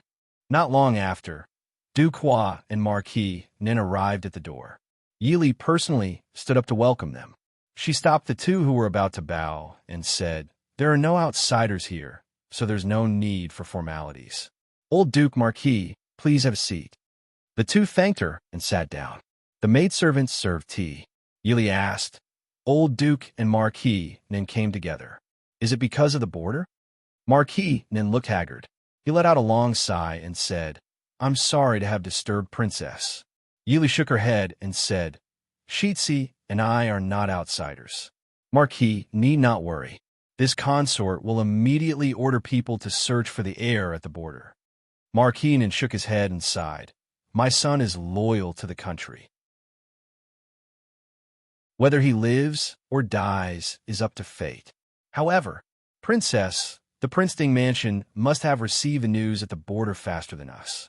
If this continues, I'm afraid that before His Highness Prince Ding returns, the hundreds of thousands of troops at the border will be wiped out. Yili also sighed softly and said, Shilin Jinim of Gojoseon has been conserving his strength for more than 10 years. How can it be so easy for him to make a comeback? However, although the Prince Ding mansion has already sent news to the northern tribes, there is still no news from the prince. This consort is also helpless.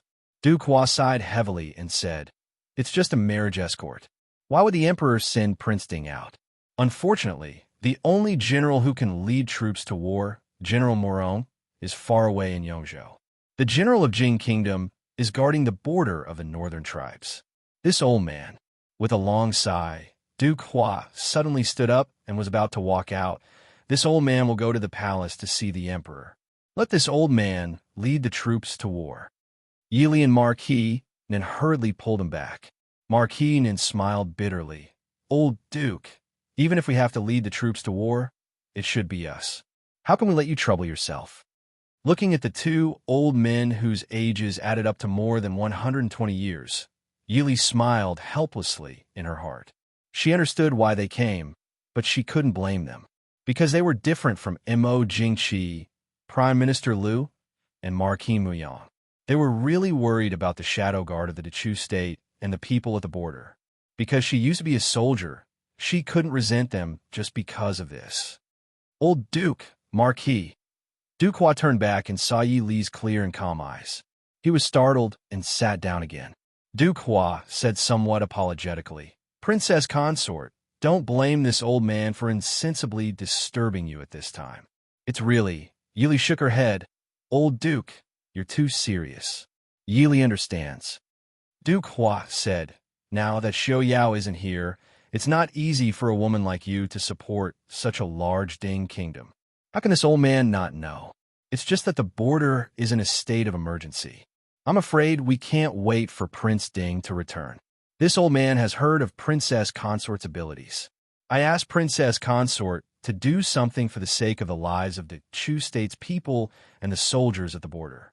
This old man just said that it's definitely not necessary to lead the troops to war. This old man is well aware of Princess Consort's misgivings. If Princess Consort trusts this old man will personally lead the troops. At the very least, we can hold on until the day Prince Ding returns. No matter how anxious the emperor is, he won't think of seizing this old man's military power at the last minute. Once Prince Ding returns, he will rush to the border and regain control of the troops. Then, everything will be settled. What do you think, Princess Consort? Yili said with a bitter smile. Old Duke, are you so sure that Yili can mobilize the Mahist army? Duke Hua raised his white eyebrows and looked askance at Yili. Then can Princess Consort do it? If Princess Consort says no, this old man will get up and leave. Yili was silent for a while. Then, she raised her head and said, the military power cannot be given to Old Duke. It's not that Yili doesn't trust Old Duke, but even if Old Duke is given the army tally, I'm afraid it won't be easy to mobilize. A trace of disappointment flashed across Duke Hua's and Marquis Nan's eyes. However, they heard Yili lightly say, Yili will accompany you to the border. It's just that the old Duke is already old, and I'm afraid that he won't be able to travel long distances. Marquis Nan said happily, If Princess trusts me, I will immediately request the Emperor to lead the troops to battle. No, I can also take the position of Deputy General and leave the position of Commander-in-Chief until Prince Ding returns. Duke Hua looked at Yi Li with slight shock. His eyes were full of praise. He nodded and said, Good. Xiao Yao really has good eyes. I'll have to trouble Princess Consort this time. Yi Li shook her head and said with a smile, Old Duke, don't be happy too early. No matter how good our plans are, the Emperor may not unify. Duke Hua said in a heavy voice, If the Emperor is truly the ruler of a country, he will naturally agree. Hearing this, Marquis Nin stilled. He looked outside the study and said in a low voice, Old Duke, you can't say this. After sending off Duke Hua and Marquis Nan, Yili returned to the study and saw Feng Jiao standing under the bookshelf with his head down as he flipped through a book. Hearing her footsteps, he turned his head and said worriedly, "Did Princess Consort really agree to Old Duke and Marquis and going to the border?" "You heard?" Yili smiled faintly. She walked back to sit behind the desk and said, "Shi Ling is coming aggressively. It is impossible for the Mahist army to stay out of this, even if the prince is not here. Perhaps people can understand why I am not giving the military power right now. However, once the war situation worsens, no reason will work. Everyone in the world will only see the Dachu state being trampled by foreign tribes. The Mahist army will turn a deaf ear to this. Also, since we will have to send troops sooner or later, the earlier we enter the battlefield, the earlier we can control the situation.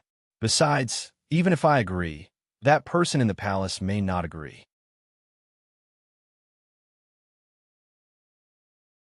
Chapter 3:10. Feng Jiao laughed coldly. "If he doesn't agree, in the future, when the world talks about it, it will have nothing to do with us." Yili nodded. "It's already been so long. If the prince's side is successful, our army will reach the border. The prince should be rushing back." At the mention of Mo Xiuyao, Feng Jiao could not help but frown. It's already been so many days. Why is there still no news from the prince? Perhaps someone doesn't want him to come back. The fact that there is no news at all means that he is still fine. Go prepare. Also, tell Director Mo that if the Southern Marquis' heir's concubine comes, ask her to return first. Yes. Feng Jiao nodded. After a moment of hesitation, he said, "Princess Consort, this time, Feng San will accompany you to the border." Yili frowned. "If the prince and I are not in the Prince Ding mansion, although nothing will happen, we still need someone to stay behind to support the situation." Feng Jiao said, "It's enough with Uncle Mo around. Although the Prince Ding mansion is heavily guarded, it is not of much use to the Mahist army. Besides, Director Mo has been managing the Prince Ding mansion for decades. He is much better than an outsider like me." Yili was silent for a moment. "I understand. You go first. I will consider it later. Since you're preparing to go to war together, you should go and say goodbye to the people you should." Feng Jiao was stunned for a moment. Then a bitter smile appeared on his face as he said, "I'm just a prodigal son. Why would I need to say goodbye to anyone?" Yili looked at him with a smile and said, "There's no point in lying to yourself. Don't regret it when it's too late." Feng Jiao was a little absent-minded. After a moment, he recovered and walked out in a daze. As expected, Mo Jingqi did not even listen to Duke Hua's and Marquis Nan's suggestions before decisively rejecting them in the morning court. Yili did not care about this. Instead, as soon as the morning court ended, Su Hongyan and Su Qingze both rushed to Prince Ding's manor. Su Hongyan didn't say much. Although he didn't hold an important position, he could see the current situation more clearly than the people involved. After exhorting them, he sighed and turned to leave. Su Qingze was as taciturn as usual. Before he left, he said, "If you insist on going, I'll ask His Majesty tomorrow to go with you to the border." Yili smiled faintly and said, "Erge is about to get married. If I delay the marriage because of Li'er, won't Aunt Qin and Aunt be angry with me later? There are many guards in the Prince Ding mansion. Erge, you don't have to worry." Su Qingze frowned, saying, "Let's go together. Uncle, father, and grandfather will also be more assured." After speaking, he didn't wait for Yili to say anything else and turned to leave. Bad news from the border came day after day. Although the people far away in the capital could not see the carnage, the number of cities lost and the number of casualties was still shocking. There were more and more people in the capital requesting the Prince Ding mansion to send out troops. The people were already used to the fact that there would always be a black army protecting their safety at all times. But this time, the war had already started for almost a month, but there was still no news of the Ding Palace and the Mo family army. This made many commoners and even the high-ranking officials and dignitaries feel uneasy. The hearts of the people in the capital were uneasy. When the news that Prince Ding was far away in the northern tribes, and that the Princess Ding mansion would take his place to go to war, was rejected by the emperor, The court was silent. However, the commoners gradually began to discuss it. They were naturally dissatisfied with the emperor's decision, but at this time, Imo Jingqi didn't have the courage to suppress the discussions. This caused the commoners in the capital to send in a flood of letters, almost drowning half of the imperial study. 3 days later, Imo Jingqi finally announced in the morning court with a black face that Marquis Nin would be the deputy general and that the Princess Ding mansion would accompany the army to go to war against the Shi Ling invasion. Receiving the decree, Yili pursed her lips inwardly and turned to return to her room to prepare. The news that the Mahist army was about to go to war caused the entire capital to be excited. It was as though as long as the Mahist army went out, the Shilling army would be defeated like a landslide. Yili saw this and couldn't help but sigh inwardly. Imo Xiaoyao was right. For so many years, the power of the Prince Ding mansion had directly caused the Dechu state to have fewer famous generals. Once something happened to the Prince Ding mansion, the Dechu state situation was truly worrying. Of the 800,000 Mahist army stationed near the capital, only 50,000 men led by General Zhang Qilan were stationed there. These 50,000 men were said to be used to protect the capital, so they couldn't follow Yi Li's army to the border. Yi Li and Marquis Nin needed to bring people to a place a few hundred li away from the capital to meet up with the troops stationed there. Then, they could rush to the border. This also eliminated the need for a send-off and swearing ceremony. It just so happened that Yili didn't like this kind of pretentious display and was naturally satisfied with this somewhat sloppy arrangement. Most of the people from the Prince Ding mansion still had to stay in the capital to guard their respective duties. Only Feng Jiao and Zhuo Jing accompanied Yi Li to the battlefield, as well as Yin Ting, who had been thrown into the military camp for quite some time, and Su Qingze, who had somehow managed to convince Imo Jingqi. Because Su Qingze insisted on going to the border, Yili felt very guilty towards Qin Zheng, whom she hadn't seen for quite some time. On the contrary, Qin Zheng, who had come to send them off, smiled understandingly at Yi Li and reminded them to be careful on the road and to return soon. In addition, for some reason, Imo Jingqi stuffed Mu Yang with them before leaving. Imo Jingqi said that Prince Ding's return was uncertain and that Marquis Nin was getting old, so he sent Mu Yang to be Nanho's errand boy. Yi Li and Marquis Nin didn't say much about this. Everyone was well aware of why Imo Jingqi sent Mu Yang with them. Although Mu Yang was a young talent, the others weren't to be trifled with. No one could predict what would happen on the battlefield. They didn't have to fall out with the emperor over such a small matter. The group galloped on their horses. In just a little more than a day, they arrived at the military town of Heng Shui, which was located 500 li away from the Chu capital. Heng Shui city wasn't prosperous and grand, but there were nearly 100,000 Mahist army stationed 20 li to the west of the city. Troops stationed in other places were also rushing in this direction. In the next few days, nearly 300,000 soldiers would gather here. By the time they arrived at Heng Shui city, it was already sunset. Yili reined in her horse and turned back to say to Marquis Nan, "Marquis, General Sun brought people to Heng Shui last night. Let's not enter the city and go directly to the Heng Shui camp." Marquis Nan looked approvingly at Yi Li, who was sitting upright on the horse, and said, "Let's do as Princess says." After galloping for a day and night, even an ordinary man wouldn't be able to bear it.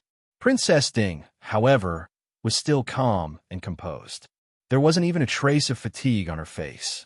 This caused Marquis Nan and Mu Yang to be both surprised and impressed. The Heng Shui camp was located at the foot of a mountain 20 li to the west of Heng Shui city. In front of them was an endless plain, and behind them was the Heng Shui mountain range. It was a natural training ground. When the group was still 5 or 6 li away from the Heng Shui camp, the local general stationed there and General Sun Yin, who had arrived early last night, came to greet them. "This general greets Princess." Yili nodded slightly and asked, "Where's the Heng Shui camp's commanding general?" A middle-aged man with white hair and beard stepped out. He was already 40 or 50 years old, but was still in high spirits. He cupped his hands to Yi Li and said, "This General Lu Jingxian, the the commanding general of the Hung Shui camp, greets Princess.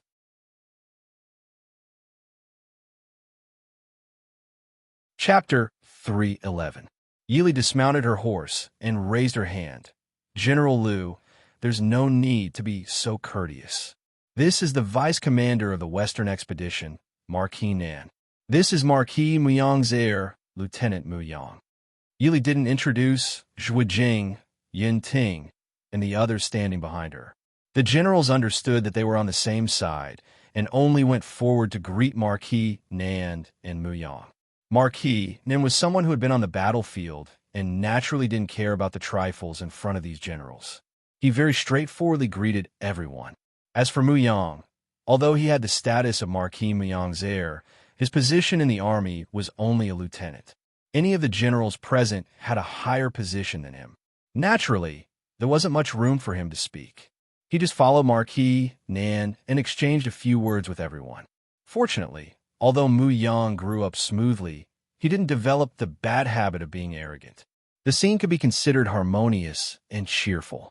After the greetings, Marquis Nan asked seriously, "General Liu, is the army ready to depart?"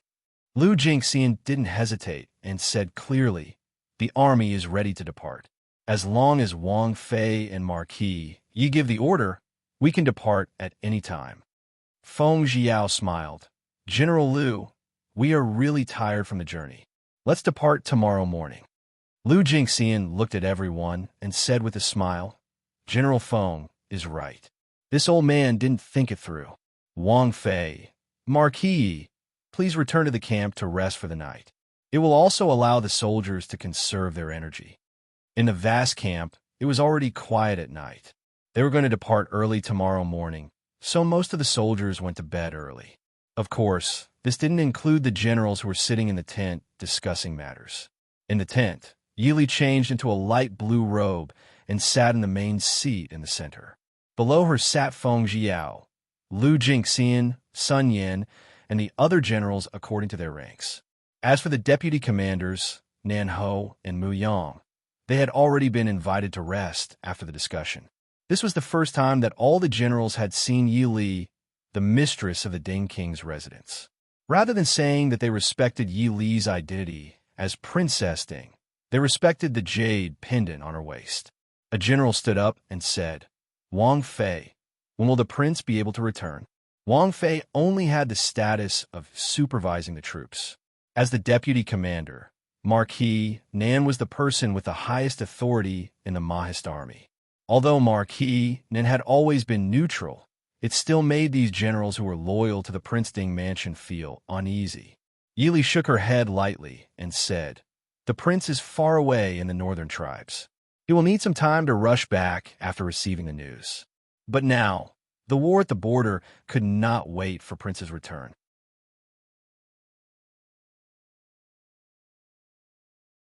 Or, if the prince is not here, the generals will not fight? All the generals were stunned. Yili continued, "I understand everyone's loyalty to the Prince Ding mansion and the prince. However, this consort also hopes that all of you can understand one thing. What exactly does the Mo family army exist for?" Her clear and beautiful eyes lightly swept over everyone. "It is for the peace of the people of Great Chu. Every Mahist army soldier also has parents and children. Protecting the Chu state is protecting the Mahist army's own family." Everyone was silent. Liu Jingxian said with some hesitation, "Do we really have to listen to Marquis Nan's command?" Yili said, "If Marquis Nan and the Mahist army have the same goal, why can't we temporarily listen to his command? The prince cannot rush back now. This is reality. Can we tell the West Hill people that Prince Ding is not here and that we will fight again in a few days?" Hearing this, everyone's expressions couldn't help but twist.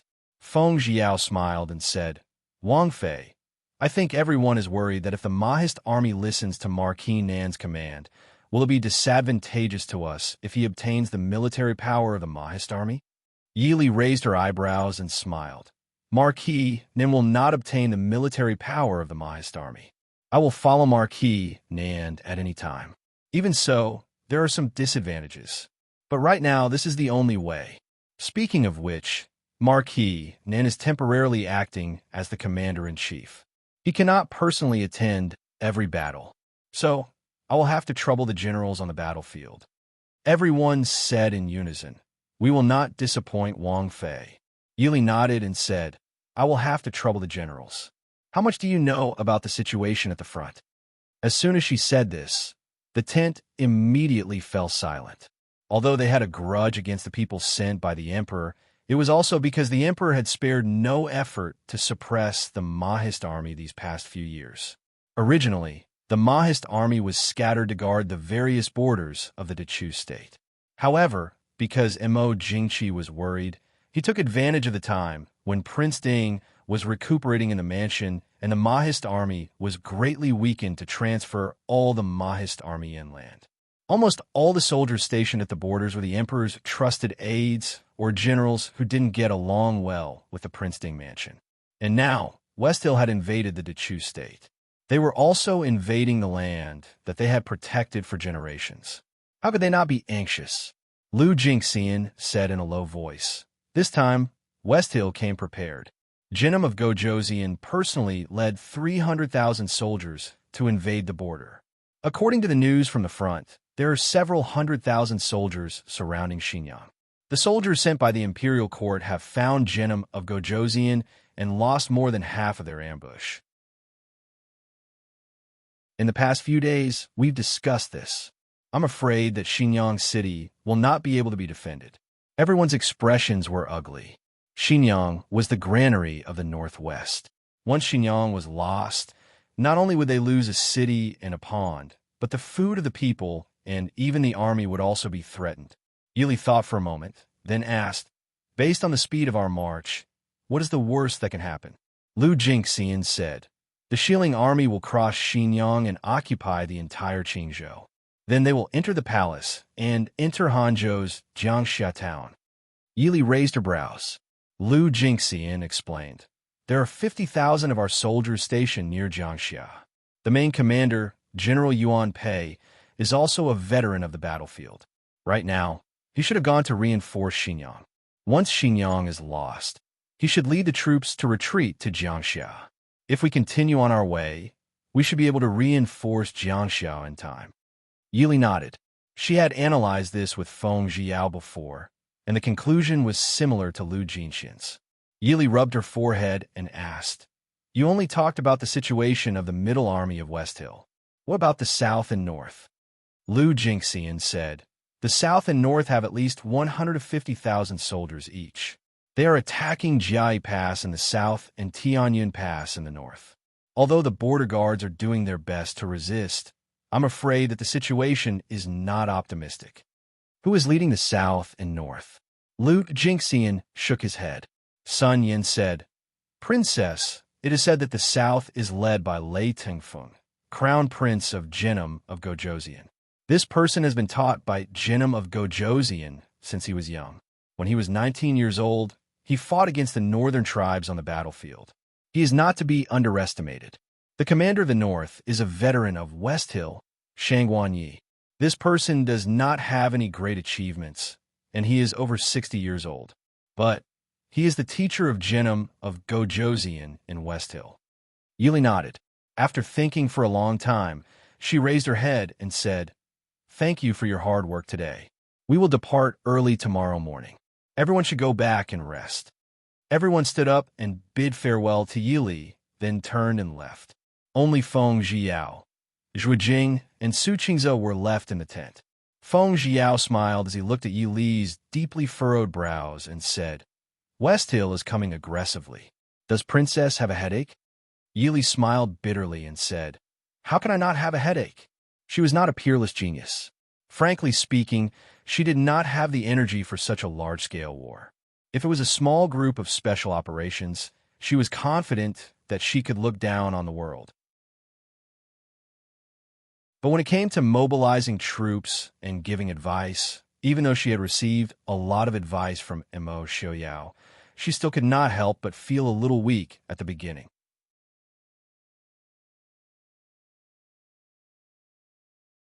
Chapter 312. Feng Zhiao said, I'm sure that West Hill sent at least 600,000 soldiers this time. With so many soldiers and the reputation of West Hill Jinnum of Gojosian as the god of war, not to mention you, princess consort, even those veterans on the battlefield are worried. Although West Hill Jinnum of Gojosian had been defeated by Mo Lufong, the prince regent of the Chu state, Mo Lufong was dead and he was still alive. Lier, you did well. Su Qingze looked at Yi Li and said lightly. His usually cold eyes were filled with a touch of warmth. Yi Li smiled faintly and said, Second brother, don't praise me. I may look calm on the surface, but my heart is in a mess. Su Qingze said, Don't be too nervous. Just do what you can. If there's anything you want me to do, just ask. Yi Li nodded. Thank you, second brother. At this time, Mo Xiaoyao, who was far away in the northern tribes, felt cold in his heart. Looking up at the bright moon in the sky, he couldn't help but think of the past year. Since the accident, he had never thought that his life would be so comfortable and happy. At first, they were like family and friends, then they helped each other hand in hand, and then they were deeply attached to each other.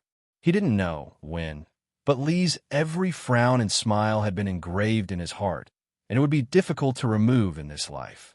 Prince, a shadow guard quietly appeared behind him. What's the news? The shadow guard said. The list of the people behind the assassination of Princess Consort has been investigated. And since West Hill's invasion, the Emperor has summoned Princess Consort to the palace several times. It seems that he wants to take the military power of the Mahist army from Princess Consort. But he hasn't succeeded. Mo Xiaoyao's eyes were dark. He sneered and said, He can never tell what's important and what's urgent. Go and tell Ronghua that no matter what, we must leave tomorrow. The shadow guard hesitated for a moment and said, I'm afraid that Princess Ronghua does not have such a deep influence on Yeluhong. Mo Xiaoyao said nonchalantly, If Yeluhong wants to defeat Yelu Yi, he naturally knows what to do. Go and prepare. We'll set off tomorrow. The shadow guard nodded. This subordinate obeys. Dismissing the guards, Mo Xiaoyao raised his head to look at the bright moon in the sky, his gaze gradually becoming gentle. Li, Xiaoyao always makes you suffer. One day, I will deliver the best in the world to you. As for those who want to hurt you, I will never let them off. Originally, Mo Xiaoyao should have returned to the capital the moment he heard the news of West Hill's invasion. However, the king of the northern tribe's attitude was unusually firm. He insisted that Mo Xiaoyao stay and attend the crown prince's wedding. He even faintly threatened him. Mo Xiaoyao was not afraid of his threats. However, if he really left on the spot, the Chu state would very likely have to face the attack of two countries at the same time. The king of the northern tribes was not ready to annex the Chu state yet. However, he did not mind at all delaying Mo Xiaoyao, the young god of war, for a period of time for West Hill. Perhaps he could even gain some benefits from it. Therefore, he also deserved to die. 10 li outside of Xinyang City, West Hill's hundreds of thousands of soldiers and horses were eyeing the city not far away. That city was more attractive and meaningful than a mere border city. There were countless provisions and military supplies. It was the richest and most prosperous city in the northwest. That city would become their first real step in conquering the Chu state. In the commander-in-chief's tent, Jinnum of Gojosian, who was almost 50 years old, was sitting behind a desk. He held the memorial that his subordinate had just sent to him with one hand and looked at it for a while. Suddenly, he laughed wildly. The generals below looked at each other in dismay. They did not know what had made the prince so happy. When he had finished laughing, he said loudly, Mo Lufong, you also have a day like this. If you were to see your Ding royal estate in this state, would you regret it? The generals all exchanged glances. The person standing at the front stepped forward and asked, Prince, is there any good news? Jinnum of Gojosian casually handed over the memorial and said to everyone with a smile, the Ding royal estate really does not have a successor. A woman is actually in charge of military power. The general who saw the memorial had a strange expression on his face. He said, Deputy Marquis Nanho, the Ding royal consort, is supervising the army? What does Dong Chu mean by this? Genom of Gojoseon lightly snorted and said, "We have no choice. I have also heard of Marquis Nenho. He has always been neutral and does not concern himself with worldly affairs. It's fine if he is a talented general. However, he does not have the ability to lead the Mahist army. Moreover, the military power of the Mahist army is not that easy to obtain. Could it be that the Mahist army is currently in the hands of the Ding royal consort?" The general said in shock. Genom of Gojoseon nodded and smiled thoughtfully. "That's right. Mo Xiaoyao is far away in the northern tribes and cannot rush back. Without Mo Xiaoyao, the Ding royal estate does not have anyone who can lead the army. Now, the military power has fallen into the hands of a 16 or 17-year-old girl." The generals below the tent could not help but become excited. They all whispered to each other for a while. Someone stepped forward and said, "Since it is like this, Prince, we can take this opportunity to take care of the Mahist army. This will prevent them from reuniting with Prince Ding and causing trouble for our expedition to Eastern Shu." Genom of Gojoseon slightly narrowed his eyes. His right hand carelessly stroked his empty left sleeve as he said, "Although I want to fight with Mo Xiaoyao, but as a general, we must not fight based on personal feelings. This time, it is indeed the best opportunity that the heavens have given us. If we can destroy this army, the Ding royal estate will not be able to achieve anything. We will listen to Prince's orders," everyone said in unison. The idea of destroying the Ding royal estate made everyone's hearts become faintly excited. Genom of Gojoseon nodded in satisfaction. "Very good. Speed up the attack on Xinyang. We must take Xinyang city within 3 days. Then head to Jiangxia and wipe out the Maist army in one fell swoop." "As you command." Reporting to Wang Fei, a letter has arrived on the second day. In the Mahist army's barracks, Yili was sitting in a large tent. She was discussing matters with Marquis, Nan, and the others while the entire army was stationed. Zhuge Jing came in holding a letter. Yili did not even raise her head as she lightly said, "Translate it for me." Zhuge Jing nodded and walked to the desk in the corner of the tent to translate the letter. Yili continued to speak to Marquis Nan. "It will take at least 7 days for us to reach Jiangxia. I'm afraid that it will be difficult to speed up the army," as Marquis Nan said. Marquis Nan frowned and said, "Why is that? The Maist army has always moved quickly. I remember that at their fastest, they could travel hundreds of li in a day." Yili shook her head and said, "Marquis Nan, that was a small army. We have an army of nearly 300,000.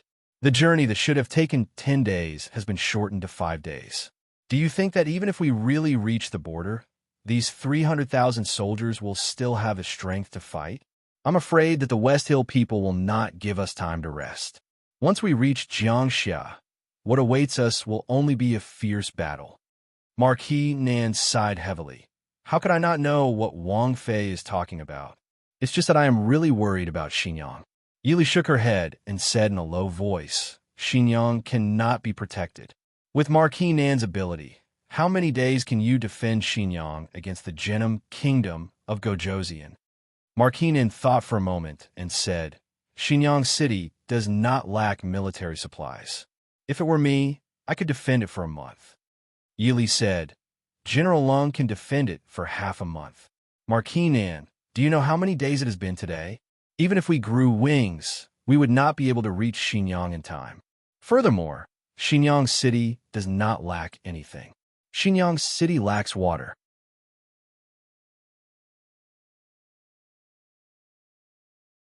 Chapter 3:13. Everyone's expression changed slightly.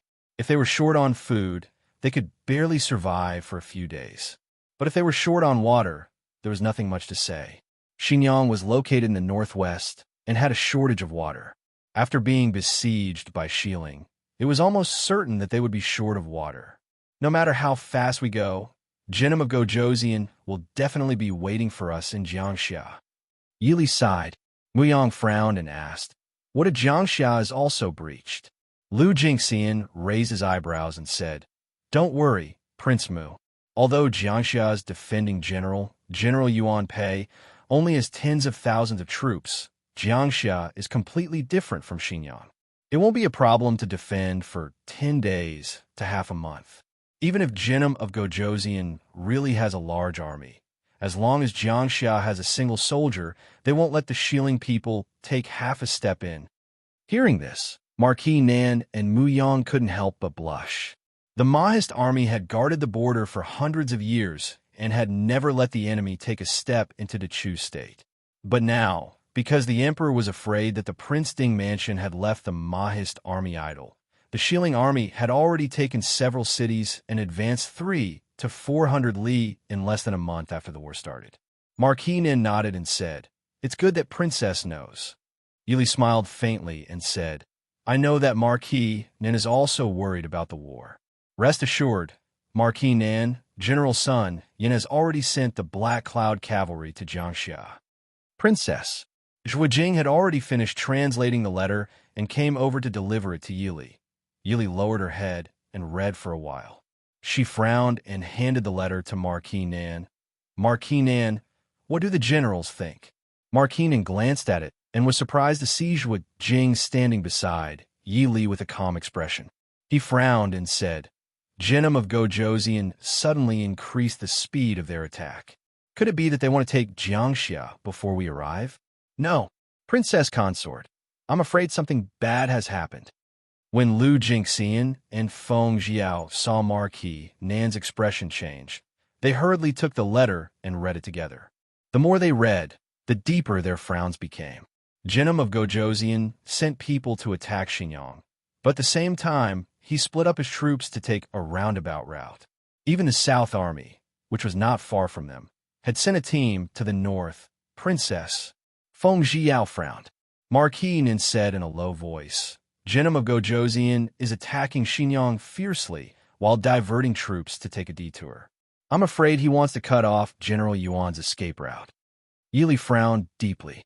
After a while, she said, "Bring me the map." At this time, the problem of not having a smooth flow of information was manifested. No matter what they analyzed now, they could not immediately pass it on to the generals at the front. They could only hope that the generals at the front also saw the other party's intentions and made the necessary response. Fortunately, this kind of problem was often mutual. Zhuojing turned around and took out a folded piece of paper from behind him. He slowly unfolded it. On the paper, there were winding lines marked with mountains and rivers. The border of the Chu state, from south to north, was clear at a glance. Yili picked up the pen on the table and marked out the routes of the Shilin troops mentioned in the letter. She frowned and raised her head to ask, "Has the detailed map of the Northwest been sent back?" Zhuojing turned around and took out another one from his luggage. "It arrived this morning. I was just about to show it to Princess Consort." Yili cleared the table and spread out the map. She said, "What's the use of showing it to me? I've never been to the Northwest. Marquis, General Lu, come and take a look." Everyone had been curious about the map in front of them for a long time. Hearing Yi Li's words, they immediately gathered around. There were 2 maps of about the same size on the table. One was clearly a map of all the border areas to the west of the Chu state. The other was much more detailed, but only the northwest. They had never seen it in detail before. Lu Jingxian praised, "Good stuff. This general has been at the northwest border since I was 20 years old. Even after 20 years, I don't dare say I know more than this map." Marquis Nin nodded and pointed at a place on the map. "General Lu is right. This marquis has been to the northwest a few times in the past. Princess Consort's map is very detailed." Yili smiled in satisfaction. How could it not be detailed? This group of people who had just been trained had all been sent out. Adding on the original maps, if they were still not familiar with the Northwest, then they had learned for nothing. Yili stared at the 2 maps for a long time. She picked up the pen and drew a line on the map. She said in a deep voice, "Immediately send orders to the troops in the south. All troops near Shiling's southern army to gather in the west. Intercept the troops from the southern army." Zhuojing nodded in acknowledgement. Yili raised an eyebrow in thought and then smiled faintly. She lowered her head and took out a piece of paper. She wrote a line of characters on the paper and handed it to Zhuojing. She asked, "Where's Qin Feng?" Zhuo Jing lowered his head and thought for a while. He said, "Near the Ling Pass. He should be preparing to come up north to meet with us." Yili lowered her head to look at the location of the Ling Pass. She said, "Tell him not to come back. Give this to him. The next step of the plan." Zhuo Jing put away the paper and walked out without looking at it. "Does Princess Consort have a plan?" Mu Yang asked with raised eyebrows. Yili smiled faintly. "It can't be considered a plan. I'm just making some arrangements in advance, just in case." Knowing that she had no intention of explaining, Mu Yang only looked at her with a complicated gaze and did not pursue the matter. The Mahist army had listened to the orders of the Ding King for 100 years. In recent years, they did not have a good impression of the emperor. As someone who was sent here by the emperor, his status was naturally awkward. Fortunately, Mu Yang was also a very tactful person. Marquis Nin looked at Yi Li and then at Mu Yang as if he did not notice the undercurrent between the two of them. He stroked his beard and said with a smile, "It's good that Princess Consort has a plan. We're hundreds of miles away now, so there's nothing we can do. It's better to rush to the battlefield to provide support as soon as possible." Yi Li and Mu Yang both nodded in agreement. Only then did Marquis Nan smile and discuss with Yi Li and the others for a while before getting up to leave and return to his tent to rest. After Marquis Nan left, Mu Yang had no choice but to get up and leave even if he wanted to stay and continue listening to everyone's reply. Xinyang's city on the city wall. Lung Xingyu looked at the billowing flags in the distance with a dark expression. Xinyang had been surrounded by the army for more than 10 days. If they still could not get out of the siege, even if the Xiling army did not break through, it would soon collapse from the inside. In addition, more than half of the reinforcements who had just arrived at the border had been injured. As the deputy general, Marquis Nan's heir had gone missing on the battlefield, which made the morale of the soldiers guarding the city even lower. If the general of Xinyang City had not died in battle and there was no one to preside over the overall situation, it was unknown whether he would still be standing on the city wall. "General Lung, when will the reinforcements from the imperial court arrive?" A tired-looking general hurried over and asked Lung Qingyu rudely.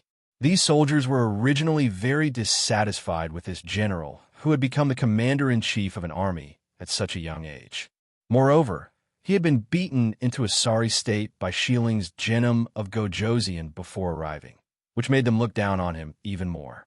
Moreover, he was the son of the Defender General of the state and was personally conferred the title of Great General by the Emperor. After the general of Xinyang City died in battle, he was the highest commander in Xinyang City. Although everyone was respectful on the surface, no one knew what they were thinking. As for the high-ranking generals of Xinyang City, they did not even bother to put on an act. A trace of embarrassment and anger flashed across Lung Qingyu's cold face. His life had been smooth since he was young, and he became the commander of the Imperial Guards with his own ability. He was one of the top young talents in the Chu capital. However, he kept running into a wall. His originally confident heart couldn't help but become hesitant and doubtful.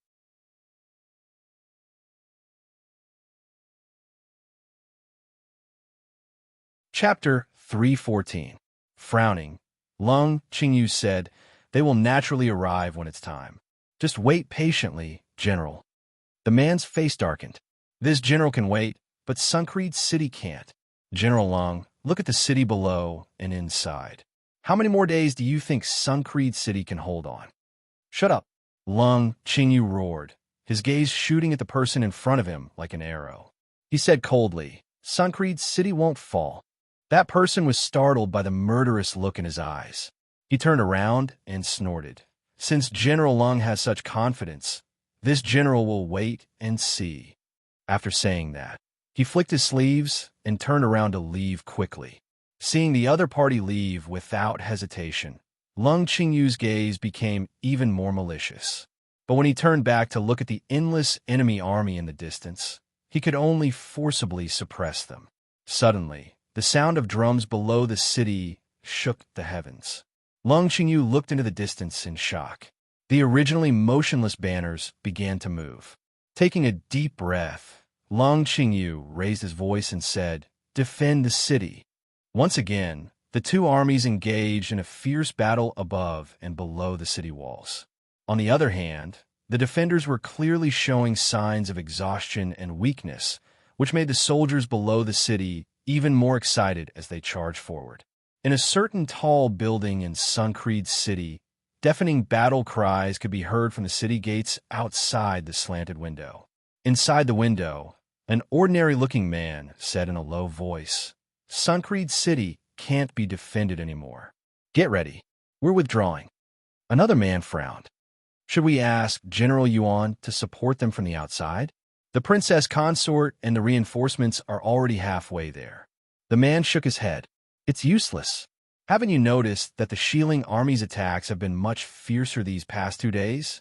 Jinnum of Gojoseon is probably going to take Suncreed City at all costs.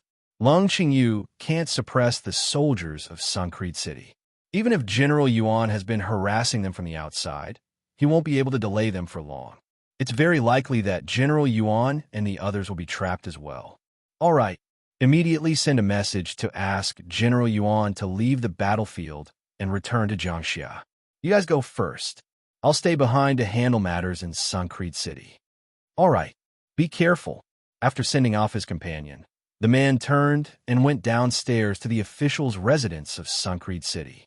In the West Hill military camp, Jinnum of Gojoseon sat in a comfortable chair with a calm expression on his face. He supported his chin with one hand and closed his eyes to rest while waiting for news from outside. There would definitely be news of Suncreed City's fall by today. Although that kid in Suncreed City had some ability, he was still too inexperienced. Under such circumstances, he would be powerless to turn the tide.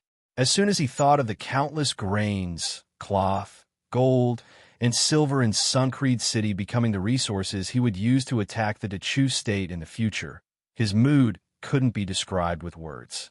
How are the preparations on Yuan Pei's side? Remembering something, Jinnum of Gojoseon opened his eyes and asked.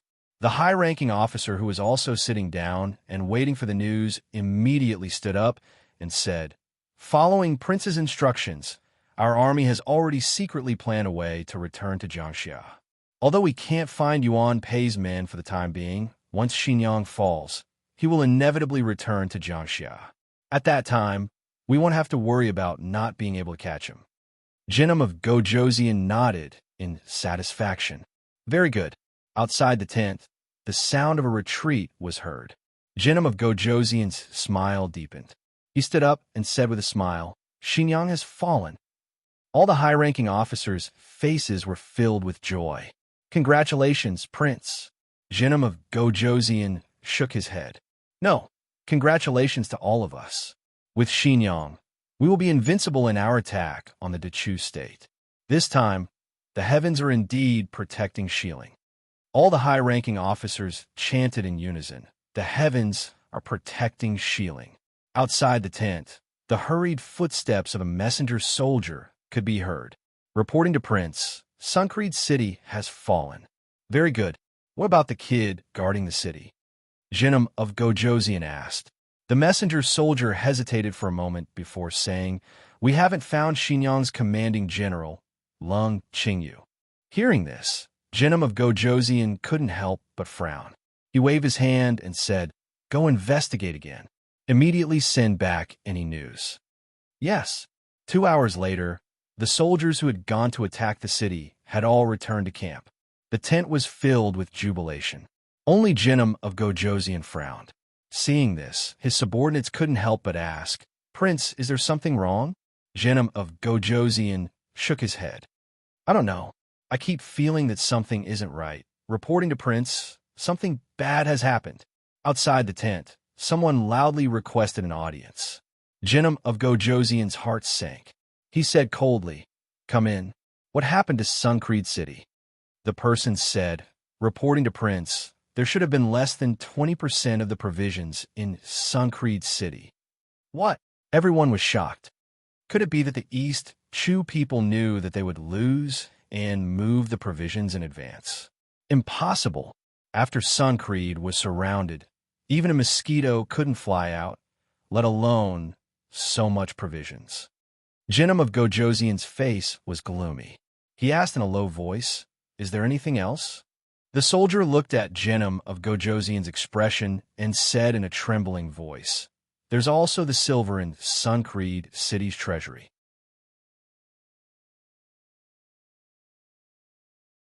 The silver and banknotes from several banks have all disappeared. Suncreed City has less than 30% of the original amount of silver. The tent was silent. All the generals peeked at Jinnum of Gojoseon's expression. No one dared to speak. Suncreed City wasn't the richest city in eastern Chu, but it was the place where the Chu state stored the most military supplies. It was also one of the top 5 commercial cities in the Chu state, even though their trading partner was Shilling. Originally, everyone was drooling over this city because of the countless provisions, gold, and silver. But now, there was nothing left. Good. After a long time, Jinnum of Gojoseon suddenly laughed coldly. What a good ding palace. Everyone was stunned. Someone asked suspiciously, "Prince, you're saying it was done by the Ding Palace?"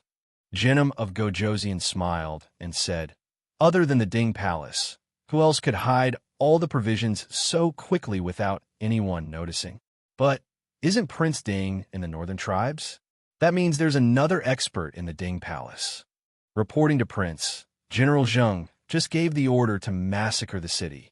A soldier hurried to the door and reported. "Bastard!" Jinnum of Gojoseon slammed the table and stood up. He said in a stern voice, "Who gave the order?" The soldier trembled in fear and quickly said, "General Zheng." General Zheng brought people to a pawn shop to get something and had a conflict with the citizens. Then General Zheng gave the order to massacre the city. Immediately passed down eyes order to stop the massacre. If anyone dares to violate it, execute them on the spot. Order Zheng Bian to come see I immediately. Yes. In a large tent, the soldiers looked at each other in dismay. "Prince, it's fine to kill those Eastern Chu people. Leaving so many people is a waste of food." "That's right, Prince. Suncreed City has fallen and we haven't gained anything. We might as well kill those Eastern Chu people and show them what we're made of." "Stupid," Jinnum of Gojoseon coldly said. "How many people does Eastern Chu have? Can you kill them all?" "Right now, only the Eastern Chu army will resist us. Once the Eastern Chu citizens know about the massacre, all of them will resist us."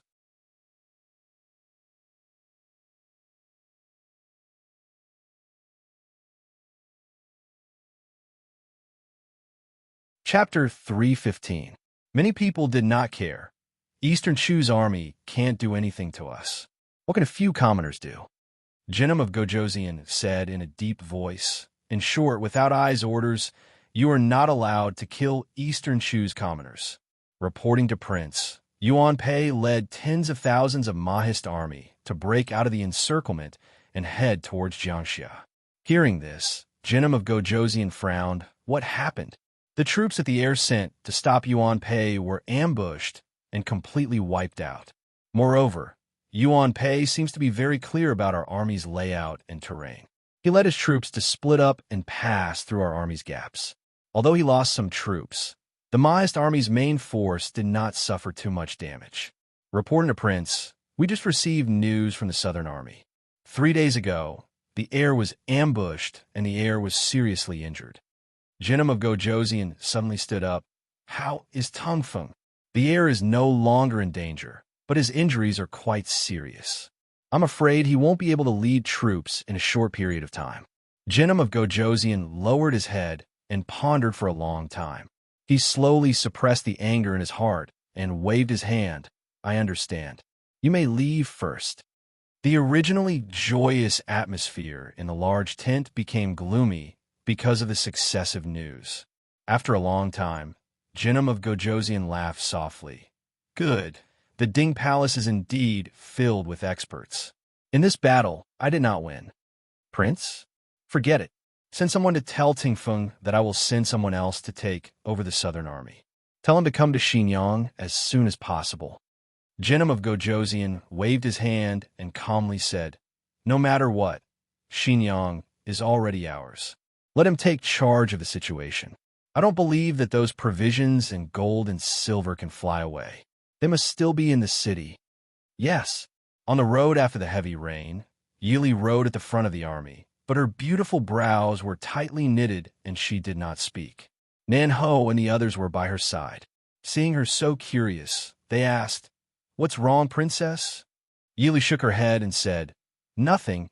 I'm just worried about the situation in Xinjiang." Nan Ho raised his eyebrows in confusion.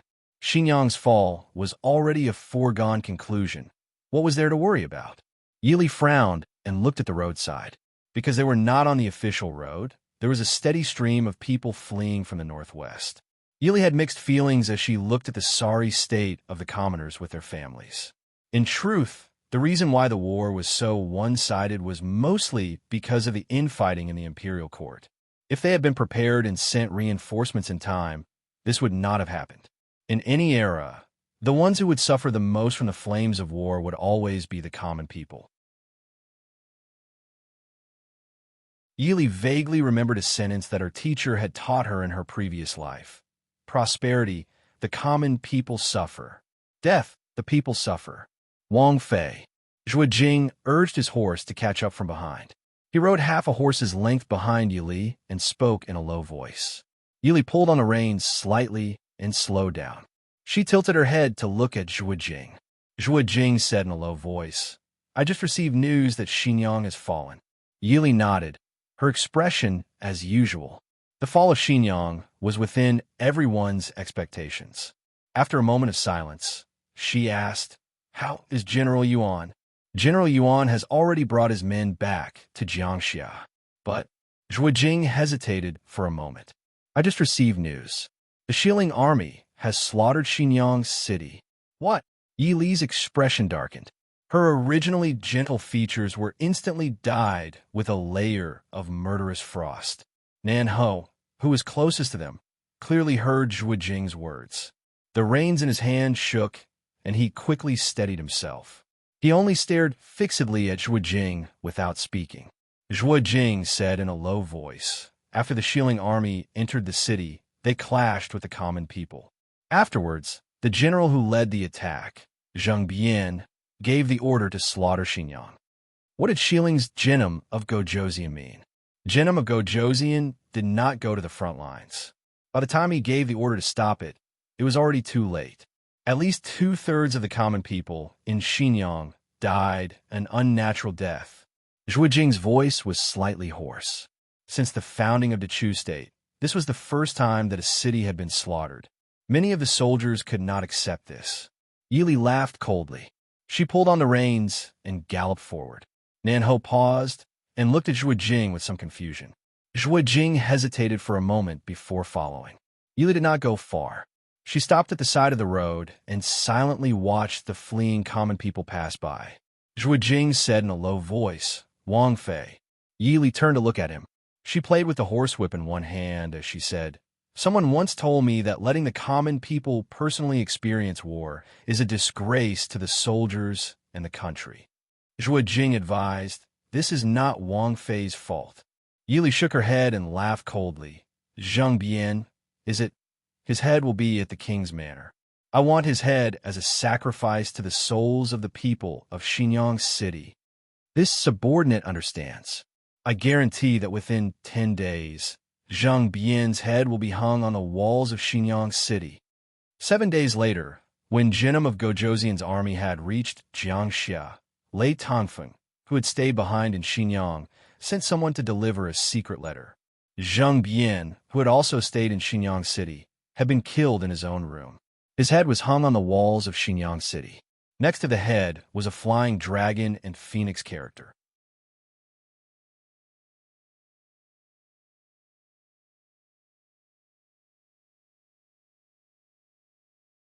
It clearly stated that the murderer was from the king's manor. After receiving Lei Tongfeng's secret letter, Genom of Gojosian's face was as calm as water. After thinking for a while, he replied to Lei Tongfeng and ordered the attack on Jiangxia to be stepped up. Jiangxia was a small city less than 200 li away from Xinjiang. The city was less than a third the size of Xinjiang city and was surrounded by mountains on 3 sides. However, Shiling's military strength was equivalent to the sum of all the cities they had conquered in the past. The Shiling army, which had been unstoppable and seemingly invincible, finally witnessed the true strength of the Dechu State's army in front of this small city. Jinnam of Gojoseon, who had not personally participated in the attack on a large city like Xinjiang, personally stood behind the army this time. He stood on the hill and watched with his own eyes as the soldiers of the two armies fought endlessly below the city. He watched as the black-clothed soldiers on the city walls continuously beat down the enemies who tried to climb up the city walls as if they never knew fatigue. "Prince, I didn't expect a small city of 50,000 people to be so difficult to deal with. Shouldn't we think of something?" The general standing behind him asked in a low voice. He looked at the black-clothed figures on the city walls with eyes full of frustration and shadow. This was a mark that the Mahist army had used countless blood and lives to deeply engrave in the hearts of their enemies over the past 100 years. Jinnam of Gojoseon sighed softly and said, "Fortunately, the emperor of the Dechu state does not trust the king's manner very much." The generals behind him did not ask why, because they were also rejoicing. If the ruler and his subjects of the Dechu state knew each other and trusted each other, why would they worry about the world being unjust? Day and night, step up the attack. We must take Jiangxia before the reinforcements from the Prince Ding mansion arrive. Jinnam of Gojoseon said sternly. This general obeys. On the city walls in the distance, the gray-haired old general, General Yuan Pei, stared at the enemy troops below the city walls, who seemed to never retreat. His brows were deeply furrowed. His eyes, which had seen through the world, were bloodshot and tired, but his back was straight.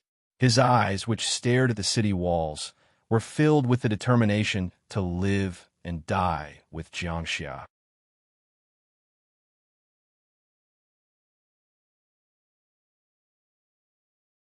Chapter 316. General Yuan. Lung Qingyu hurried over. It had been less than a month since the expedition, but Lung Qingyu's arrogant and indifferent young face was full of vicissitudes and frustration. Yuan Pei looked at him and shook his head. He sighed softly. "General Lung, what's the matter?" Lung Qingyu glanced at the place where the banners were fluttering in the distance and frowned. "General Yuan, I'm afraid it'll be too much of a blow to the morale of the soldiers if we don't come out." Yuan Pei said, "General Lung, don't worry. The morale of the Mahist army will not be suppressed just because of these few days. Everyone knows that our army doesn't have the strength to fight against Shiling at all. The only thing we can do now is to defend and wait for reinforcements." Lung Qingyu glanced at the soldiers on the city wall, and his eyes darkened. Yuan Pei was right. What was really hit was not the morale of the Mahist army, but the morale of the less than 10,000 soldiers he had brought out of Xinjiang City. After this great defeat, these remnants of the defeated army had long since collapsed. In the past few days, the West Hill soldiers had been attacking nonstop, making them even more frightened. If this continued, there would be trouble before Jiangxia was broken. This is a battlefield. My mission is to protect Jiangxia. General Lung, a momentary dispute won't bring any benefits to the current situation. The Shiling soldiers are not useless. Once tens of thousands of us enter an army of hundreds of thousands, it'll be no different from water entering the sea.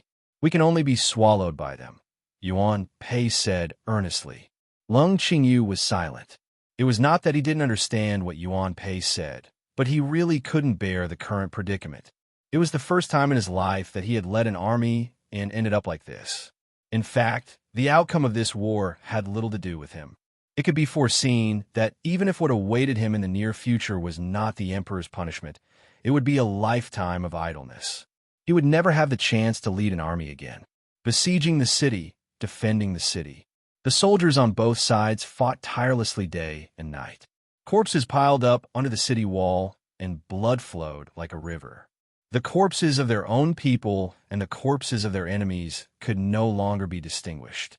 Everyone seemed to be fighting by instinct. However, Jiangxia's military strength was only 50,000, and this included the number of people who had died in the battle to support Xinjiang. In reality, there were less than 40,000 people. Even if the remnants of the defeated soldiers who had retreated from Xinjiang were included, there were less than 50,000 people. Their enemy, on the other hand, had over 200,000 elite soldiers. These soldiers were trained by Genom of Gojoseon over the past 10 years, and they were the best of the best. The number of soldiers guarding the city of Jiangxia was decreasing. Every time, it seemed like the city gate would be breached in the next moment. However, as time passed, the flags hanging on the city gate tower still belonged to the Dechu state and the Mahist army. Behind the Shiling army, Genom of Gojoseon stared solemnly at the tightly shut city gate in the distance. "Prince, they can't hold on any longer." Genom of Gojoseon did not say anything, but his eyes were filled with respect for his enemy. It had been 5 days and 24 hours of continuous fierce attacks. There were only tens of thousands of people. Even he himself might not be able to guarantee that he could hold on until now. This was not something that could be done with wisdom and ability. The entire army must also have unparalleled faith and determination. After a long while, Genom of Gojoseon said in a deep voice, "Continue. Take down Jiangxia in 2 hours." More than 2 hours later, the city gate of Jiangxia finally fell heavily and slowly. On the city gate tower, Yuan Pei, who was covered in blood, casually threw away his battle robe and glanced at the soldiers on the city gate tower. He said sternly, "Kill." All the soldiers' eyes were red. It was a disgrace for the city guarded by the Mahist army to be trampled by the enemy. They must use the enemy's blood to wash away this shame. All the soldiers desperately pounced on the enemy closest to them. On the city gate tower, at the city gate, and on the streets, killing was everywhere. Lung Qingyu stood at the corner of the street, watching the killing in front of him. His eyes were so red that it seemed like blood would drip out. Behind him was a group of defeated soldiers. They could no longer fight after escaping from Xinjiang, and no one asked them to pick up their weapons again. Lung Qingyu looked back at them and said in a deep voice, "Do you see? They're the same as you, soldiers of the Chu state. The city was also breached. What did they do? What did we do? It's my incompetence that I couldn't defend Xinjiang. You're on your own." With that, he pulled out his sword and rushed out. The remaining soldiers looked at each other. After a long time, one of them rushed out with a knife in his hand. Then another and another. A group of soldiers completely different from the Black Mahist army rushed out from the corner of the street and pounced on the enemy troops pouring in from the city gate. The Wiling soldiers were blocked from entering the city, which aroused the bestial nature in their hearts. They howled and pounced on every soldier of the Chu state. In an instant, blood spurted out and covered the streets. Rumble, an earth-shattering sound came from afar. Everyone couldn't help but be stunned. The surviving Mahist army soldiers were ecstatic and angry. Black Cloud Cavalry. The Black Cloud Cavalry is here. Reinforcements are here. On the wide street, a black mass of people rushed over with great momentum and ferocious killing intent. The leader, a man in red, galloped over on his horse. His clear voice was full of murderous intent. "Block the city gate. Don't let any of the soldiers who enter the city out. Left and right wings, go up the city wall." Yes. The Black Army emerged from the end of the street like a tide and quickly pounced on the people fighting on the street and at the city gate. The city gate that had collapsed a quarter of an hour ago was quickly closed again.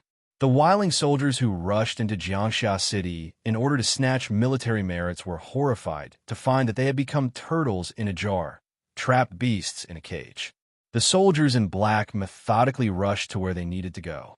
Countless people in black suddenly appeared on the city wall that had been filled with the gray figures of the Wiling soldiers. The killing resumed. In the distance, Genom of Gojoseon saw the sudden appearance of the soldiers in black on the city wall. His expression changed. Then he saw a flamboyant figure in red appear on the city wall. His body was like an invincible dragon. "Prince, that is Feng Jiao. The people of the Chu capital call him Third Young Master Feng. He is the son of a concubine of the richest man in the Chu capital. He was expelled from his family when he was young. He followed Imo Xiaoyao on the battlefield in his teens. He is Mo Xiaoyao's most trusted aide. His appearance here must mean that the Mahist army's reinforcements have arrived. Genom of Gojoseon's expression was gloomy. He said in a low voice, "Continue the attack." The war drums shook the sky. The gray figures and the black figures fought fiercely. But the gate of Jiangxia City was never pushed open again.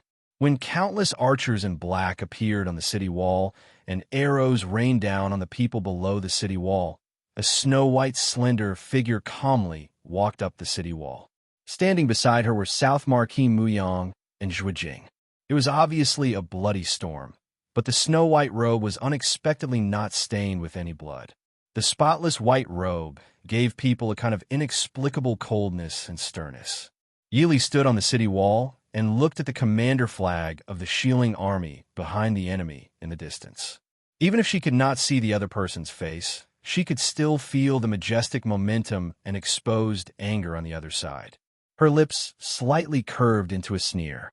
She ordered in a cold voice, "Don't leave any of the wiling soldiers in Jiangxia City.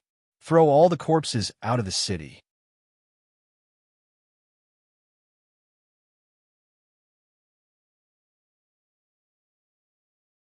Chapter 317.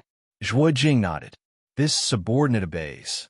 Yili looked back and revealed a provocative smile at a certain place in the distance. "Is that the Ding King's consort?" Genom of Gojoseon asked in a deep voice. The general beside him looked at the graceful woman in snow-white clothes on the city wall and hesitated before saying, "It seems that she is the Ding King's consort." In fact, not many people had seen the Ding King's consort. However, a woman who could appear with the Mahist army on the city wall of Jiangxia should be the Ding King's consort. Genom of Gojoseon looked for a long time before suddenly laughing out loud. "Good. Interesting. The Ding King's consort? It is said that the women of Eastern Shu are weak, but this Ding King's consort is even better than the noble ladies of West Hill." No wonder Princess Lingyun was scared out of her wits. The general beside him had a stiff smile on his face. He didn't know whether he should agree with Genom of Gojoseon's praise of the Ding King's consort. Now, the Ding King's consort had single-handedly ruined their plan to take Jiangxia. Moreover, the soldiers who had previously rushed into Jiangxia City were most likely already dead by now. As a result, the number of soldiers they had lost in this small city of Jiangxia had exceeded the total number of soldiers they had lost during this time. This was undoubtedly a heavy blow to the morale of the Shieling army. "Prince," the soldiers who rushed into the city, Genom of Gojoseon waved his hand and shook his head. "It's too late. Attack the city with all your strength. Capture the Ding King's consort alive, and you will be rewarded with 1,000 marquises." Yes. When it was close to evening, the West Hill finally retreated. Without knowing how many reinforcements the Mahist army had, it was unwise to continue such a fierce attack. If the strength of the two armies was similar, then it was likely that both sides would suffer in the end. After all, this was Eastern Shu's territory. Eastern Shu could continuously replenish soldiers and provisions at any time.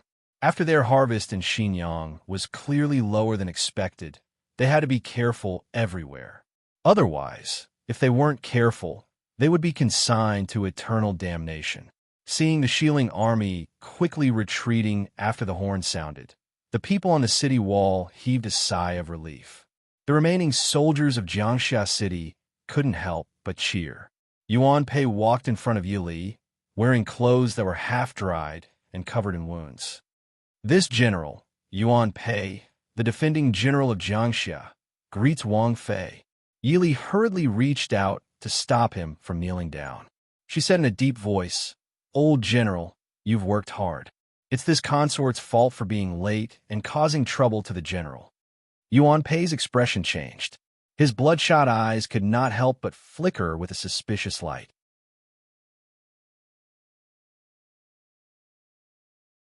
He raised his voice and said, "This general does not dare. This general is incompetent and nearly caused Jiangxia to fall into the hands of the West Hill. I dare not complain." Yili smiled faintly and said, "The situation forced you to do so. It is not your fault. There's no need for us to delve deeper into these matters. General, take your men and rest for a while. Leave Jiangxia to us for the time being." Yuan Pei nodded heavily.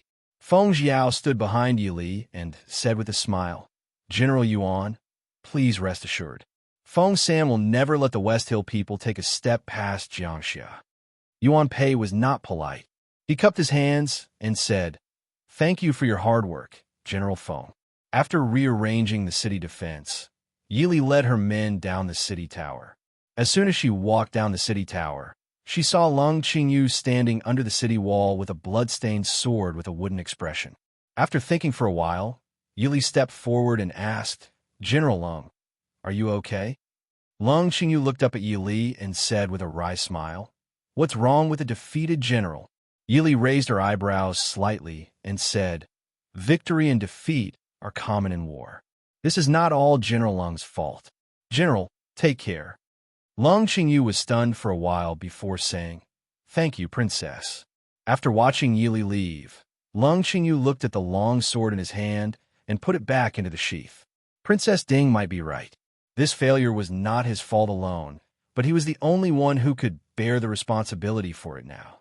Fortunately, Jiangxia was still there, and the Mahist army had arrived. "General Lung." Lung Qingyu turned to leave when Marquis Nan's voice came from behind. Marquis Nan stood on the side of the street. He was obviously older and more tired than the last time they met. This war had just begun, but many of them seemed to have aged 10 years. Marquis Nan looked at Lung Qingyu for a long time before asking in a deep voice, "General Lung, do you have any news about Quaner?" Lung Qingyu said sadly, "That day, the enemy attacked. The heir led a group of people to divert the enemy's attention, and they were all wiped out." "Marquis, I'm sorry. I understand." The faint light in Marquis Nan's eyes gradually faded as he sighed softly and said in a low voice. He didn't even say goodbye to Lung Qingyu and turned to leave. Lung Qingyu looked at Marquis Nan's lonely and bleak figure and felt a chill in his bones. In the past, he had yearned for the battlefield. He thought that the battlefield was hot-blooded and that countless people would flock to it. But now, after a defeat, he finally understood the coldness and pain under such hot-bloodedness. Jiangxia was a small city. Yi Li and the others temporarily lived in General Yuan Pei's mansion. The so-called general's mansion was actually just a medium-sized courtyard in Jiangxia City. Veteran generals like Yuan Pei and Zhang Qilan were definitely not inferior to the Defender General of the state, Morong Shun, and the others. However, because they were generals of the Mo army, they were oppressed indefinitely and could never truly obtain the glory and honor that should have belonged to them. Because of Yi Li's arrival, Yuan Pei moved his wife and children from the main courtyard to the side courtyard in the backyard. Understanding Yuan Pei's intentions and loyalty to the Prince Ding mansion, Yi Li didn't refuse and casually chose a room to live in. She didn't have time to tidy up. After casually freshening up, she went to the front hall to discuss the war with everyone. When Yi Li stepped into the study, it was already full of people. They were discussing something intensely and didn't quiet down until Yi Li came in. Yuan Pei personally went forward to invite Yi Li to sit in the main seat. After Yi Li sat down, he tidied up his clothes and bowed solemnly. "Thank you, Princess Consort, for saving my life."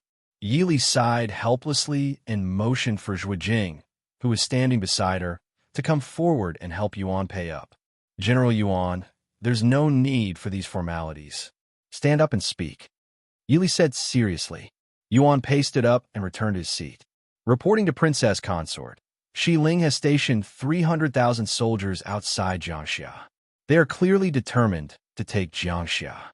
I've received news that the armies in the north and south are faintly drawing closer to Jiangxia. Once the three armies converge, there will be close to 500,000 soldiers surrounding Jiangxia. Even though our army is brave, Jiangxia is small and the people are weak. We lack military supplies. At that time, I'm afraid we won't be able to resist the siege of 500,000 soldiers. Princess Consort, please make early plans. Yi Li nodded and said, "Thank you, General Yuan, for your reminder. I know what to do. As for the issue of rations, there's no need to worry. The imperial court will naturally send enough rations. Marquis Nan, Shitsi Mu, don't you think so? Marquis Nan was a little absent-minded. When he heard Yi Li's words, he raised his head and smiled faintly. Princess Consort is right. We're going through fire and water on the battlefield. The imperial court and the emperor will naturally not mistreat the soldiers on the front lines.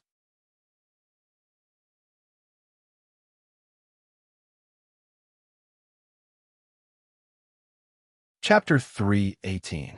Yili looked at Marquis Nand and clearly saw the exhaustion and sadness in his eyes. She didn't know what Lung Qingyu said to him, but she could roughly guess because there was still no news of Marquis Nan's heir. It was hard not to have some bad thoughts about it. She glanced at Marquis Nin worriedly, and Marquis Nin nodded at her to indicate that he was fine. Despite Marquis Nan's statement, everyone's expressions still didn't improve. After so many years, the Mahist army no longer had much hope for that person in the palace. Yili saw everyone's expression, but she didn't say anything. Instead, she turned around and discussed the war with the generals. After the discussion, everyone took their leave. Marquis Nin still sat in his seat without moving. Yili originally thought that Marquis Nin had something to say, but when everyone left, she realized that Marquis Nin was just in a daze. She frowned slightly and called out worriedly, "Marquis." Marquis Nan's eyes were blank, and it took him a while to recover. He still looked at Yi Li in a daze and said slowly, "Princess Consort, sorry to disturb you. This Marquis will also take his leave." Yi Li shook her head and said, "Marquis Nan, the heir's identity is different. No news is good news now. There are many important matters in the army that require Marquis Nan's decision." Marquis Nan forced a smile and looked up at Yi Li. "The old duke once said that Princess Consort is an extraordinary person. This Marquis has seen it all along the way. I still have to trouble Princess Consort with all the matters in the army. This Marquis is afraid that I can't do it." Marquis Nan. Yi Li still wanted to say something, but Marquis Nan waved his hand and said, "This Marquis will take his leave first. Princess Consort should also rest early." Watching Marquis Nan walk out of the door, Yi Li finally swallowed her words. "Marquis Nan, take care." Late at night, Yi Li strolled along the winding corridor in the study. She looked up at the silver moon in the sky and frowned slightly. Soon, it would be the night of the next full moon. However, there was still no news of Mo Xiaoyao, who had gone to the northern tribes. She could not help but worry.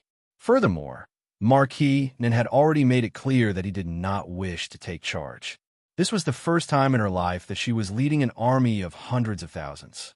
She was not as calm and confident as she appeared. "Xiaoyao, where are you now?" "Who? Come out." Under the moonlight, Yi Li suddenly came back to her senses and pointed at the end of the corridor behind her. After a while, a tall figure walked out from the corner.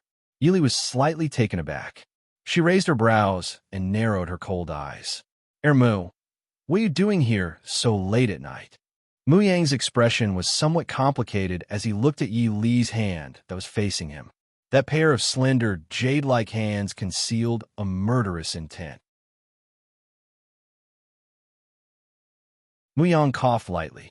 This one did not mean to offend. "Please forgive me for disturbing Princess." Yi Li smiled faintly and calmly withdrew her hand into her sleeve. She raised her hand and stroked the hair by her ear. "It's so late. Mu, do you have something to say?" A surprised expression flashed across Mu Yang's face. Very quickly, Mu Yang smiled faintly. "Princess is indeed quick-witted.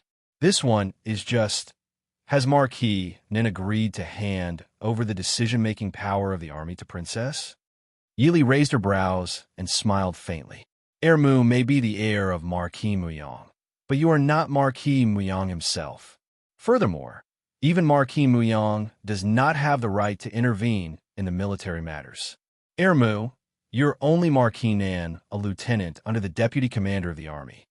Towards Yi Li's obvious contempt, Muyang did not get angry. He leaned against the railing of the corridor with his hands behind his back. This one thinks that Princess knows the true meaning and function of this one's lieutenant status. Yi Li raised her brows and smiled. So, what? Marquis Nan's heart is broken. Marquis Nan's heir's life and death is unknown. He is unable to command the army. Now that the Shilling army is at the city gates, what does Lieutenant Mu think we should do? Facing the calmness of the woman in front of him, Mu Yang could not help but feel helpless and tired from the bottom of his heart. Of course, he understood Princess Ding's meaning. It was already difficult for Marquis Nan to control the Mahist army with his identity. Not to mention that he did not even have the time to change the commander. Although he had the identity of heir, he only had the military position of a lieutenant. Not to mention commanding the Mahist army. Even if he wanted to lead a part of the Mahist army, without Princess Ding's approval, no one would accept it. Mu Yang was never a person who did not know the immensity of heaven and earth. Therefore, he did not have any plans to seize control of the Mahist army. However, the woman standing in front of him was clearly a woman who was not even 20 years old. But the aura and sharpness in her movements made him, a man of 7 feet, unable to help but admire her. This kind of woman had completely surpassed the meaning and scope of a woman in Mu Yang's understanding. It was as if she did not need to rely on anyone, and no one could stop her. No one could stand in front of her. Mu Yang suddenly thought of the handsome man who was still elegant and calm even when sitting in a wheelchair. In this world, only that kind of man could match this kind of woman. Mu. Yili looked at the person who was looking at her and frowned. Mu Yang came back to his senses and smiled apologetically. Princess has misunderstood this one's meaning. This one did not intend to make things difficult for Princess. Yili raised her brows, but smiled without saying anything. Mu Yang said, "Right now, Prince Li's rebellion in the south has not been quelled, and Shilling is invading. In the north, the northern tribes are eyeing covetously. The only ones who can wipe out the enemy are the king's household and the Mahist army. Although Mu Yang is not talented, but I know that the world is most important. Why should I make things difficult for Princess?" Yili looked at him and smiled faintly. Mu is not making things difficult for this consort. Aren't you afraid that the person in the palace will make things difficult for you? Mu Yang laughed heartily. Many thanks for Princess's concern. This one naturally knows. But there is a small matter that I hope Princess will agree to. Mu, speak frankly. Mu Yang pondered for a moment and said, "This one does not know if my father and the Ding King's household have any unpleasant past. I only hope that Princess will give this one face and be magnanimous." Yili was surprised and sighed after a long time. Marquis Mu Yang has a good son. With a son like this, Marquis Mu Yang should be satisfied for life. All right, this consort promises you. Mu Yang cupped his hands and said, "Many thanks, Princess." Yili shook her head. Mu does not need to thank me. This consort is not at a disadvantage in making this deal with Mu. After all, compared to the matters on the battlefield, the other small grudges are nothing. Mu Yang chuckled in a low voice. Hearing Wang Fei's words, this one feels ashamed and unable to show his face. Yili smiled. "It's my slip of the tongue. Mu, please do not blame me. It's getting late. Mu should rest early. Princess, please wait." Mu Yang impatiently said, "Princess, may I ask, do you have any news about Yaoji?" Yili turned around in surprise. Under the moonlight, she could clearly see the undisguised worry and longing on the man's face. Yili shook her head and looked at the disappointment that flashed across Mu Yang's face. She softly said, Mu, some people and some things are missed."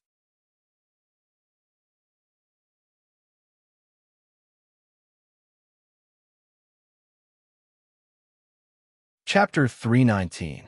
Mu Yang stared at her unwillingly. "How do you know that it can't be reunited?" Yili said, "I don't know if there's such a thing as a broken mirror being reunited, but the bronze mirror, even if it is reunited, it can't cover up the previous crack. Also, does Shitsi really have a way to get the best of both worlds?" Mu Yang's face showed a trace of frustration and annoyance. Yili didn't say anything else and turned to leave. She lightly recited, "I once worried too much about love-harming Fan Xing, but when I entered the mountain, I feared that I would lose a city. Is there a way to get the best of both worlds, to live up to Tathagata and Qing?" Is there a way to get the best of both worlds? Muyang softly recited with a faint, bitter smile on his lips. He would never be able to convince Yaoji to become a concubine of Marquis Muyang's household, just like he would never be able to convince his proud parents to accept Yaoji as their daughter-in-law. Live up to Tathagata and Qing. Did the person who wrote this poem also experience the same struggle and pain as him? The next morning, the Shilling army didn't attack again, which was rare. Yili sat in the study and sorted out the news and analysis of the battle. Marquis Nin didn't say that he couldn't do anything to decline. Early in the morning, when Yili just got up, someone came to report that Marquis Nin was seriously ill. Although there weren't any famous doctors in Jiangxia City, fortunately, the medical skills of the Mo family army's military doctors were extremely good. They quickly went over to diagnose and treat the Marquis and reported back to Yili.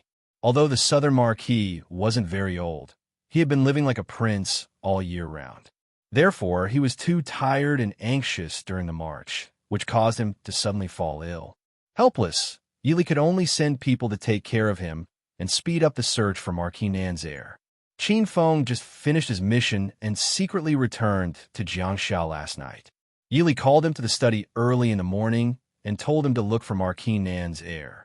Princess, Officer Yun is fighting with someone at the military field. Just as she was talking to Qin Feng, someone rushed in from outside the door to report. Yili raised her eyebrows and smiled. She turned to Qin Feng and Zhuo Jing and said, "We have been on the road for several days. Yesterday we had a big fight, but this morning we were able to get up and fight. It seems that we have underestimated the abilities of our Mahist army." Zhuo Jing rubbed his nose and laughed in a low voice. He said, "Wang Fei is right." Yili rose and rubbed her shoulders. She said, "Since that's the case, let's go take a look." Because it was the time when the two armies were facing each other, the Mahist army's barracks were stationed in an open space not far from Jiangxia City. All around, there were soldiers guarding the roads. An empty space in the middle of the barracks was used as a temporary drill ground. By the time Yi Li and the others arrived, Yin Ting was already wrestling with a young general of similar age.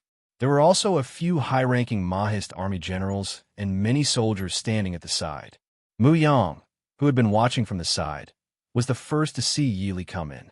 He turned his head and smiled at her. Yi Li nodded slightly. Qin Feng and Zhuo Jing parted the crowd to make a path. Everyone looked at the two young but outstanding generals fighting fiercely.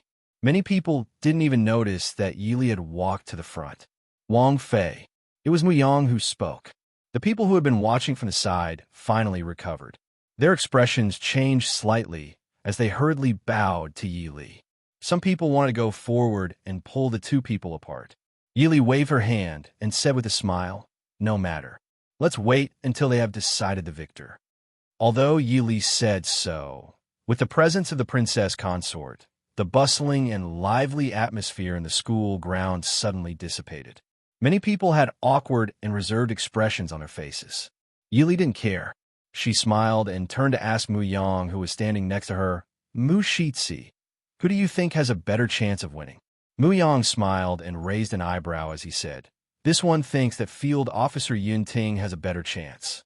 Instantly, the generals beside him all revealed unconvinced expressions. One of them had already blurted out, "From what I see, Field Commandant Shun is still more powerful." When he said this, everyone saw that there wasn't any displeasure on Yi Li's face. They couldn't help but feel relieved. They all spoke out in support of the young field officer, surnamed Shun. Mu Yang said in a low voice to Yi Li with a smile, "Wang Fei, it seems that the Mahist army is also very xenophobic." Yin Ting was also a member of the Mahist army, and he was one that Princess Ding had personally cultivated. But after all, he was a newbie who came out of nowhere. Soldiers were all proud and arrogant. Naturally, there were many people who didn't like him. Yi Li didn't care. She smiled faintly and said, "In a military camp, the strong are the kings. It's not a bad thing to occasionally learn from each other. As long as it doesn't affect the important matters, it's fine." When she was in the special forces in her previous life, any random soldier was the elite of the military. How could there be no competition when such a group of elites were squeezed together? And it was because of this competition that they worked harder to move forward, because the weak would be eliminated in the end. For the same reason, many of the generals in the Mahist army were promoted from ordinary soldiers. There were also some who had served the Ding King's household for generations. Although Yun Ting had made contributions in the Battle of Yonglin, it wasn't worth mentioning to the soldiers of the Mahist army. Not to mention that he was promoted by her, the Wang Fei, who didn't know the depth of his abilities. Mu Yang deeply looked at Yi Li and chuckled softly. Wang Fei is right. The two people who were fighting in the middle of the field finally noticed that something was wrong with the onlookers outside. As soon as they looked back, they saw Yi Li standing on the side and looking at them with interest. Yun Ting's face was embarrassed. For a moment, he was careless and was punched by the other side. However, the other side still had a sense of awe for the princess consort of Ding. After they succeeded, they no longer entangled. The two people quickly separated. They just stared at each other to let people know that they were still very dissatisfied with each other. Yi Li raised her hand and high-fived. She looked at the two with a smile and said, "Why did you stop?" Wang Fei. Yun Ting lowered his head in shame. In the past few months, he had been convinced by Princess Ding. He was also proud of being able to be promoted and cultivated by the Wang Fei. Therefore, when faced with the contemptuous attitude of several young generals in the Mahist army, he was so easily angered that he actually fought with them in a fit of anger. Yi Li smiled and said, "It's okay. It's common for everyone to learn from each other in the military camp. Don't be embarrassed. Or, is Ben Fei hindering you from playing?" As soon as these words came out, the several generals standing on the side couldn't help blushing. If they didn't have doubts about Yun Ting and even about Wang Fei's ability, they wouldn't have let the two people fight like this. Now, looking at Wang Fei's attitude, it seemed that these 7-foot men were narrow-minded. Yi Li saw that they didn't intend to fight, so she smiled and waved her hand to let the soldiers around her disperse. She took several generals to the big tent in the military camp. Right now, Lu Jingxian was in charge of the military camp outside the city. However, he had gone into the city early in the morning to discuss the defense with the guards in the city. He wasn't in the camp, so no one cared when the two field officers fought. Lu Jingxian had hurried back as soon as he received the news in the city, but he was still a step slower than Yi Li. He could only glare at Field Officer Chun with a dark face and go forward to ask for forgiveness. You're tuning into the Romance Rendezvous YouTube channel. We're so grateful for your support, and don't forget to subscribe to join us on this incredible journey through captivating stories. Your generosity through donations truly makes a world of difference, as it's the primary source of revenue that allows me to expand and enhance this channel for you. Thank you from the bottom of my heart for being a part of this adventure.